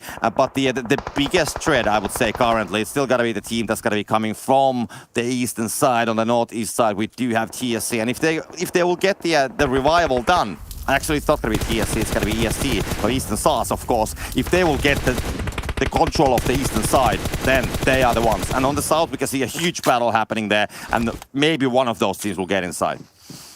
Well, this circle ending is incredibly difficult. It's out in the open. It's on the slope of a hill. North and south, east and west, it's not easy to control and play towards the end of the circle. I would argue being on the high ground is a little bit more challenging at this late stage of the game, and that's why Xtreme Slayers are down to just one big go for a push, but they're going to be taken out at the hands of TSC with a little bit of help of Conqueror. Breeze was knocked down to the ground. The Irish God himself will not be revived up as his 2 teammates, Azzy and Jammaz, staying prone. TSC, out of all of this, have kept themselves up as a full squad. It is such a, tricky circle. Like you said, on the slope of the hill, Jaza with the spray is going to be finding one of the Conqueror players. Azzy takes the damage, and we're going to be trading down as well. Beautiful. But in the end, he's going to be taken down, so Jamma's going to fall down, Reeves going to fall down, TSC getting the knocks and the kills as well. Conqueror's going to be taken down as a whole, so they will just get the job done, and they can hold that place on the western side for now. But at the same time, Eastern Stars, they are making some moves on the west. They are moving inside. We do have, of course, Exquisite on the south as well, completely alone, as we are down to just 4 teams. So 1 on the north, 1 on the south, 1 on the west, and 1 on the east. That's pretty simple, but the circle is nothing but simple. Man, it's nothing but a joy to watch Eastern Stars play when they are performing at this level. Are we going to see a back-to-back chicken dinner from the Romanian side? I'll be asking them afterwards, Shefachi, and they're going to be Bine Imperium with how they performed in today's games. They have the better side of the circle because they have that little bit of a low ground dip that they're able to move around. TSC, they're a lot more heavily pinched, but where's this next shift going to go? Reznov has been spotted. A nade in his direction by Kapahala does not connect, but it does go down south, and now as a full squad, they have to push on that rock. Yeah, I mean, Eastern Stars, they have the manpower. It's just only 9 players and 4 teams. They have the majority of the players. They have a good side. I mean, the circle's going to be going away. But as long as they will just deal with the one player on the southern side, then the guys on the north side will just engage themselves a little bit. And when actually, finally, they will move inside Eastern Stars to the circle, then they can just hold it from the people coming from the northern side. So they should have this on their pocket. It's all about the placement, how they will play this one. But of course, if there's one guy that can do a dent, that's going to be the solo from Exquisite on the southern side. Stars going to be spotting down TSC. So TSC is down to 2 players because the shots coming from the SLR. Going to be trying to find from both sides of the tree. But nope, not going to be connecting this time. Just moving a slightly location. Going to be noticing that it's going to be not going to be working out. So needs to change his position, get a better place, maybe get inside of the circle a little bit more. Because if you cannot engage, then you have to do something else. I love this from Eastern Stars, keeping one outside of the circle, up higher up in the hill, while the rest of the team push a little bit more heavily down south. TSC Tam goes down to the play zone. He can't be a victim of the play zone at this late stage of the game, especially when you're down to just a couple of players. Jaja left to his own devices. Yep, that's going to be it. I mean, the end is going to be starting for many players for now because Eastern Stars, they are making the move. They will get inside and they will decide we have to get rid of this guy on the southern side. And Exquisite, if they just have the information and they should have it, the nades are coming in already. Damage will be dealt, half HP lost, couple more nades, and the solo might be gone or should be gone. That's going to be one more nade coming, going to go far away, and no damage will be dealt. They know the player and they just have to handle that guy. And meanwhile, we can see, of course, TSC coming at the same time as the solo as well. 2 solos versus 4 guys, and they are just putting those shots on the board. Eastern Stars, they are playing the very edge of the zone. They don't want to be losing anybody. We can see Atis now fighting that one. That's going to be end of the Exquisite, and now it's going to be just 4 versus 1. Another 4 versus 1. And Eastern Stars, let's see what Jaja can do. Going to be prodding here. They are coming. They have the cars. They have the cavalry. Going to take down one. No, it's going to be in the end. Eastern Stars, they will get it done. And TSC, they had a great try, but unfortunately, it just wasn't enough. Eastern Stars say terminat to the rest of the lobby. Te ubesk, my fantastic Romanian friends. Back-to-back chicken dinners. They light up the lobby at the end of the day. And I understand why your desk had questions about Eastern Stars' performance. I had as well. I wasn't sure if they were going to be able to perform as heavily as they had kind of throughout the previous PMPL. But to me, they have, and they deserve the accolades. They deserve to end on the back-to-back chicken dinners because it was so well controlled. I mean, the end was definitely great. I mean, they had the control of the eastern side. They didn't just control the whole east. They actually had like the northeast and the, well, not the southeast, but the east and the northeast. And that's why they had so much visibility on the teams right there on the northern side. They knew the exact amount of players, the teams, the locations, and that's how they got the information, how they will approach the circle, you know, knowing the landscape, getting the players on the right positions that they can cover all the entrances from the other side of the circle towards inside. And then, of course, finding that solo guy. And I would say that at the point when we had the last guy from the Exquisite taken down on the southern side, I would say that you had some questions. I think they are now answered. Yeah, exactly. They answered the question so easily. It was a good game for Vodafone Giants as well, Copter. You know, we came into this game, once again, a lot of questions asked on what they were going to be able to do, but they answered those questions. But hey, you see this code down below? You can use that code to redeem for free items in-game. You can receive your free 1+ in-game parachute and t-shirt. It's open to the first 1,000 people. You do it in-game and you go for it. It's a really fantastic offer. Use that code in-game and you can grab yourself a free in-game gift. Can't argue with it. Yeah, just go ahead, be fast with it. So that's definitely one thing that you have to do. Be fast. Otherwise, just the 1,000 first going to be getting it. Yeah, exactly. That's the thing. It's a first 1,000 people. Can't argue with it. Cannot argue with it at all. But as we get into the highlights, again, just to kind of touch upon the Vodafone Giants, they got 7 kills that game. To me, the biggest difference with how they played in that last game is not only did they play more as a team, but they rotated a little bit better and they played with a lot more aggression. It's shades of the old Vodafone Giants, what was UDR Killers in the last PMPL. They had a lot less fear on board in this final game. They knew they were at the bottom of the barrel and they had to pull something bigger out of the bag, and it was nice to see it in the final game. Yeah, and in the end, I mean, when we started the game, you guys tried to bait me to say that they will not get any kills on that game, but still in the end, 7 kills for them. Actually, 8 kills for them in the end, so they managed to get a lot of points. But yeah, good game. Good game for the Vodafone Giants, and definitely what the doctor ordered at this point of the game. I mean, we're at the end of the last day here, so of course, like the last game is going to be where you want to be excelling, that you can be happy for tomorrow. You have a good feeling, you have a good vibe. Yeah, we got it done. And then tomorrow, you're just going to keep that same feeling, and then you'll get some results. Maybe they got a bit of a signal boost from their sponsors, Vodafone, and you saw the push on the Team Doom, and I said that Team Doom being inside the shack, or, you know, all together for the most part, was going to be, you know, spell hell for them, and that's exactly what happened. And it was unfortunate that that nade kind of just didn't play in the right area, where it went in through one window, out through the other, and he got knocked down. Yeah, those things happen. They are working accidents. Just happens sometimes, and sometimes it bounces from the window, sometimes it bounces from the player, from the helmet or something like that. So it just happens sometimes, and you have to live with it. But in the end, I think Big, they actually had a second player coming for that wizard tower, and they got that guy down in the end. So they still won that battle, but they just lost one. And regarding that, you said the Vodafone Giants. I was just wondering that call from Vodafone, like, yeah, we're gonna upgrade your internet speed to 2 gigabytes if you get some kills. And they're, yeah, let's do it. Let's get it done. I want some download speed. Exactly. TSC Legends, before we go to the break, I want to shine a bit of light on them. They're being the dark horses of the lobby, and I think they deserve a little bit more in terms of credit. So far today, they had a 15-point game, they had a 7-point game. They've had a couple of good results. And for this team coming in from the PMPL UK, I really think that there's a lot more for them to come, and they've really shown a lot in this first day of the Super Weekend.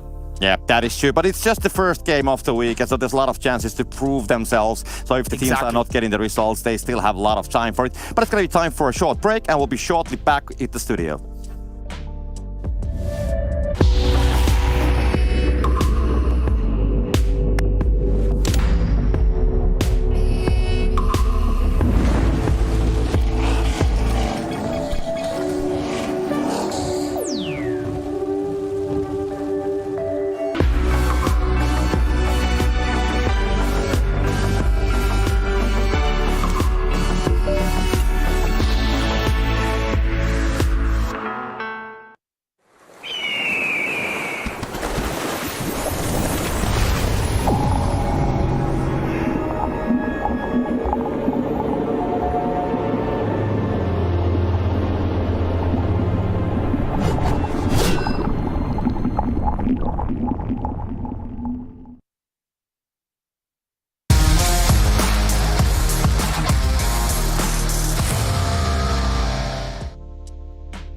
Well, it seems like Romania and back-to-back chicken dinners seems to be synonymous with each other, considering we saw 4 Romanian boys do it in the league stage, and now we're seeing Eastern Stars do it here in day 1 of the Super Weekend. And again, we questioned the team, saying they're not really performing as well as we expected in the past from what we saw in Season 1, and they just shut me right up. I don't know if they shut Maxman and Kalaris up, as they're going to be joining me here to break this down, but they are looking fantastic and looking poised to take that #1 position at the end of the day.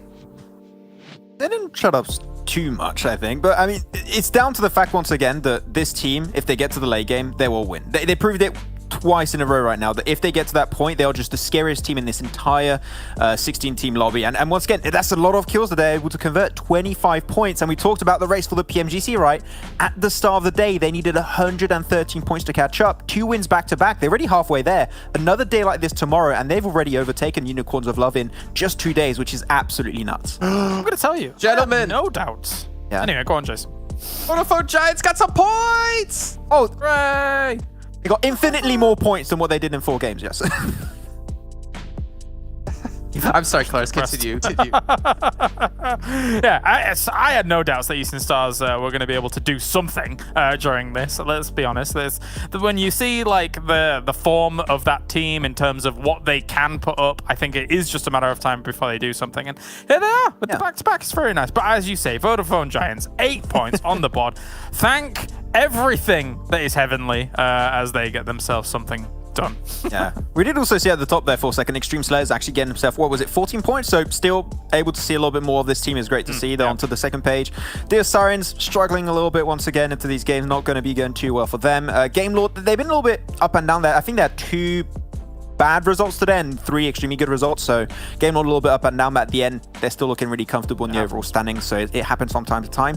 Though I'm a little bit, still LMV Gaming. I thought this team was going to be my dark horse team into the Super Weekend, and they just have not been able to show up. When it comes to fights, they struggle so much. They need a complete change of pace, I would say, in the next 2 days. Yeah, I would agree. I think even Excuse Me as well haven't been performing as good as when they did in the league play.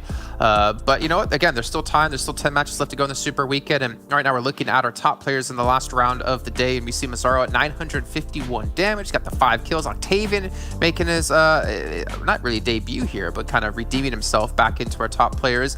And Muzi coming in with 555 damage. That's a name we have yet to see here on the top players list.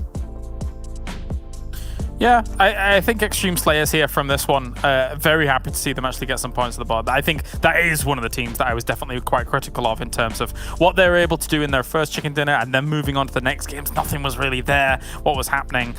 So it's good to have them actually push on towards some of the later situations in this game, because let's be honest, some of the later situations in this game up against this hillside plays slightly reminiscent of that big win that we had in league play, and it can be very difficult to find yourself the right spot, be able to make the moves as well as be able to find the angles to shoot people. But yeah, I mean, I'm hoping that like one win they had on day one, the initial win they had, wasn't just a fluke. I hope to see, well, not even just them, but every team really step up here throughout the course. At least there's consistent games happening, so they have time to get that consistent practice in. Hopefully they just don't get too burnt out and they have the time to, you know, revisit things and improve themselves. But let's do a quick little recap before we get into overall standings, before we get into seeing who's currently leading the pack. I'm curious about reminding you all at home. I don't even know why I'm curious about reminding you at home. I want to remind you guys at home how all the teams did here when it came to our winners. We can see Eastern Stars close things out with a back-to-back victory. But that first match of the day, I almost forgot about it here, Max. Spend 3,800 damage, almost 3,900 damage done here for 4 Romanian boys. They knew which position was going to be the strongest, right? They knew, okay, this circle is going to be horrible. A lot of teams are going to try and push onto us. If we just hold the fort down for as long as possible, not only are we going to get a lot of damage and kills, we might also get the win off of that. And the circle just actually finishing on top of their own building forced all the other teams to cross the road, so it made it very, very easy for them. But, you know, being given a circle and using it properly is 2 different aspects of the game. Sure, they were given a really strong position, but they played it extremely, extremely well. So I really want to press that point forward. It is not a given game from in those kind of scenarios. There is the interesting thing, though, where yes, 4 Romanian boys did so much in that game, but I feel like everywhere else it was kind of a bit, how's today actually going, you know? Like, it didn't, like some of the fights that they lost, like moving up to Sanhok, and then the fight that they lost here in the dip, kind of west of where we had that finish take place on the previous Erangel. It's like, you're dying in these fights quite quickly, I think is fair to say. The 2 teams that have impressed me so much today have been Eastern Stars, and Game Lord, despite not getting a win, I think is another team that impressed me once again, Jason.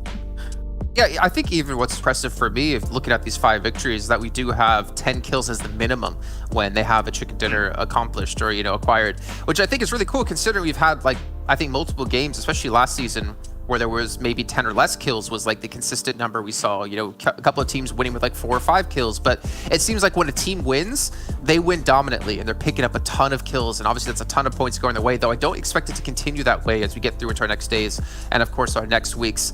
And like always, you two, I like to ask you, who do you think was the MVP of the day? And I appreciate, also shout out to our sponsor here to actually let me know in particular, not publicly to you guys to see who it is, so no one can cheat.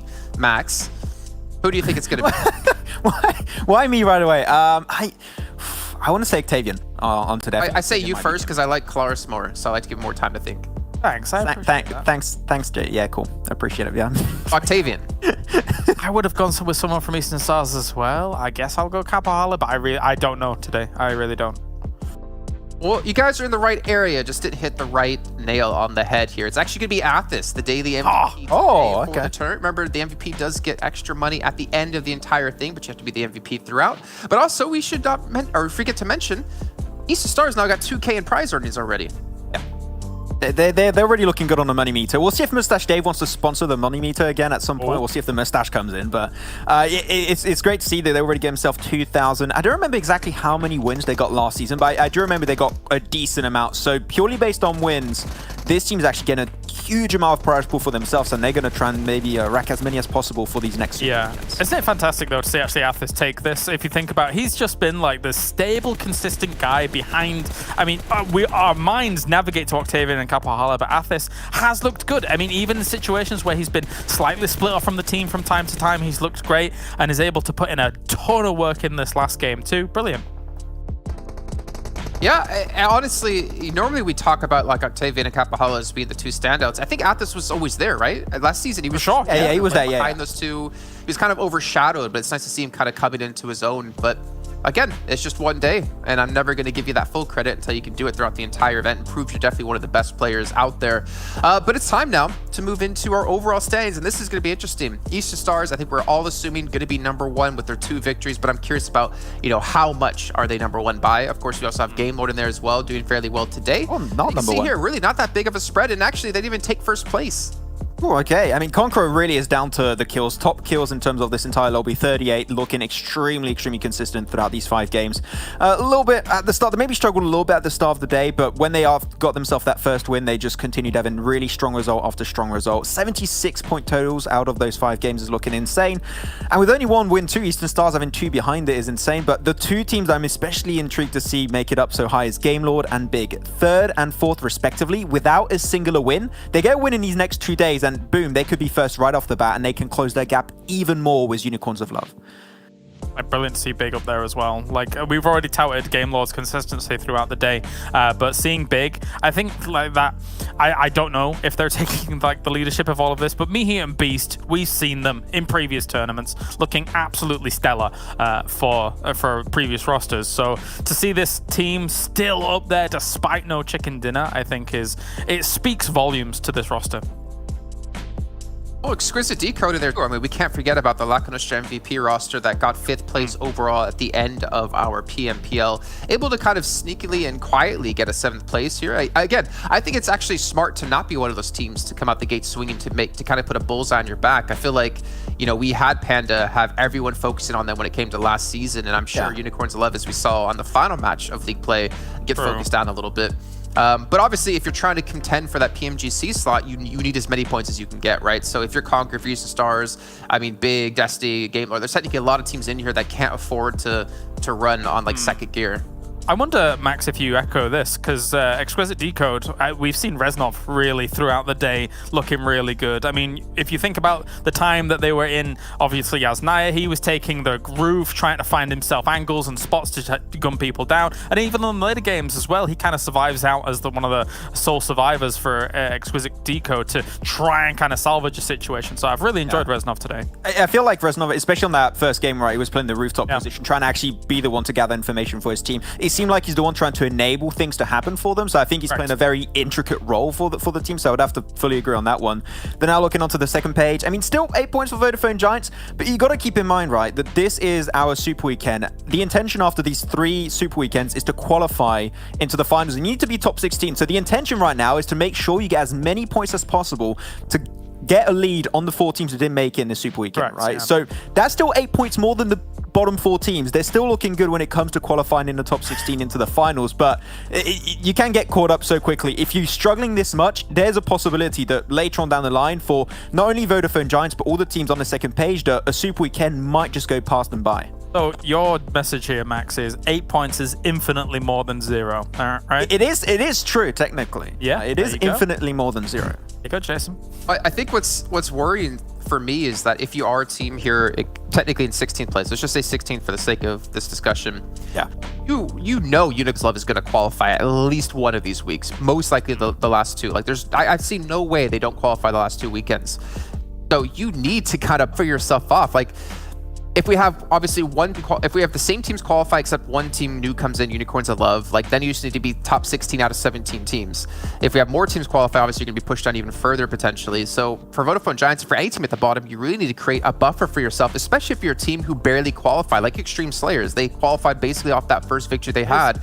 You need to get as many points as possible right now so you don't get knocked out of top 16. Here's the potential redeemer though, right? We know from the past 2 days of league play that Vodafone Giants can pop off, whereas some of the teams just above them, we haven't quite seen them pop off yet in this tournament. So maybe we come in tomorrow or the next day and we see Vodafone Giants have that, and then you're not then that one team that Unicorns of Love is saying, haha, we've got you in our sights, let's take you out. That's a good point, right? It's not the end of all worlds, and right now we need to see teams be able to have that pop-off potential, because if you don't qualify yourself, if you barely qualified, you're going to struggle even more next week and the week thereafter. But that means we're done with our day. We've talked about everything. We've had all 5 rounds played out, and that means we have to end things off because we need to get closer towards tomorrow, which will be back at the exact same time to kick off our next day. Big shout-outs, yeah, again, to Conqueror, able to maintain that #1 position. Great to see Eastern Stars come back to life. But we'll see how the teams do tomorrow, and we'll see you all there to continue our coverage of the PMPL Western Europe Season 2.